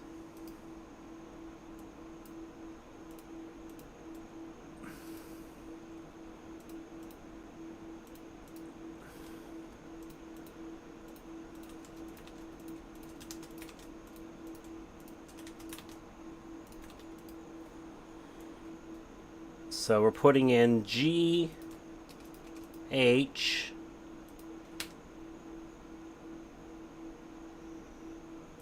one. What the hell, man?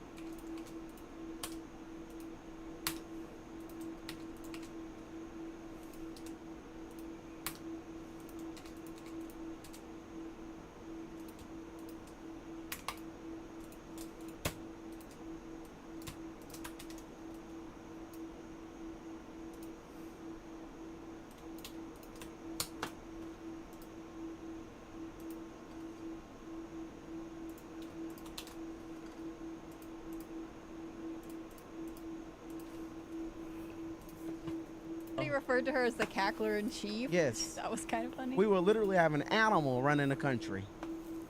Seriously. And on that note, why it's so important that we need to have the right. I know it's only online and it's only Twitter and all this other baloney, but like people like are fighting each other. Joe Rogan. It's so important that we need to like come together and like be a team. Yeah. Like them. We need to have massive. No, go ahead. We need to have mass formation psychosis to vote for Trump on our side, unlike them on their weird cult side. I don't think we need it, to be honest. No? I mean, we just need moderates to say, sure, I guess. Yeah. And so the Democrats have mass formation psychosis. Yeah. And anybody who is scared or believes them is going to vote that way. But that's why I think Rogan, Kill Tony, and these other more moderate, mainstream, fun comedy podcasts are so important. Anybody watching Tucker Carlson, they're voting for Donald Trump. Yeah. I mean, it's like a 2% might listen to him and be like, yeah, but I still won't vote for him. Fine, whatever. But people watching Kill Tony, they're just having a good time. They're laughing. But they're also being exposed. Like Tucker Carlson was on Kill Tony. Yeah. And with Joe Rogan's show, every day Joe Rogan is talking about issues that the Democrats are crazy and they're not paying attention. And so it's a pipeline for people to wake up. Yeah. Don't attack moderates. We don't need everybody marching like lunatics screaming MAGA. Word. We just need a middle of the road guy to be like, I guess I'll vote for Trump. So that's it. Yeah. Now, I don't mind people going at it with each other, you know. And I never expected Joe Rogan to I never expected Joe Rogan to fully endorse Donald Trump at all. Like, I did not expect that. Yeah. And it is what it is. You got people who are going to vote for Kamala Harris, who are going to support her, and then you have people who are not going to endorse anybody. And then you have people who are going to be 100% behind Donald Trump, and that's fine. So, you know, it is what it is. But I don't care if, you know, if Tim gets into it with somebody. Sure. Like, just because if two Trump supporters are fighting, I really don't care. As long as we all, you know, as long as you go to the polls. Yes, as long as as we long go as to you the vote. polls Fucking and vote for Donald Trump. I don't care if you're fighting over whose meme it was. I don't care about that. You know, I don't think that's going to hurt us. You know, so. Well, we do have a big story here with CNN Health. Ladies and gentlemen, the World Health Organization declares Mpox. Mpox. They don't want to say monkeypox Yes. outbreak. They specifically said they're not going to call it that anymore because they don't want to encourage any kind of negative thinking about it. What? Yeah, It's called monkeypox. This is like over a year ago. Yeah, So, because racism. They said it's racism. They're saying that it's in Africa. A lot of people are sharing this. Endemic in Africa. Yeah, there's a lot of people are acting like this may turn into another COVID pandemic. I really doubt it. But I do appreciate that everyone's paying attention enough to be like, hey, wait a minute. Don't. Why is this happening? And I got to remind everyone, we'll keep it family friendly. Sir. So we'll use innuendo and analogy to describe the affliction and how it spreads. But you're familiar, right, Tim? But how did it spread? Like, how did it? When it was in America? No, It was in in Africa. Well, Probably the same way. They as call it it. was- They call it the monkeypox. So how did some now? What? No. That's just what it's called. The way it spreads is when two individuals Yeah. who same sex. love each other very much Yeah. like to push their body parts together. Ooh, So okay. humping. Now, Bet. but yeah, okay, but no, this was. But family friendly. But I heard though that this could be fake news. I heard that it started in Africa because somebody was humping a monkey. Isn't that how AIDS It is- started? I don't know. I don't know I don't how either. it spread I in heard they Africa. were- But the thing is, it went from it's endemic in parts of Africa, and then there was a big outbreak at a music festival in Spain, I think about 2 years ago, and then it started spreading through Europe and North America. And this is like there have been fatalities from it in North geez. America and like in America, and the news will not report on it. And then all of these cities had to set up like emergency funds because basically it's a form of smallpox, and so you can take a smallpox vaccine and like mitigate the consequences. But like this has been going on for a while, but it's this weird combination of like they don't want to talk about it because it's not the correct demographic. They don't want to be critical of anyone's lifestyle. Right, yeah. But also it's rapidly spreading among the community. So if you don't talk about it, you're actually putting people at risk. if they don't Exactly. have the Talk information. about it. Tell people to wrap up and don't, And it can spread, I Yeah. believe, on like bed sheets and stuff. You have to be really careful, But- like if you live with someone who has it. But I need somebody to Google how it started, the origin of it. Did somebody, can you please Google Did someone hump a monkey? But also, The point of the story is there is concerns that there will be another outbreak that they will use to justify some kind of stay-at-home order or some light. What I've predicted is they're not going to do lockdowns or stay-at-home. They're going to say, in light of the recent health scare, we want to make sure universal mail-in ballots are available to everyone, so we'll be sending them out. That's what I see as being more likely. I don't know if this is going to get that big because it's towards a certain demographic of people that get it.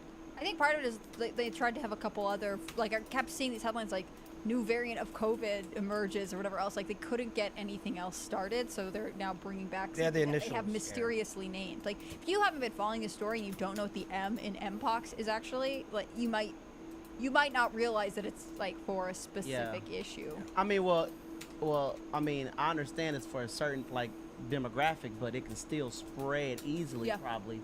Like AIDS. You know, yeah. It could. I mean, it's something to be concerned about. On the other hand, it's not new. It's not like breaking out the way that COVID spread across the U.S. Like, this has actually been around for a while. And the fact that it was a big deal when it was detected in Europe and North America because it had never been registered there. But unfortunately, this is now just something that we have to combat, or at least. But they if you're do. treating as a community. You have to But move see, forward. I like to know everything. Like we wanted to, like just how we know how the other one started in that lab. They named this the monkeypox. I want to know. I'm pretty sure it was because they isolated it in monkeys. That's it. Okay. I think the original story was they had a bunch of lab monkeys, and then they were. Are there any monkey-like symptoms? No, it's gain-of-function research on monkeys, and then they were like, "Hey, look, this virus is in." But I'm in asking, monkeys. is there any monkey-like symptoms? What does that mean? Like if you catch it, will you have any monkey-like? No, you get sores all over the part of your body where it made contact. Don't start doing bananas. Fact check. Brave browser AI says no. It's not a result from your suggestion. I think that's a legitimate question. Tim was right. We'll move on. Okay, then. so BBC says. No, we're going to move on to talking about the purpose of this segment, which is what do you think the Democrats and the Uniparty, the intelligence agencies, are going to try to do to make sure they have the advantage, the October surprise or the shadow campaign? What's it going to be? Is it going to be lockdown? Is it going to be some kind of weird medical thing, or is it just going to be trucks arriving at 4 a.m.? What is it? I think it's going to be all of it. They need all of it for Kamala to win. They're going to have to pull out everything they have for her to win. So they're going to have to pull out. They're going to do like buy one, get one ballots. Like for every ballot you fill out, you get a second one free. Yep. They're going to take ballots to the border. Right, I don't think we're going to have COVID or anything like that. Go pass. You walk in, here's your ballot. Yep. They're going to be passing ballots out at the border. Nothing like COVID, but it's already the playbook's been set. But if they do push in the mail-in ballots, this go around, because the mistake we made last time is we told people that their vote would not count if they vote by mail. And that was a mistake that we made because there were some people, even Trump supporters, conservatives, who were not going to go out and vote in person because they were afraid.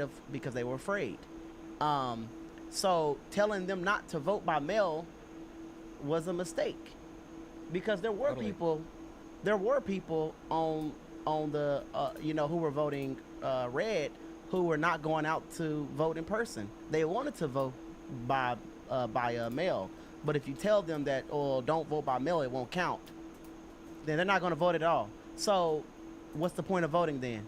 So this time, if somebody is scared to leave the house and they're not going to go vote in person, then we have no choice but to tell them to vote by mail. Do you think, so Trump is supposed to be sentenced in his New York case on September 18th. Do you think that there's any chance that they'll be like, okay, so you have to report to jail on October 1st, and that's sort of the October issue, that Trump is incarcerated in the month before the election? They probably won't do that because it will help him more than hurt him. That's true. He does get a huge boost every time. I remember after the mugshots got released. Yep. Yeah. I think it will help him more than it will hurt him. And you think they've adapted to this strategy? Yes. Because before, I thought part of it was just the ego, right? Like, there were progressives in America who wanted to see his mugshot, and so they couldn't factor in the fact that it could actually rally support behind him because people feel like he's being treated so unfairly. They like needed that win. So they needed that image so badly. They sacrificed it above all else. They put it above all else. Yeah, and I think they're going to be people who are, there were people like even when Trump almost lost his life, there were people who were on the fence, and who jumped on it and who decided to support Trump after his attempted assassination, and then if they throw him in jail right after that, it's gonna make them look bad. It's just And you think it seems real shady to a lot of people. it seems super shady. Yeah, so that's what I believe. What do you think's gonna happen in October? Kamala's gonna be president. Is there anything I else? think Kamala becomes president. I don't know. That's a good October surprise, but it's really hard to predict. I mean, we could say a million things, and then Yeah. you know what we'll do is I'll just for the next 10 minutes make a series of random predictions, and then come October, I'll just cut out whichever one it was and claim I was right, Yeah. and be like, I predicted this. So, yeah, I don't know, man. There's a lot of things. I mean, Trump getting sentenced. Who knows what they're going to try and pull off? Someone nearly killed Donald Trump a month ago. We have no idea where this is going. Yep. And I'm like naively hoping that it just Donald Trump debates Kamala, and then they go to the election, and then I'm hoping it is, to a certain degree, like whoever wins, things just keep trucking along. The worst case scenario is that someone loses their mind. But look at what Joe Biden said. Joe Biden said there will not be a peaceful transfer of power. He did say that. And people were misconstruing it as if he was saying he will obstruct Trump if Trump wins. What he was saying is that he says Trump will do it. But Jamie Raskin said there won't be a peaceful transfer of power. He's sitting at a meeting saying outright that they are going to do whatever they can. They're going to reject it. Yeah, they're going to reject. Absolutely. They're going to reject it. And no Kamala's matter what. counting the votes for her own election. Oh yeah, that's right. She's the doing the electric. The electoral college. Yeah. She's the VP. Certified, yeah. So she's going to be counting her own votes. This happened once in the past. I think I heard. And he went with the Hawaii and picked a Democrat. Yeah, as the 1960 election, Hawaii, this is amazing because the Democrats have no arguments. The Hawaii certified, I think they certified first the Republican electors, because JFK was a Democrat. So they certified the Republican electors, but then they wanted to recount because it was so close. But before they actually adjudicated it with the court or anything, alternate electors who were not supposed to be casting a vote cast their vote anyway, submitted it, and said, we did not get the court's approval yet, but the recount confirmed we won, but it's not yet been confirmed and stamped and certified. But we want this anyway. And Nixon was like, okay. And everyone agrees, okay, we're good then. It didn't matter. Even if Nixon got him, it wasn't going to change the results of the election. But that was the precedent, which means that for Donald Trump, when they were concerned about contesting the election, you have to have, because of the safe harbor deadline, you have to have the slated electors for the Republican Party, even though they lost, fill out the paperwork, submit it on time for the federal government, so that way at the state level, if the state does certify that, it's already submitted to the federal government. If they didn't submit the electoral vote count, and then the courts ruled, actually, yeah, the Republicans did win, the federal government's going to be like, well, too late. You didn't send in your paperwork on time.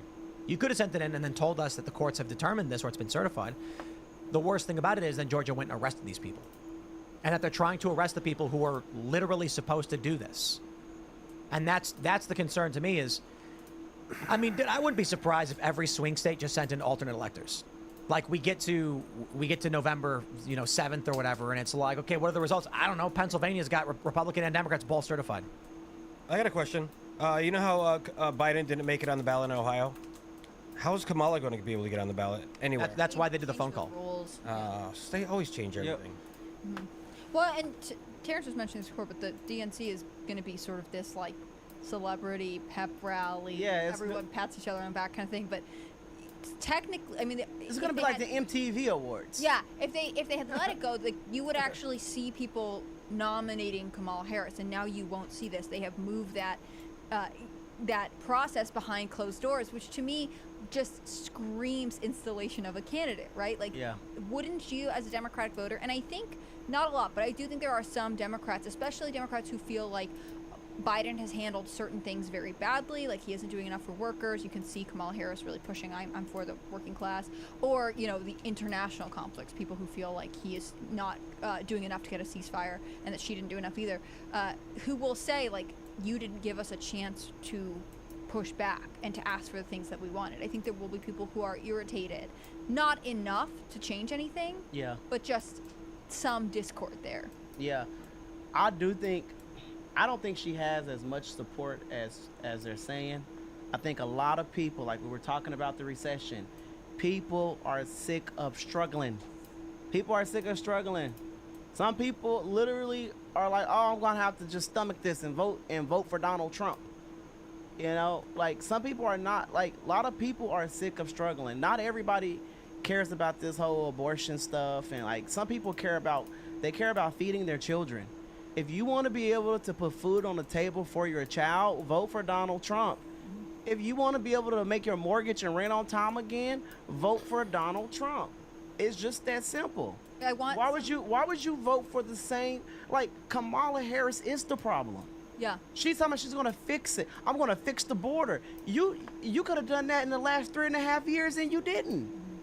Like, you know, it's like I don't understand why people keep voting for these politicians who make all these promises and they never deliver, and they always say, well, this time I'm going to do it. Well, this time I'm going to do it. Well, next time I'm going to do it. Well, and they're making it about something greater, right? Yes. It's a threat to our democracy. Exactly. Everything's at stake. So stop asking me about the issues. This is an accident. Of course I'll make life better for you, but really we have to defeat Donald Trump. They are literally gaslighting the American people. Yeah. It makes me want to go, like, I want someone to do a man-on-the-ground interview at, like, a pro-abortion rally, because there's a bunch of states where abortion's on it, and just go to these people, and instead of asking about abortion, be like, how much did your car insurance go up this year? How much has your rent gone up? Can you say that you have no debt? Like, make them talk about where they stand economically, because they are so passionate about this one issue that they're willing to rally for it. Yeah. Actually say if you are better under the Biden-Harris administration or not. And how could you not be offended by a politician lying to you year after year after year and making all these promises and you believe them? They keep lying. Like, it's like they're in a bad relationship with these Democrats. Mm-hmm. Like, if they get used to it. People in bad if your relationships husband get used to it. exactly Abusive boyfriend. But then eventually, but there are some people, listen, if your husband or your girlfriend, your boyfriend, if they keep promising you, oh, I'm gonna do this for you, I'm gonna do this, and then they don't do it and they keep promising, you're gonna get tired. Like, you know what? You keep promising, making all these promises, you still haven't made time, you still haven't did this, you still haven't did that. I'm done. Be done with these politicians as well. The ones who keep making all these, you know, false promises. Like, I just don't. It doesn't make sense. Like, you know, Kamala Harris is going to fix the problem when she is the problem. And we need to remember, Trump needs to tell everyone, like, I like positivity. Positivity is key. Trump needs to tell people to remember how it was in 2018, how it was in 2019, how everything was great, how you know, everyone was fantastic. I remember 2019, y'all do. Tim talks about it all the time. Before COVID, everything was beautiful until the pandemic. Well, let's jump to this from the New York Times. Waltz forcefully defends military record in first solo campaign stop. Donald J. Trump's campaign has accused Governor Tim Waltz of Minnesota, well, we know who he is, of stolen valor. So I just actually found this out because I didn't realize this. He was a, what was he? He was a first sergeant or he's a master sergeant? Master sergeant, he said he was. He said Master sergeant, he said he was. So but he was actually an E8. He's only E8? First sergeant? Yeah. So, but E8 could be master sergeant too, right? No, if there's only certain, you can have 3 master sergeant, command master sergeant, and then I wasn't in the army, to be honest. So at first I thought the issue was that he was sergeant major and then was given the position of command sergeant major briefly, but he didn't attain it. And because I'm not a military guy. And then people were explaining to me this morning that it was actually, he's claiming to be E9, enlisted 9, but he's actually E8. So he's way below that. Someone made a montage of all the times he's lied about having that rank he does not have. That's actually crazier than I realized. But I'll tell you this. A lot of people in the media have been saying, like, oh, it's no big deal, or they're attacking J.D. Vance. Keep it up. Look, man, the fact that he's responding twice to this, the Democrats are freaking out over the stolen valor accusations. He said he was in war when he wasn't, and he said he had a rank he didn't have. You looked it up? Yeah, I did. It's E8 is first sergeant by itself, and then you have E9 is sergeant major, and then command sergeant major. So he was a first sergeant. So he wasn't even E9. Like, it's like me saying I was a sergeant when I got out instead of a corporal. what the? Yeah, he's lying. Yeah, and he's been doing it for 19 years. Yeah. Like he's not dumb, right? He's a smart gentleman. So Why every haven't- time he yeah. speaks out loud. Well, actually, I'd call him a Oh. midwit because it's sure. I mean, he's not dumb. like no, but what you mean to say is he knows what he's doing, Yes, but he's he real does. dumb for doing it. Yes, and he thought he could get away with it, and now he's And going I to liked VP. his statement to JD Vance, because JD Vance called him out on this, and Yeah. he was like, their statement was something to the effect of like, oh no, we would never misrepresent, and we thank Vance for his service to the country. And in this speech too that he gave recently, he had to say the same thing. He's like, well, and of course I thank JD Vance for his service to the country. I would never ever make people feel bad about their level of something like that. I mean, it is funny. They just announced they're going to have this October 1st VP debate, and I feel like it's going to be very Midwestern, man. Has Vance agreed to it? I had seen that JD Vance had, but I'll double check right now. I might have misspoke. I said sergeant. I might have said master sergeant, but First sergeant. No. E8, you have master sergeant and first sergeant. Yeah. And I meant to say sergeant major if I said. I think he was a master sergeant. I'm not sure. Yeah, so master sergeant works because he got 2. Apparently, Army's got 2 E8s. Yeah. Well, he's going to crush Marine Corps too. Tim when it comes to that topic. So, but how do y'all think? Apparently, we're JD awaiting Vance- a response from JD Vance on this, and also I guess Waltz had said something like, "If he shows up." Like I don't understand where the Harris Walz campaign is just like, you guys are scared of us. Like no say one it to is my scared of. say it to my face. Oh. Okay, you're taking a spot on a ticket that you were the second choice on. Yeah. Like I don't understand. Say it to my face. That might be a beautiful debate. Do you think Tim stands a chance against JD on that? Oh well, not on the military. Overall, not on the military topic. I think Tim is going to be very loud and obnoxious. He's going to be very loud. I bet he says the word weird. Yeah, he's going to be saying you weird. I think he called them Vance and Trump Yeah. creepy. Like I think he's going to kind of be a middle school girl. Yeah, he's going to be calling them names and stuff. So hey, now Trump does a lot of name calling. That's how Trump started out in 2016. So I think I think Tim Walz is trying to use he is trying to use the Trump strategy, and try to roast him on stage and I call think him you names. shouldn't try to be someone else. But you can't be right? Trump, buddy. You can't be Trump for sure. But just generally, like you're a comedian. Yeah. If you have your own style, but then you're like, oh, I'm gonna try and do this guy's style, like it doesn't work. Yeah. Are they trying to take the online attack, like, online everyone's mad and angry at each other? Are they trying to bring that out to the real world? Or normies are like, oh my God, this person's, people listen to them and they're calling people names. Kamala and Tim are being like ruthless bullies. Yeah. Is that strategy? Now, to be honest, if I were Tim, I wouldn't even debate JD. JD is going to demolish him, especially because of this military. This is bad. Yeah. That's huge. Lying about your rank. Dude, this is bad. Not just that, but he said I carried weapons of war in war. And so he's got 2 things there. Calling any weapon a weapon of war. Like, there was actually a funny point made by the Bulwark where the writer, and these are anti-Trump guys, he was like, everything's a weapon of war. He's like, I carried tons of things while I was in war. What are you going to say? Like, hatchets are weapons of war? I mean, come on, like, you use those as tools. It's a good point. So that was a dumb thing to say. But then he said he was in war, and he wasn't. And that's a big no-no. That's why I say if I were him, I would not debate JD Vance. He is going to. This is. Well, he's doing going it. to end him with this. This is. He's ending himself with this. You know what? Kamala. They made a mistake. I don't know. They may get rid of him. Do you think it's weird? They may swap him out. He actually may say, for the sake of the country, I want to take the topic away from me, and the military stuff. So I'm going to step down and because I want Kamala to win, and I don't want to hurt this campaign because we have to defeat Donald Trump, and this is all about defeating Donald Trump. So But can they do that after convention?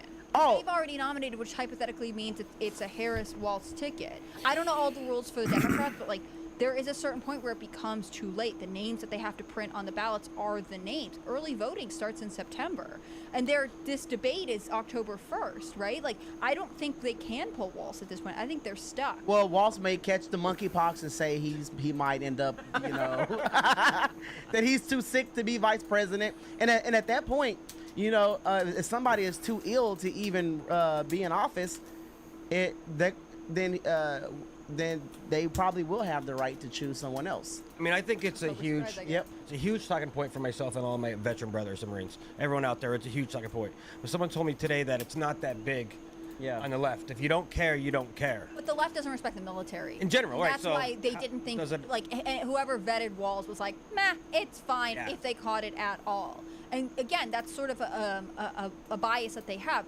because, again, Harris is left of Biden, and now she's picked someone who has at least drifted farther left in his career. They are looking through things through a lens that I don't think is even considered moderate. Like, there is no nod to what a moderate voter, someone who might cast the occasional Democratic ballot, would think of these things. And I actually think mainstream Americans have more respect for the military Oh, yeah. than people give them credit for. And look at this guy. Like, look at this guy. Stupid whitey. Yeah, look at him. He looks like a dollar store Joe Biden. Like, Kind of does. I mean, what Waltz is trying to do is he's trying to turn this into my service was attacked. He goes up on stage and he says, yeah, I've only got one thing to say to J.D. Vance about his service. Thank you for your service and sacrifice. Like, dude, nobody's criticizing you for having served. Like, that you're getting respect for 24 years. Yeah, bravo, sir. But you lied about your rank and you lied about going to war. He can't answer that. This is an impossibility for the Democrats right now. He's had to answer twice to it, which means internally they know it's bad for them. And like, we look at the press. The press says, it's fine. Don't worry about it. Then they look at their internals and they're like, it's bad. Everybody's talking about it. We're getting questions about it. They don't like that you did this. He can't answer for it. They're going to try and manipulate the conversation. They can't do it. If this debate's happening October 1st, Oh, nice. it's gonna come up. There's nothing Waltz can do other than say, I apologize. But he already did. He already said, I misspoke. For 19, was it 19 years? 19. but the thing is he's not even running on being a veteran. He's running on being the coach. Well, it was 19 The years working since man. since he got out. Right. That's when he's So been he's- lying the whole time. Right. But he barely talks about himself being a veteran. He's running. He's calling himself the coach. He's running on being like he's running on that. I was a coach. He talks more about being a coach than a veteran. Which, by the way, I'm pretty sure it's Tommy Tuberville from Alabama, who's a Republican, who already is a well-known nickname, the coach, right? Like, they're already copying Republicans. But That's all they can it's a do. reason why he's going by the coach. It's because he lied about his military service so much. He's trying to be known as the coach, not as a veteran. He wants to take the entire conversation away from him being a veteran and him lying about his service. So that's why he's calling himself the coach. Literally, they have signs that say Kamala and the coach. Well, and I think they're going to spin service into being like, well, he served his community by being a teacher for so many years. That's what they're doing now. And that's what I find really interesting, which is like they want to say, oh, well, he's white and he has some kind of tie to the military. We don't really care what. But actually what we're interested in is him rallying teachers and unions. And I don't know that he can effectively do that for them. Yeah, and people also need to realize this guy is a nut job. During COVID, it's so much stuff coming out about him that I didn't even know. This guy, he literally we cannot forget this, he allowed Minnesota to be burned down.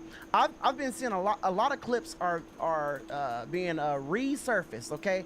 And as terrible clips. I just saw a clip of this elderly disabled black woman. She was crying her eyes out because they burned down every pharmacy near her. The bus was not. They burned down a city bus. These people burned down the Dollar General. They burned down everything around her. She was crying because she could not get her prescription medicine. She did not have a ride to. She could not go to her doctor. And this lady literally said she wished that she was with George Floyd because life is so terrible. Like at the time, she was like my life is ruined right now. I have nothing. Yeah. Like my whole life has been burned down. And Tim Walz allowed that. He literally allowed a police station to be burned down. I remember I was watching at home. The governor and the mayor of Minnesota said they told the police to stand down. Give it up, they said. To give it up because there were a bunch of rioters that were taking over a police station, and Tim Walz as the governor, and then the mayor of Minnesota told the police to stand down, let them take it over, let them burn it down. So he allowed that. He even, if you were caught being outside past your curfew, past curfew, even if you were on your porch, he had the police shoot people with paintball guns. What? I don't know. I saw people were posting that, but then they started deleting that post. Wait, what happened? There's like a video of police walking down the street, and then they Shooting with, shooting something. It's probably pepper balls, but I saw a couple people who posted that, deleted it later. So I don't know. It's been a long time. Huh. I think it was a pretty strict lockdown state, though, and I find like you're totally right. If his attitude towards rioters was to tell the police give it up, what happens when this, if it were to become the Harris-Walz administration and any kind of large-scale riot were to break out in America? He would let people burn down the White House. Probably. They would let people burn the White House down. Give They it up. literally would. Give it up away. And He literally let his whole state burn down. So he would, yes, he would let the White House burn. If they wanted to burn down the governor's mansion, he would have allowed it. Well, his wife was busy leaving her windows open to smell the burning. Oh, tires. I mean, have you ever smelled tires? It is pure insanity. For so her, yummy. It's like It's virtue like- signaling. He aided in the destruction of his. He aided in the destruction of so many communities in his state. And then Kamala that was promoting Small businesses. So many people have not been able to recover. Yeah. So many small businesses were burnt down. Those small businesses have never recovered. 100% of them probably never recovered. They were too busy giving money. And you know what? They allow small businesses to be burned down, and then instead of helping them rebuild, they spent money trying to get rioters out of prison. Yeah. Which didn't Kamala Harris promote the bail? Exactly. She promoted to bail. It's absolutely pure insanity. So The media lies about it. and the media lies about it. All day long. The guy's a nut job. I mean, he is worse than Kamala Harris. Which That's is why they picked interesting. him. He is worse than Kamala Harris. Because at one point when he ran for Congress, he was considered to be, and this is way back in the day, so it was during a different political temperature in our country, but, considered to be a sort of moderate Democrat. And then he just got intensely more progressive over time. I think it's a clear, like, when they picked Walz, I felt like it was a clear call to action, right? That if given power, Harris and Walz and whoever is supporting them, because really a lot of these campaigns are with people who are trying to get their position in the administration so they can affect change at a high level. They want to shift as far to the left as they can do it as fast as possible. And I think that is the concern, especially like I'm conservative, so I don't want to do that. But I think especially for moderate Americans, right? Like it is not this peaceful, like, oh, everything's going to be okay, we're just more open-minded, we're more empathetic, or whatever it's being billed as. Like things get destroyed in the process, and a lot of our common ways of life are going to be at risk. Like the things that you like about America can also be, you kind of alluded to this at the beginning of the show, but like if we don't preserve them, they can be lost in a generation. They are the burn it down party. That's the way they run. I'm The far telling- left. Yeah. This Tim Walz and Kamala Harris, they are going to destroy this country. They are literally going to destroy this country. Did you think she would pick Walz, or did you think she would pick someone else as VP? I don't know why she picked this guy. He's a nut job. Who did To be you think honest, she would pick? he's so crazy. He might run her out of the White House. I mean, this guy's a nut job. Like seriously, he is so crazy, and she's a little crazy too. So, a perfect match. Who did you think she was going to pick? Josh, You thought she was going to pick Yeah. Shapiro out of Pennsylvania? Josh, yeah, Would be smart. Josh Shapiro, yeah, and he was working hard for that job. I thought so. He was. He was doing the most. I mean, this guy was doing the most. But yeah, I thought she was gonna. I thought she would have picked him, but this was a really bad choice. Now, there's some people claiming that Trump made a bad choice. I don't think so either. But Kamala, Yeah, Vance was great. yeah, Kamala, this guy's a bad choice. But that is The media's trying to claim that Vance was a bad choice. Jon Stewart tried claiming it, and it was the stupidest thing ever. Jon Stewart's like, wow, that guy turned out to be like, I've never seen someone go from like the Prince of MAGA to I don't like cat ladies. And it was just like a little forced, John. Yeah. There's nothing there. Also- The Prince of MAGA. What do you mean you've never seen that before? You've never seen MAGA before. What are you talking Yeah, I about? was gonna say Jon Stewart's not voting for Trump, Yeah. so I and he was out of the whole rejected cycle. her. The whole time Trump was in office, he was gone.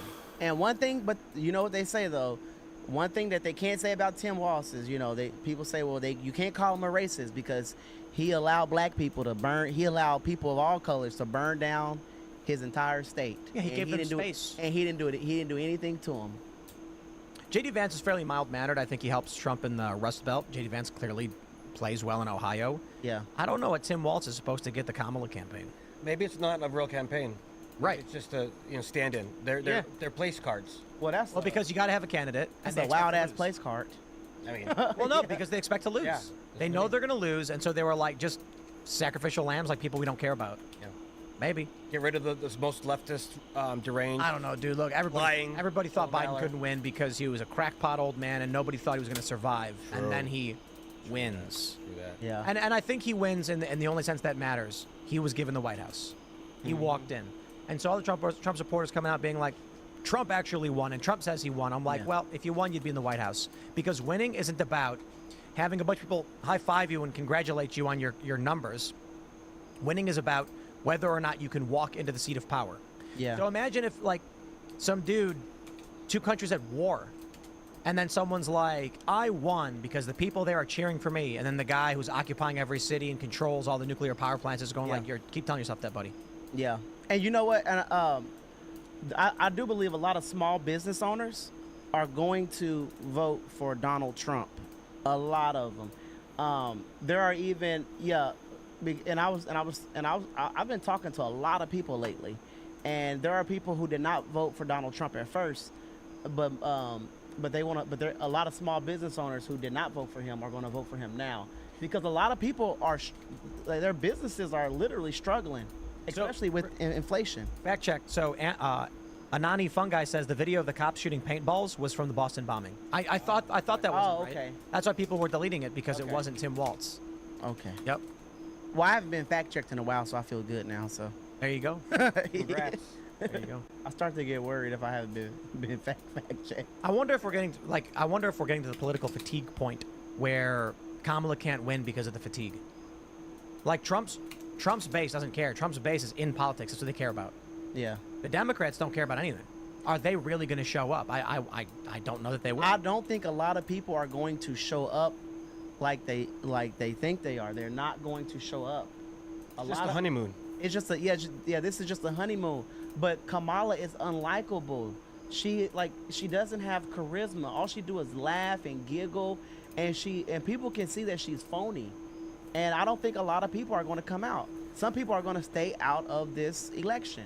A lot of them are. They're excited that she's not 900 years old. They're like, oh my lord, she's not 900 years old. So like, we got someone with the pulse. So and then Do you think ladies. we'll see a dip in the polls for her after the 100%. DNC? Because I think they are kind of pushing a rapid honeymoon period, and I think After the first interview. And to be honest, I'm gonna be real with you. There are a lot of people in this country who like Kamala. First of all, there are some people who are not going to vote for a woman president at all, and that's just a fact.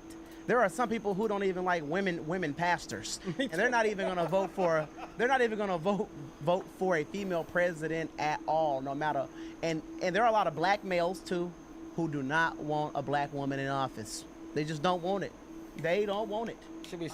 They do not want it at all. Yeah, exactly. Yeah. But I listen. It's okay if there is a woman president one day, but I don't think she is the right woman at all. Amen. Yeah. I'm not totally convinced it's okay if there's a woman president. Really? But I'll try and stay open-minded to it. Oh, no. I'd rather it be someone else than her. I think if there's going to be a female president, I don't want it to be because she is female, and that's all Kamala has right now. Yeah. Like, if you were able to say, wow, she did great, she's a diplomat and she negotiated all these deals, and then she was a governor at her home state, whatever, and, if there was an actual record, but none of that is true for Kamala Harris. The fact that they are saying, like, well, it'd be so nice if we had a female president, that's the reason to vote for her, that just pushes me further into my bigoted belief that this is a terrible idea. I agree with that. Yeah. Thank you. I agree with that. We're going to go to Super Chat. So if you haven't already, would you kindly smash that like button, subscribe to this channel, share this with your friends, head over to timcast.com, click join us, become a member to support our work. Damn. I could say it faster, Yeah. but it's still got to be Damn. at least somewhat. You should be a rapper. Head over to timcast.com and click join us to become a member and support our work directly, because the members only show will be coming up in about half an hour and you don't want to miss it. It's going to get silly. So apparently Grok on X has released their new image generation. It has no filters. Really? It has none. Okay. And so people are posting some really messed up stuff.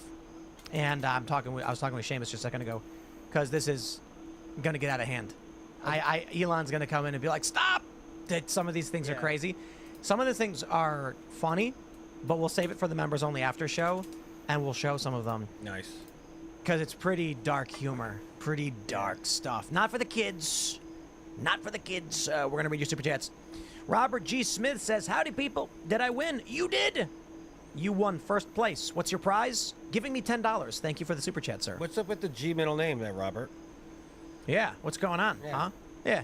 He's trying to steal your thunder because you're on the show and you can't super chat. Right. Shane H. Wilder says, is that the Raymond G. Stanley Jr. based? Alive and in the flesh. He's here. Go team. Apparently Angela Belcamino was on Alex Stein. We were trying to book her, but I guess she's like, her thing is just the parody, so I don't know that she would actually come on and talk news or whatever. You were saying that earlier. Is it just a parody? Yeah, it's not real. She's done videos with Ashley St. Clair. I mean, Ashley Clearly. St. Clair's done video with took videos with Harry Sisson. Yeah. Oh. Are any of them real? Angela Belcamino doesn't post anything other than I'm a bold lib dancing. Like, it's just, She does. she's just goofing off. Yeah. And she's funny. You know? But so I guess going on Alex Stein makes a lot of sense. All right, Speed Caesar the Amnesia says, howdy, y'all. I'm a small business owner in Aspen, Colorado, and I've never missed an episode. Let me just say the sentiment this year has shifted noticeably. Don't be surprised when Colorado goes red. Ooh. I'd be surprised. I think they have a hard time with Denver, right? Denver has become such a solidly blue city, but I definitely wonder what down ticket, how bright red it'll be kind of outside of that. Yeah. But I'm not from Colorado. You probably know more than me. Just all my hippie smoker friends from high school, everyone moved to Colorado. But where did they move? To Denver. Pennsylvania, yeah. They didn't move to like rural, where Lauren Boebert's district is, right? All right. Chafed BM says, almost 5 years ago to the day, I was walking home one night when a little kitten came out of nowhere trying to get my attention. I reached down to pet her. She proceeded to follow me all the way home. Rip, sweet Iggy. Aw, sorry to hear. Only 5 years. R.I.P. Iggy. The cat distribution system Yep. is so real. Well, that was the thing with Mr. Bokus. He had underdeveloped kidneys. So once he grew into an adult, his kidneys were working substantially harder for his adult body, and so he did not live as long. He only lived to be about 5.5, 6 years old. But we used every medical technology available to us and spent like $10,000+ to keep him alive. Yeah. Which seems pretty absurd. But You guys went hard. You guys went hard on Mr. Bokus. can't let him die. No, I hear you. I would. You have the capabilities to do it. You know. Amen. So, but then, Mr. Bokus, he went to the great field in the sky. Yes. To do evil mice go to the same place as good cats? Like the ones I've cut here. Because the mice here aren't evil, but like They try to eat if our a cat, food. what's cat heaven, right? It's like ambushing prey and catching the mice for eternity. But are those mice that are there? Are they Getting like petted. they're evil? Like if you're a bad mouse, you go to cat heaven. What do bad? So the cat can kill them? Is that? Right, because like you're evil, so the cat kills you. Yeah, over and over. yeah. I got a sad story. We were. Oh jeez.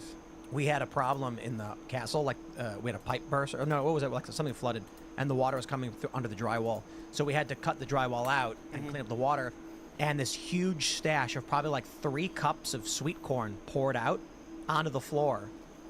A mouse had been stashing corn in the wall. Wow. And I'm just imagining like this mouse going around to the ladies being like, I'm rich, man. I got corn for days. Look at all my goods. And then he comes home and he brings the woman with him and it's like all destroyed and removed. And he's Corn like, for days. everything I own, I'm everything gone, I've Pop. built is gone. His life was destroyed. He was homeless.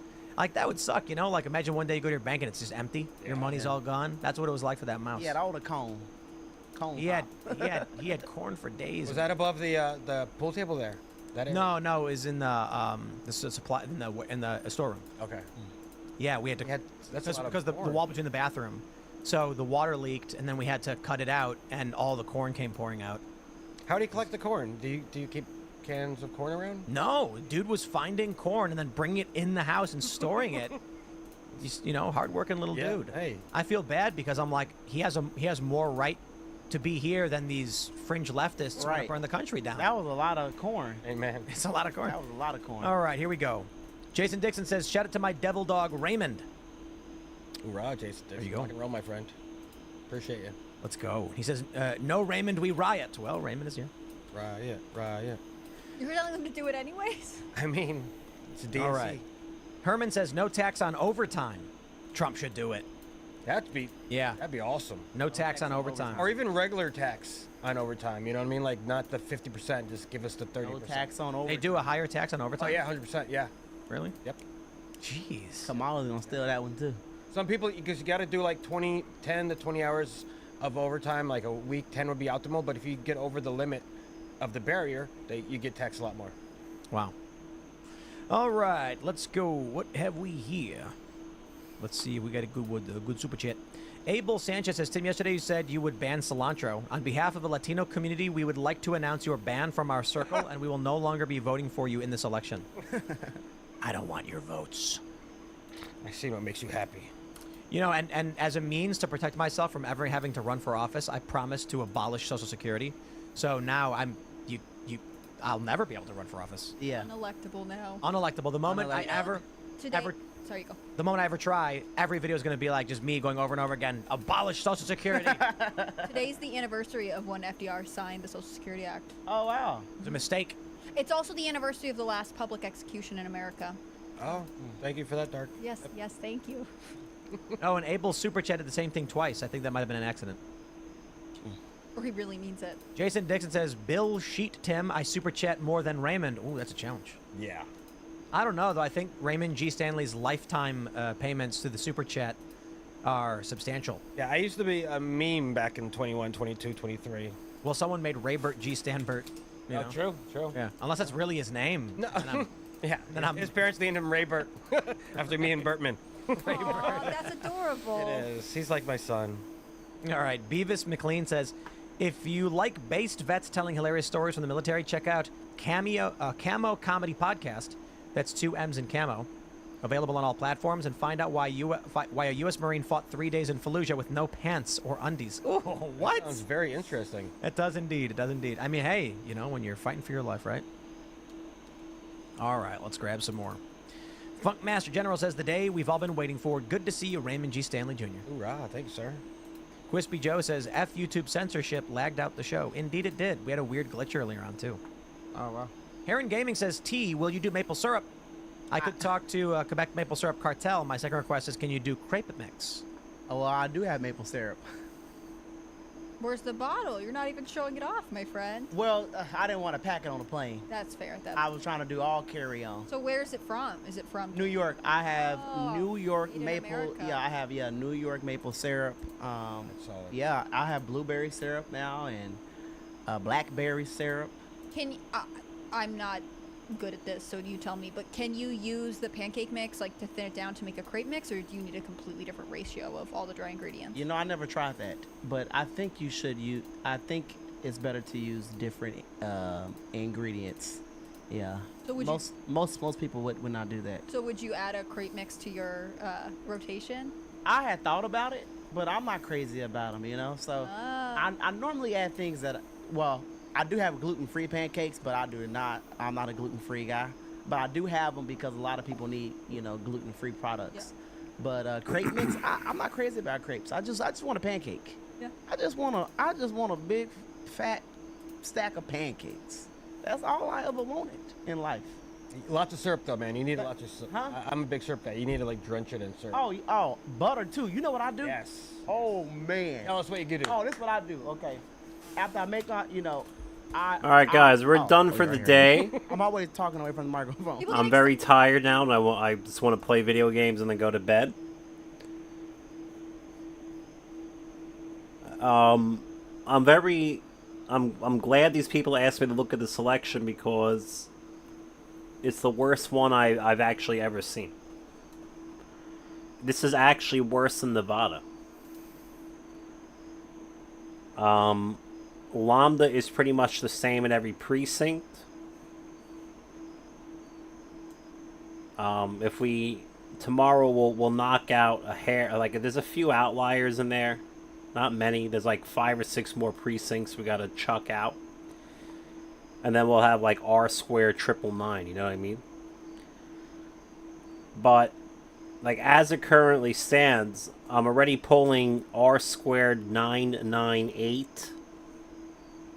Okay, And you can see the precincts. You can count the outliers. 1, 2, 3, 4, 5, and 6. So I can count 6 outliers from the lambda graph and from the visual here. Okay. So those would be the ones that are hanging down here on the bottom. And then you have